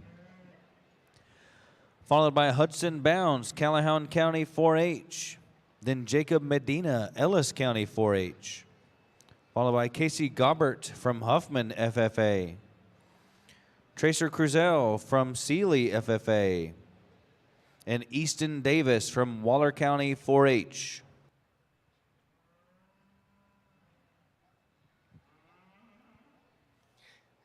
I think here in this division, we get into some of them senior calves and even some summer and late junior yearlings. And I think there was some differences, and different breeds obviously change the matter and how you prioritize things.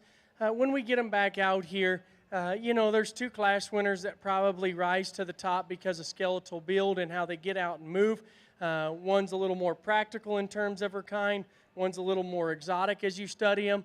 And again, you can't go without mentioning a heifer that would have stood second to one of these heifers out here in terms of just build. So I think a tremendous lineup of heifers. There's one, maybe a touch quick maturing, ever so slight or a little bit short cannoned, for me to just fall into her. And that's what makes it tough. But I just still think quality is quality and build is build. And there's one that maybe has just a shot more value. And in my book, in this drive, and that's the young lady out of that 4th class. She'll be your champion in this division.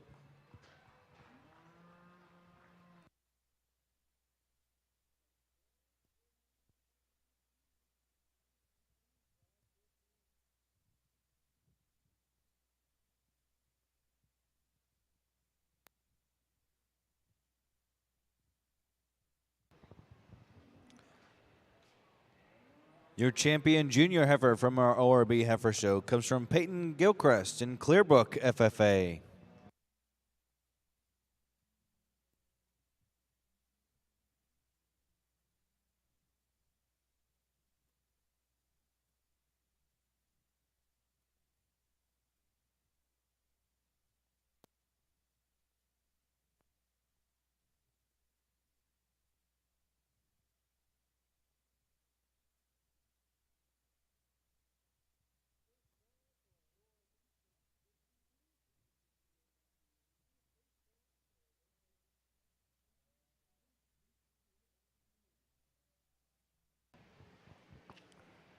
Your reserve champion junior heifer in the ORB Heifer Show comes from Cassidy Fuchs in Burton, FFA.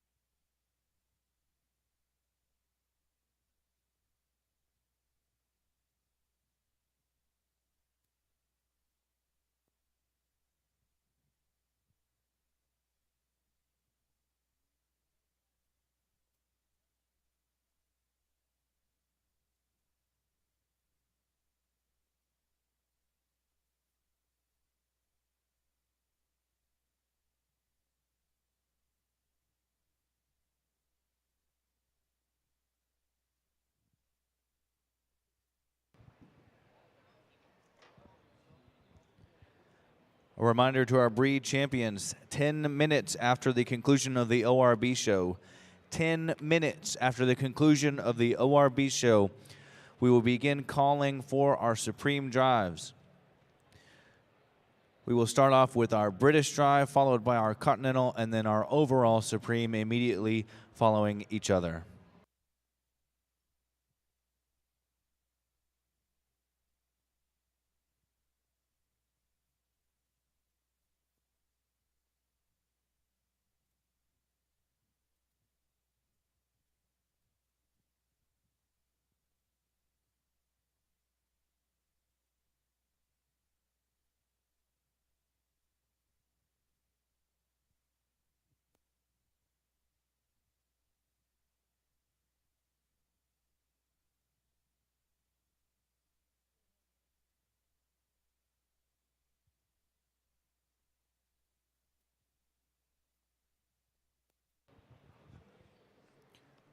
A reminder to our breed champions, Austin is still a blow and go only show. No product will be allowed on your heifer.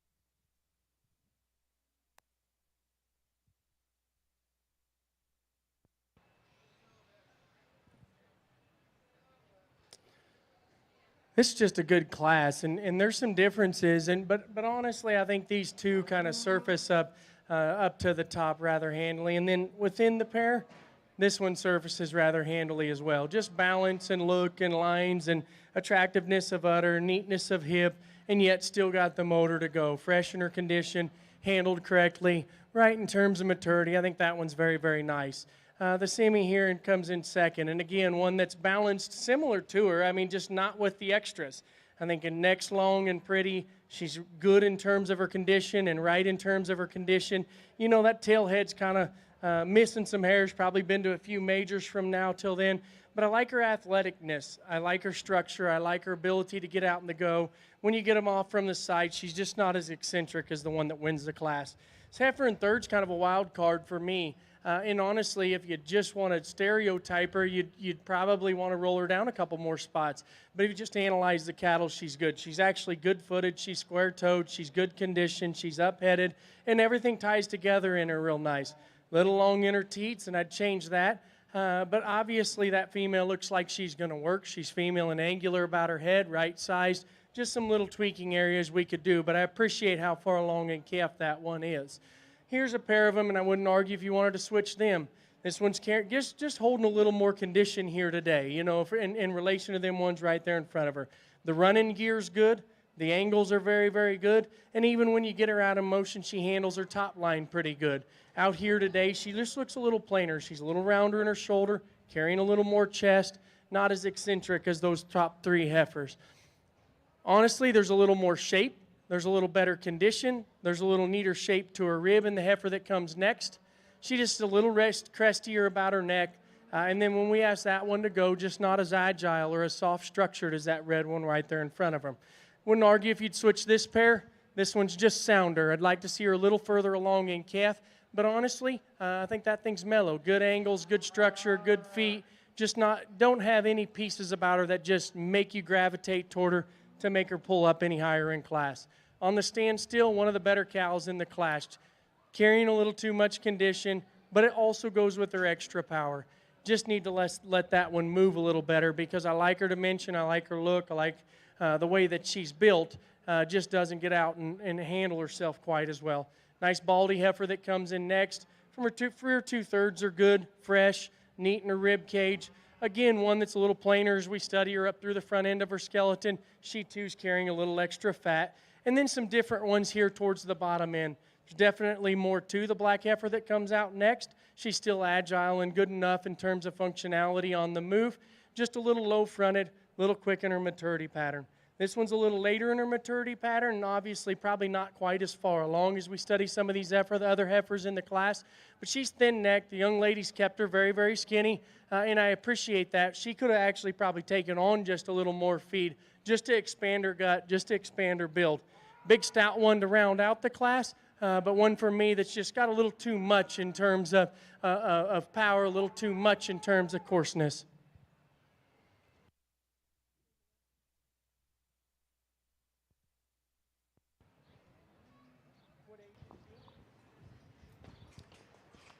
Thank you, Mr. Stewart. That was Class 13 in our ORB show.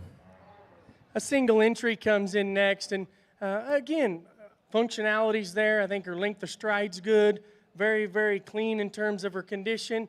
One for me that if you just study her, she just don't probably balance up. She's up-headed and up neat about her head and neck, but she just don't balance up there through her rear rib. Maybe just not the dimension of some of those others we've seen in the last class. Dank sure would have been nice to see a couple others in this class, but the age break how they should. But she's sound, and again, I think in terms from a condition standpoint, she's kept her pretty green. I'd like to see her maybe just a little further along bred.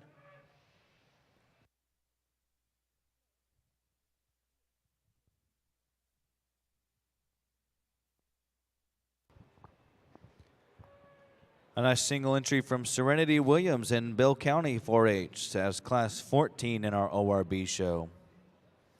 Class 13 was led by Kyle Brown in Ellis County 4-H, followed by Cashdale in Rains County 4-H.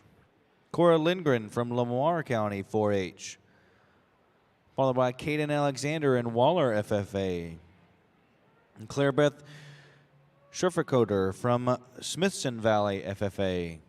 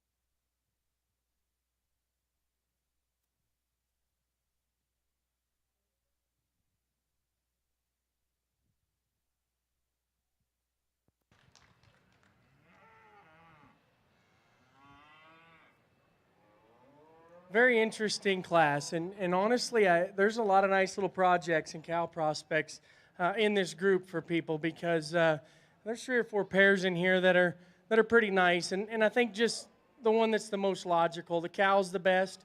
I think her udder's probably the best of the best uddered one in this particular class. Even though she can get a little long-teated on her fronts, it's a lot more refined than the others, and she's raising and handling a nice little bull calf. And I think just the combo of those 3 things is why she wins this class. I think this calf's really nice out of this cow and doing a lot of nice things here in terms of build, in terms of feet, in terms of angles. I wouldn't guess that thing's out of a Cavanese bull, but if he is, that's incredible, and he must have been really little because that thing's built very, very nice. And the cow herself, obviously, the proof's in the pudding, you know.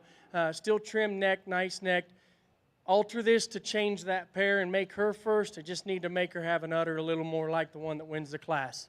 The heifer here in third, you do a great job of hiding it. You know, the calf's very nice. The udder, just a little gathered, not as much milk as some of those right there in front of her. There's no doubt she has milk, because I think this calf is very, very nice. From a quality standpoint, this bull and this heifer calf's the nicest one on the side of these cows. Again, I'd just like to make her have an udder, like the heifer that wins the class, to roll up a little further. She's kind of the problem one because I like her. She's a shot big for me, but her angles are good, her structure's good. You can tell she's finely bred. Just studying her from behind, and obviously it's taken just a little while to get her there. She stayed fresh. She's not as crisp or as neat as we study her in terms of her pieces, and I think there's just an advantage to them ones the same age that have reached that point in their life from a production standpoint. I like this calf, and again, one that from a shorthorn stand, very, very nice. The cow's actually got a nice little udder. She's moderate in her build. Time will tell how that one develops and how big she gets for a cow, but I think her size is good. She's raising a big, stout, healthy calf. No problems there. But if you would rank them trios and rank them with those other pairs, she'd land where she lands. A couple here that aren't as far along bred, but I think just a little more functional in their build and just have more longevity from a fundamental standpoint than the one that rounds out the class. This one's definitely bigger bodied. This one's a little leaner in her condition. No doubt I like this cow because she raised this calf and she's made it. We got to change that one in her hock. We got to change that one in her stifle. And I just think even though these are a little later bred, they still, if they get bred and they handle a calf, they're going to handle that hind leg just a little better. You can't argue that calf's pretty nice, though. He's sound structured. He doesn't do anything with his hock and hind leg like Mama does. So you bred her properly. You bred it out of her, and I congratulate you for that. Still a nice little udder on that cow, just maybe not fundamentally good enough to place any higher. Very nice breakdown, Mr. Stewart. It's Class 15 in our ORB show, led by Jose Jimenez, Eagle Pass FFA, followed by Daisy Bartley, Tatum FFA, then Harley Groom from Johnson County 4-H, Courtney Burrell from Agricultural Science and Technologies 4-H Club, Morgan Perupsky from Temple FFA, followed by Peyton DeFore from Godley FFA, followed by Samantha Dorr from Sheldon FFA, and Cadence Horlicka from Temple FFA.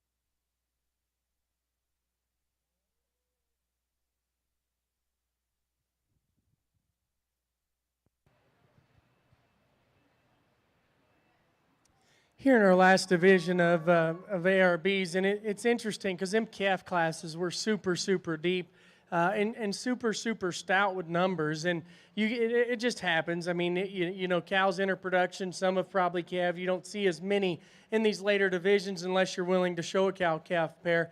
There's one clear-cut answer, and that's the heifer that wins this first class in this division, and she'll be your champion.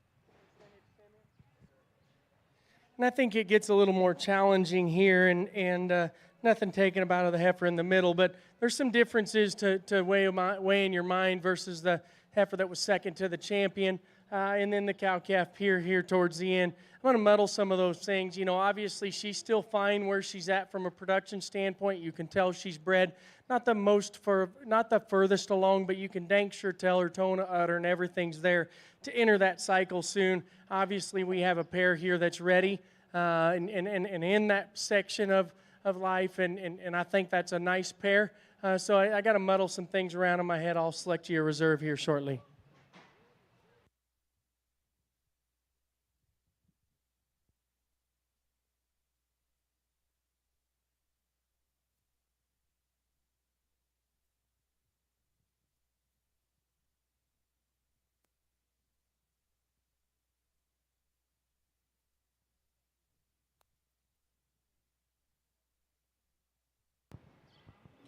In your ORB heifer show, your champion senior heifer comes from Kyle Brown in Ellis County 4-H.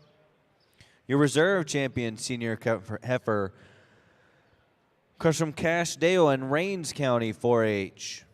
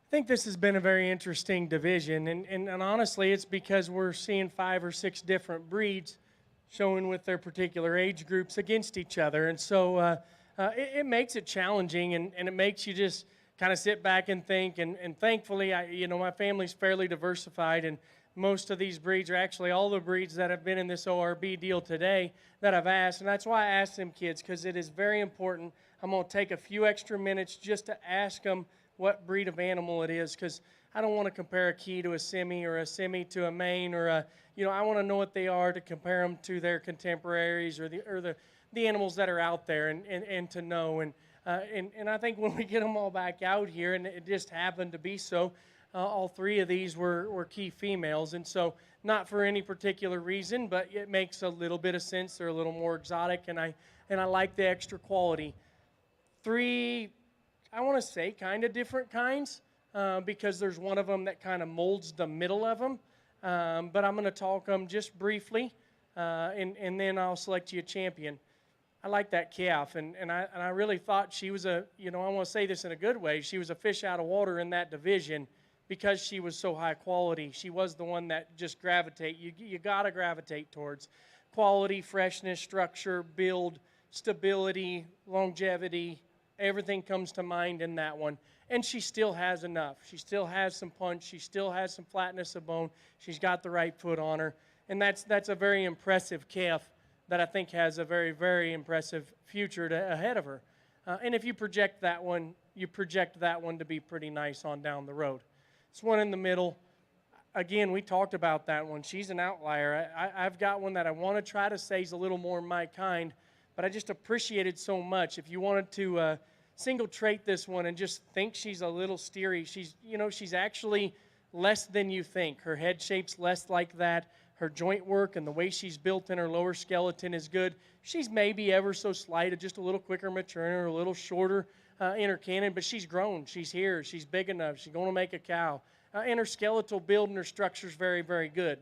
The heifers on either side of her kind of throw another level in terms of quality, but I still think this is a quality animal, and I think this thing has some future and some very well earning potential as a future cow someday, and if everything goes right and goes in her favor. The heifer that wins that last division, and again, just very exotic and very fresh and very ladylike in her appearance and look, and pretty-headed, balanced, looks like a show heifer, still picked up in the center of her back, very, very two-dimensionally, just puts her together for me. Not overwhelming in terms of shape directly behind her, but her rib shape's good. I love where she's at from a condition standpoint, and she does a lot of things right. And like I said, she's the exotic one, the extra feminine one, the flatter built one, but in a good way, like in a way that you've kept her lean. She's bloomy enough for me. She's not as overpowering as obviously the heifer in front of her, but there's way more than enough in that one. And so I got to weigh some differences out here. I'll just be honest. There's one that probably hits me just a little bit harder. I got to project her down the road a little bit more, but it's a young lady's calf that wins the first division. I'll use her to win.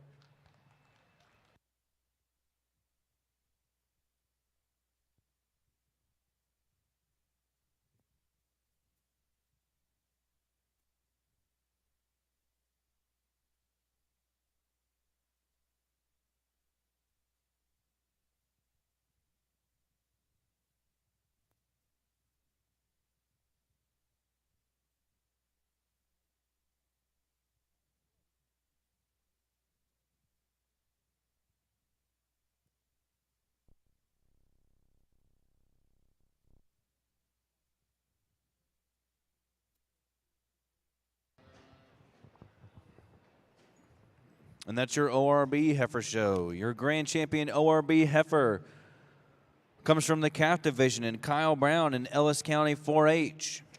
Your reserve grand champion ORB Heifer comes from the senior heifer division and also Kyle Brown from Ellis County 4-H.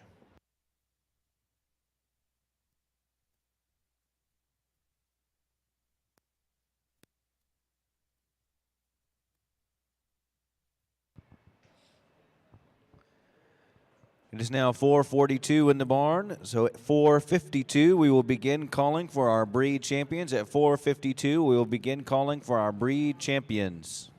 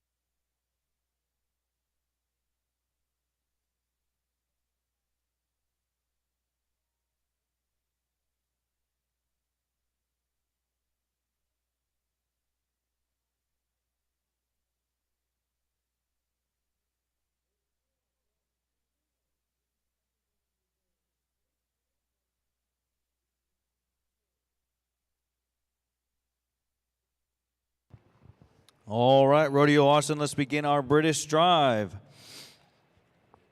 Your breed champion Angus comes from Styles Patton in Thorndale, Texas.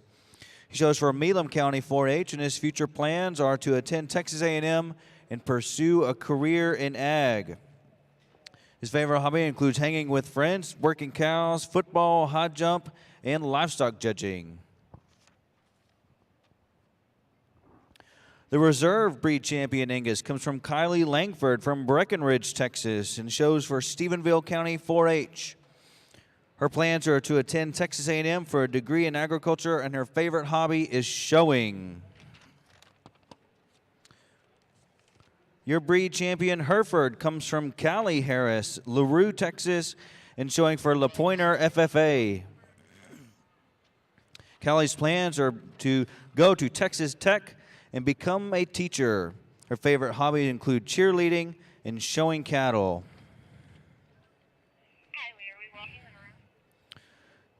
The reserve breed champion Hereford comes from Zeb Murphy in Hamilton, Texas, in Hamilton County 4-H.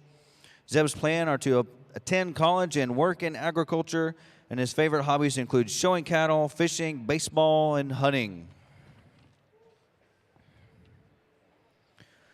Your breed champion Red Angus comes from Kinley Rathman in Slayton, Texas, showing for Lynn County 4-H. Her plans are to attend Texas Tech University and become a hospice nurse. Her favorite hobbies include gymnastics, showing cattle and sheep, and running.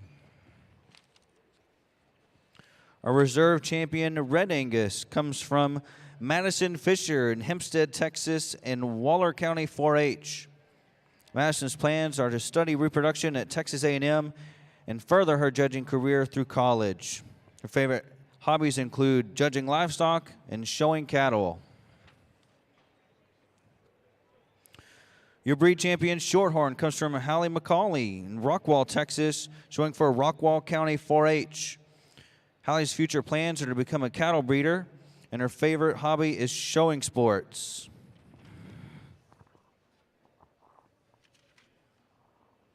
Your reserve breed champion Shorthorn comes from Canaan Clear in Madisonville in Madison County 4-H. Canaan's plans are to go to Texas A&M University and study engineering. His favorite hobby is showing cattle. Ladies and gentlemen, your British Drive.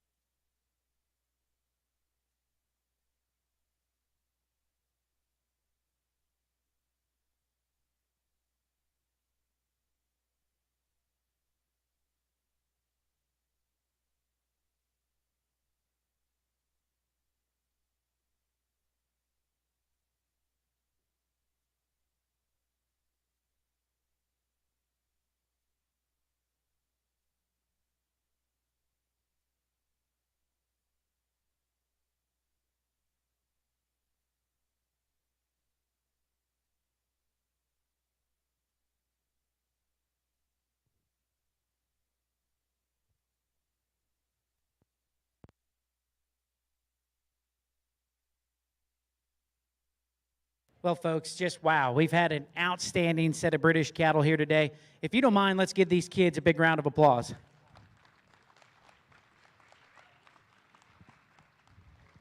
You guys have been a great crowd, and I cannot tell you how happy and excited I am to see you folks all here. You know, I know that Austin is at the end of a long kind of line of majors here this spring, and sometimes people get a little tired out of coming to shows, and the weather's nice out there, but the fact that you're here supporting these young people just means the world. There's a reason when people, big judges, talk about where they want to judge at, what's the shows on their bucket list, they generally reside in Texas because of the support that we have for our young people down here. And so when we bring out this set of cattle here, obviously they're amazing. Obviously there's a lot of different ways you could go, but I think what's more important than anything else is the support that we have here for these young people. I've had a blast of working through the cattle today. There's been several of them that have been good enough to win. Thank you to Rodeo Austin for asking me to judge. Thank you for the ring crew who made Brig and I's job very easy to be out here and just super enjoyable.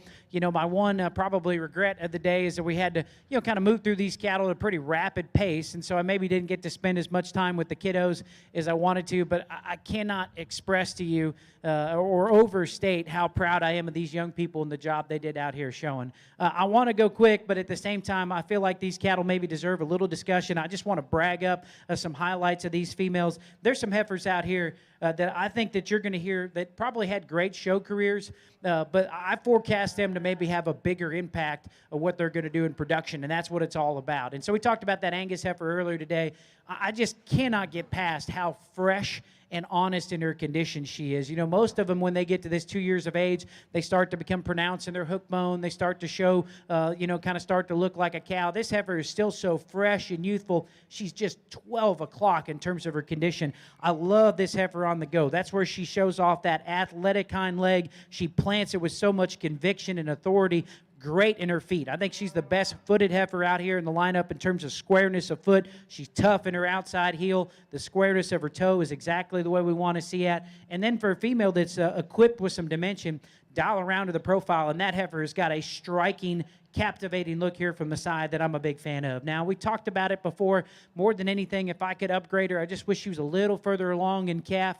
Maybe at times she'll pigeon just a little bit up front, but that heifer's so elite structured, powerful, and great looking. Obviously, she's one that I'd sure love to have back home because I think you can do a lot of great things with her.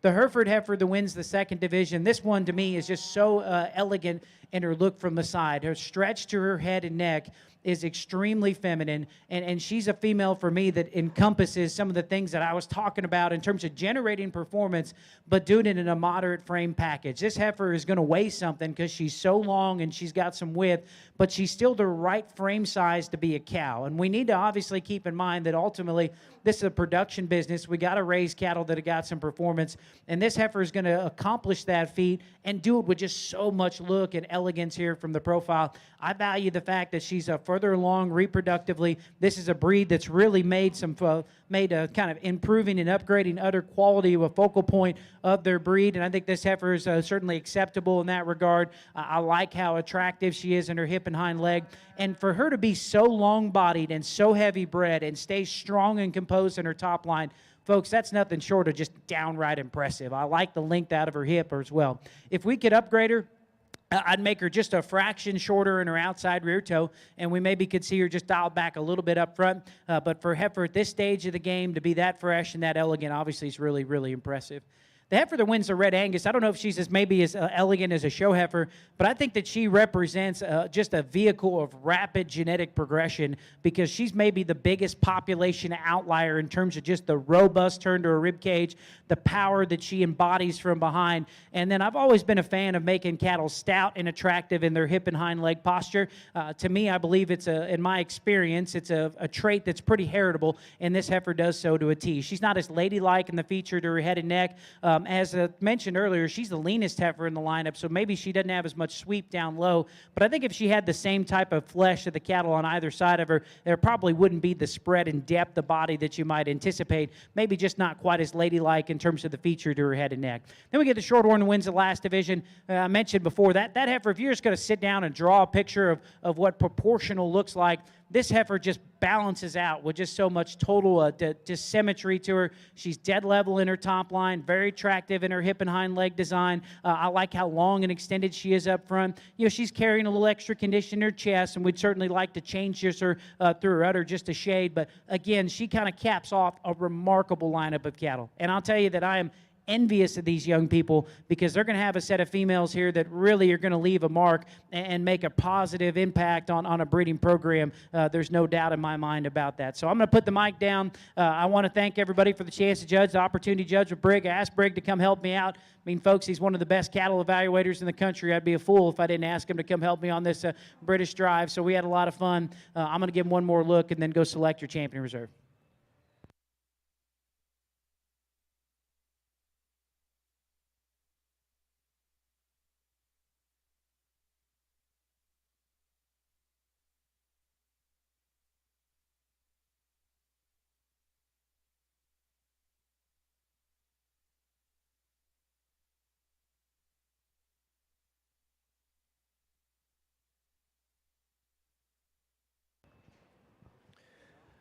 And your champion British is a Hereford, exhibited by Callie Harris and LaPointer FFA.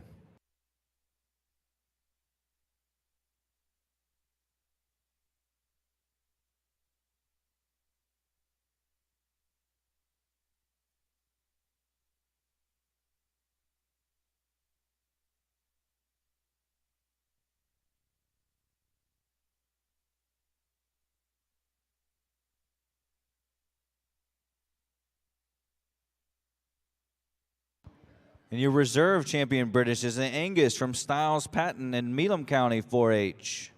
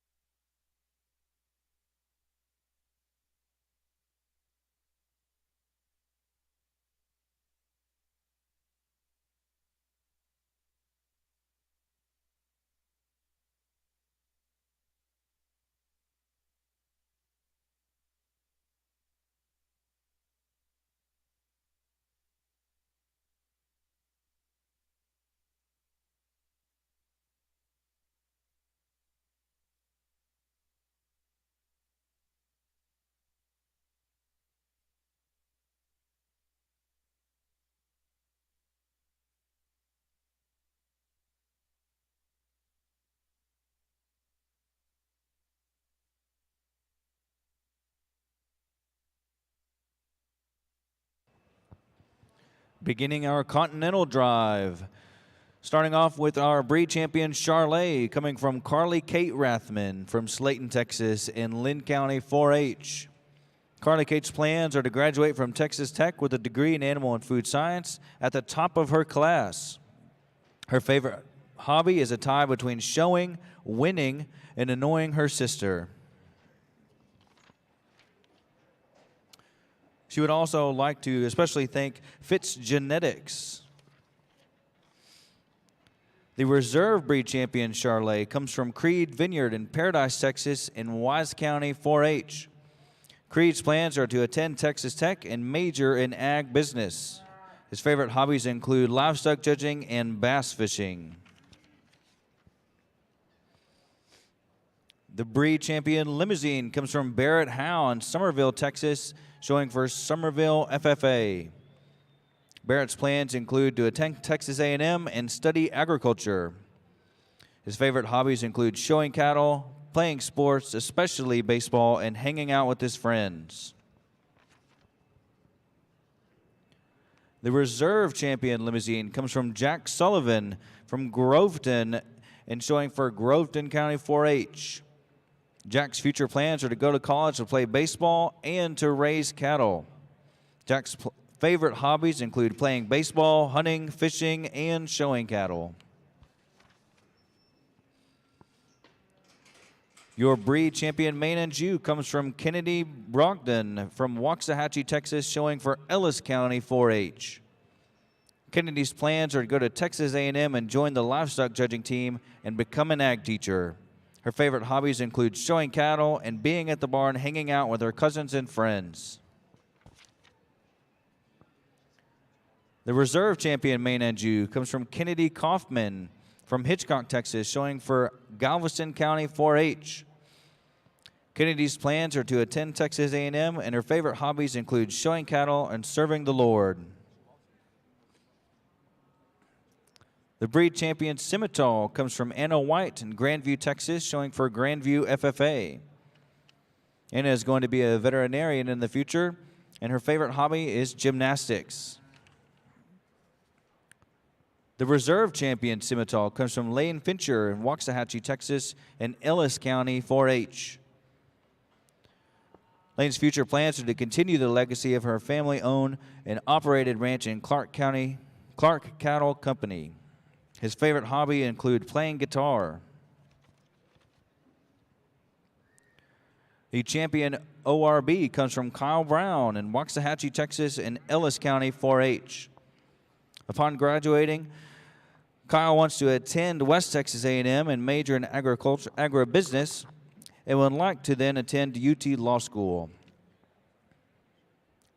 Kyle's favorite hobby includes showing cattle and being an ambassador and working with youth. The reserve champion ORB also comes from Kyle Brown from Waxahachie and Ellis County. Once again, Kyle's plans are to attend West Texas A&M and major in agribusiness and eventually attend University of Law School at the University of Texas.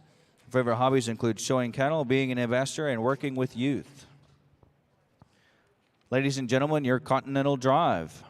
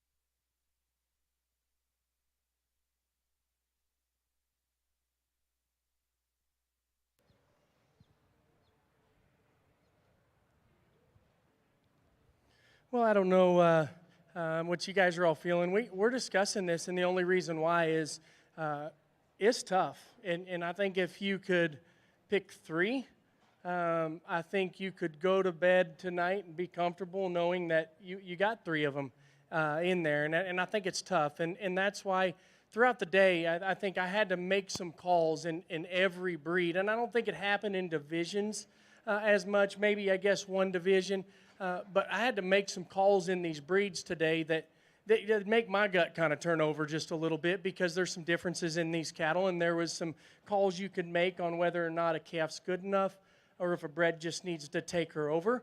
And so with that being said, it was difficult for me bringing them back out here. It was satisfying. We're just discussing the cattle is all we're doing, and trying to get it figured out in a way that makes logic, that makes sense, but yet is still genuine, or we genuinely think is right. Because I do think, obviously, the Charolais were calls, the Limmies were calls, the Maines were a call, the Simmies were a call, and obviously the Keys, I think maybe she surfaced it a little quicker in that division, just off of some things that she did as a calf that's kind of intriguing. So I'm just going to briefly, like he did, go through these things. Again, very satisfied with what I ended up doing in the Charolais. I think this one's very genuine.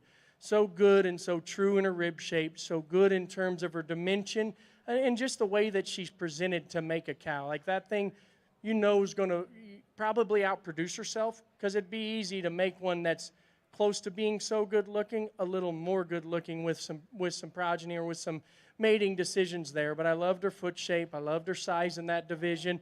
And you get her out here, and I think she's a very, very good representative of that breed.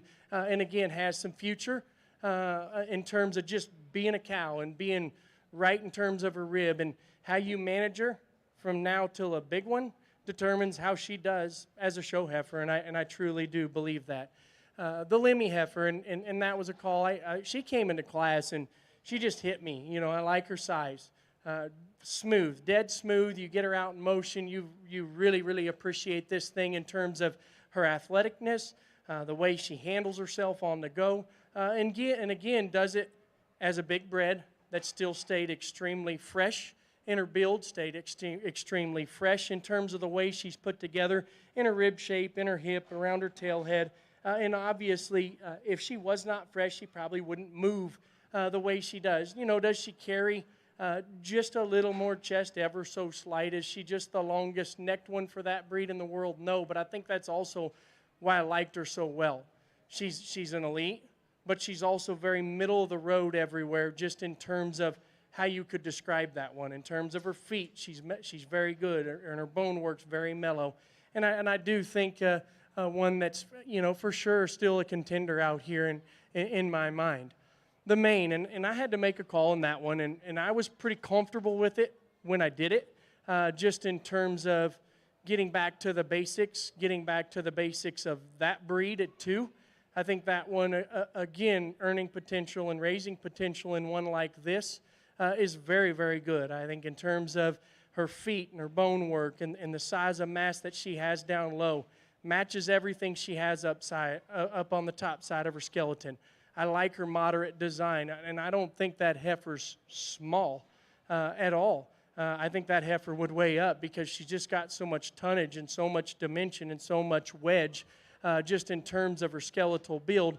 That to me is very, very, very intriguing and very intriguing for that breed. And then for as massive and as powerful and as big boned and as good as she is in those areas, you can still get off from the side of that one and appreciate her, and appreciate the balance that she does have, appreciate the udder that she is developing, and know that one on down the road, in that particular breed, could probably make her mark and will be sought after, after this show career is probably done, because of her build, because of her power, because of the things she does that the Maine Anjou breed was always known for, and again, she does it with a modern look. Incredible Simi, and that was a very tough pair, and still a tough call out here right now. It's just so hard to get a Simi that fresh and that high quality up through her front third, but still just be that mellow and that good in terms of her shape and her roundness and that size of foot and bone, and still athleticness is good enough on the go. You know, we talked about some differences, and you know, that thing gets out and reaches. She's maybe not perfect in her hawk when you study her from the side still, but when you get her out in motion, you appreciate it. She's so big-footed. She's so good at the ground. It makes up for that area and allows her to get out and go and allows her to do the things that one needs to do in that particular breed. And I do think that one will raise one someday. We got into the ARBs, and I mentioned it in class, and you know, this heifer did. You know, she surfaced very quickly in that class. There was not even a question in my mind that the quality was there, that there was enough of her, that her balance was that good enough, and that she still reads with lateness and maturity and still reads as one that gets good and stays good. And again, and I truly believe that. You study this one, she's bloomy, she's stout enough, she puts together the right shape from a 3/4 angle for her age, but yet when you get off to the side of this one, she still balances up so nice. She still reads with some future. She's got a good foot underneath her. She gets out and elevates and handles her structure in terms of just her mobility extremely, extremely good. And again, you know, we come to a call here. You know, is this an elite? Yeah, I think she's also an elite and one of those that's out here. Is there a lot of future left in this female? Absolutely so. And I do think if everything is done right and handled right properly on this heifer, she could do those kind of things on down the road. So, you know, the call with her is she enough? Is she enough more for her age to make a big call? Or do you just be satisfied and try to just go and do what you think and have one that's a little further along and a little further along in her production cycle to go ahead and say, you know, maybe we should go that way. And so it was good. You know, John and I discussed this stuff, and we were just breaking them down and not nitpicking, breaking down the positives of these cattle. I want you kids to know I'm familiar with most every breeds, except for probably the Limmies with what's out here. My family raises those. And I want you kids to know that the quality of these animals here are God's honest truth, higher quality than the ones that I have shown in my lifetime. We've won State Fair with a Charolais. We've won the National Bull Show with a Charolais Bull. I've won Junior Nationals with a percentage semi. We've had highly competitive purebred bulls with Big Deal. My family was known for manes for years and years and years, and obviously the origination of Mid-Continent Farms used to be Mid-Continent Chianina. So I'm at home with all these breeds, and that's why it's tough for me to make that major call. And it was just good to bounce some ideas off of his head, tell him what I was thinking, and just to know that there was two like minds doing that. So I appreciate you kids for being here, and I appreciate the work that has been put in to these females. I'm going to go out here and select you a Supreme Continental and a Reserve Supreme. And like I said, ending that with knowing I think there is 5 elites, and it probably comes down to even 3 in my mind that maybe just that trip the trigger, and it's hard to leave one of these out of the picture. So I'll go out here and select your champion and your Reserve Continental. Let's give these kids and these breeders and these family in Rodeo Austin a round of applause.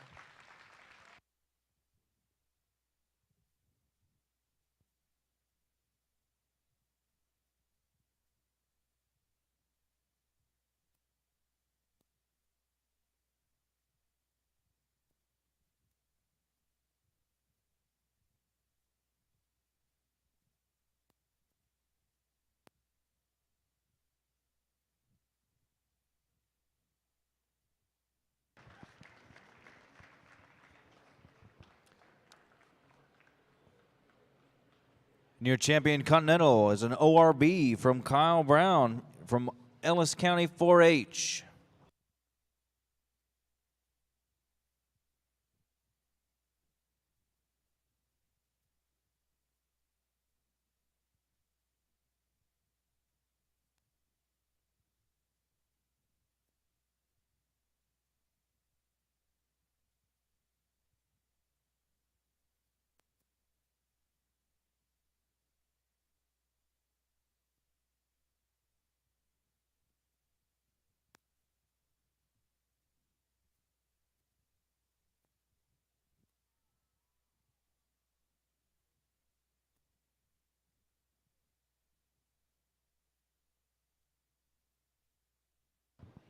Your reserve champion Continental is a Maine Jew from Kennedy Brogdon in Ellis County 4-H.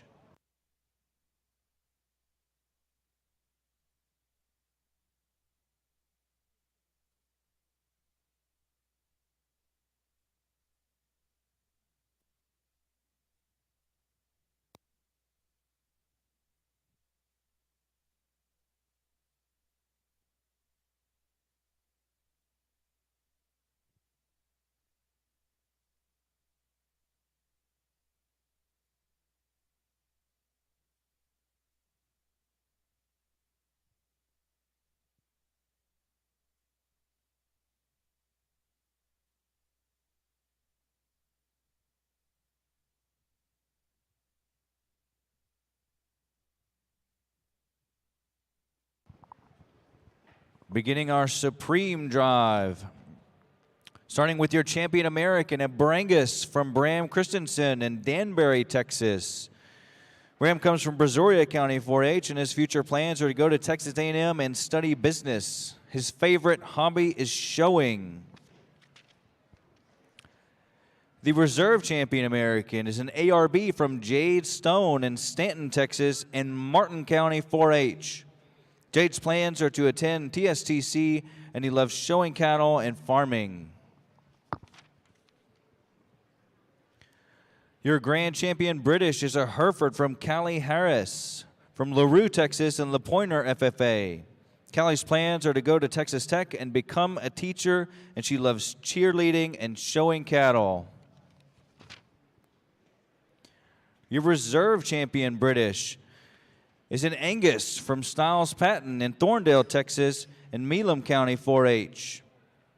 Stiles' plans are to go to Texas A&M and pursue a career in ag. He enjoys hanging out with his friends, working cows, football, high jump, and livestock judging.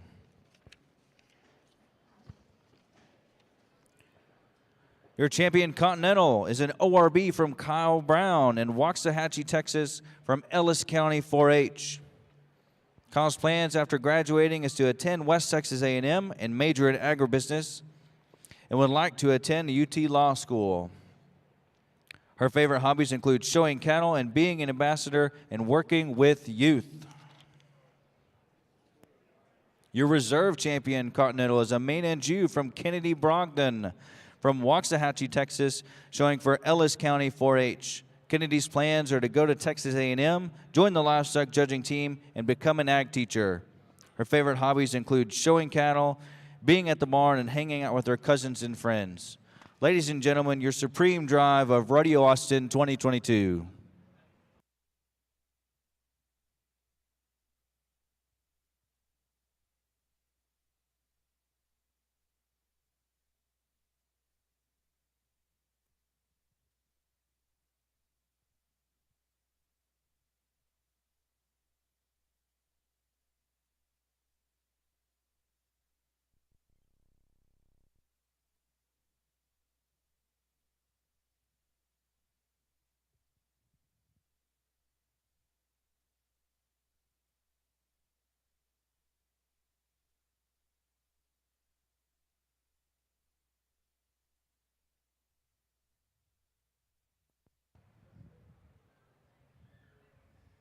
Again, just a few brief words here because this is important, and this is the supreme of all three that we've been allowed to judge. And, you know, we went through a lot of cattle in the last, 3 days on Thursday and on Saturday. And I think we did probably 100 more head today, they said, than we did on Thursday. And we're ending here on time and at a timely matter because of the help. The ring help, the guys checking tattoos, the show staff just kept things moving. And I think that's important. It's important when you have multi-breeds, you're doing 2 rings, we've got to share mics, that the in-between time, because we're going to be on the microphone most of the time, because either he's talking or I'm talking. And the fact that they got these in here so efficiently, checked tattoos before they came back in division was important. So you guys here at Rodeo Austin, bring an incredible set of kids, bring an incredible set of females that they bring with them, and some backing, and obviously some volunteer help and some help that that's, second to none. I mean, I'm sure there's lots of places that do it, but we were able to move, get through some stuff today. That's very hard to do and logistically hard to do. So I appreciate my time here in Austin. Very proud of where I come from, and very proud to be honored to be able to do such a thing like this. And so I just want to thank you guys for giving me the chance here to kind of do my breakout first ever heifer show here in Texas at a major event. So let's give everybody a round of applause that's in this building here supporting everything.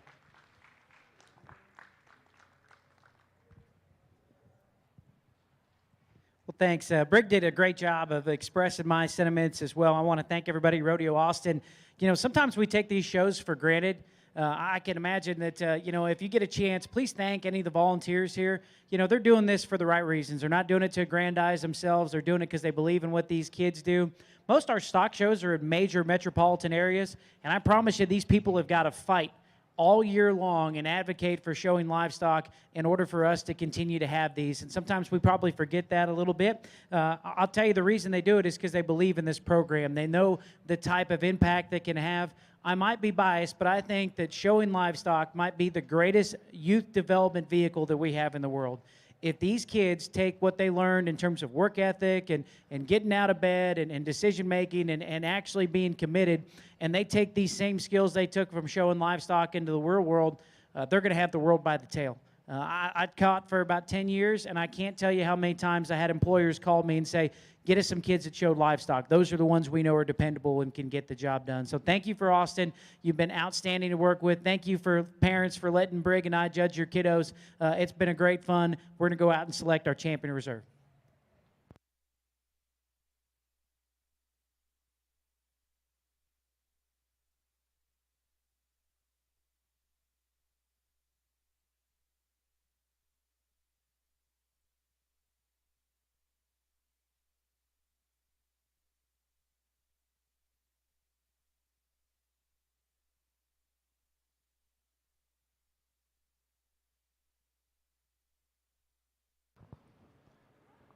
Your Supreme Grand Champion heifer from Rodeo Austin is a Hereford from Callie Harris and LaPointer FFA.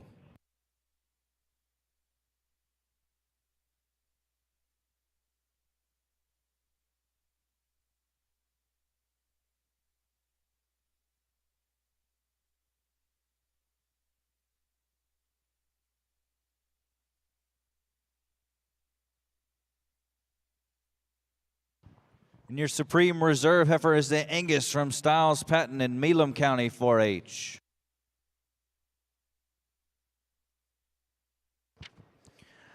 That concludes our heifer show at Rodeo Austin. Thanks again to our judges, Dr. DeClerc and Mr. Stewart, for their time and expertise today and Thursday. Congratulations to all of our exhibitors, and a big thank you to our volunteers from the Rodeo Austin Heifer Committee and Sam Houston State University for their hard work and dedication throughout the days. We at Rodeo Austin hope you have safe travels home, and we'll see you next year.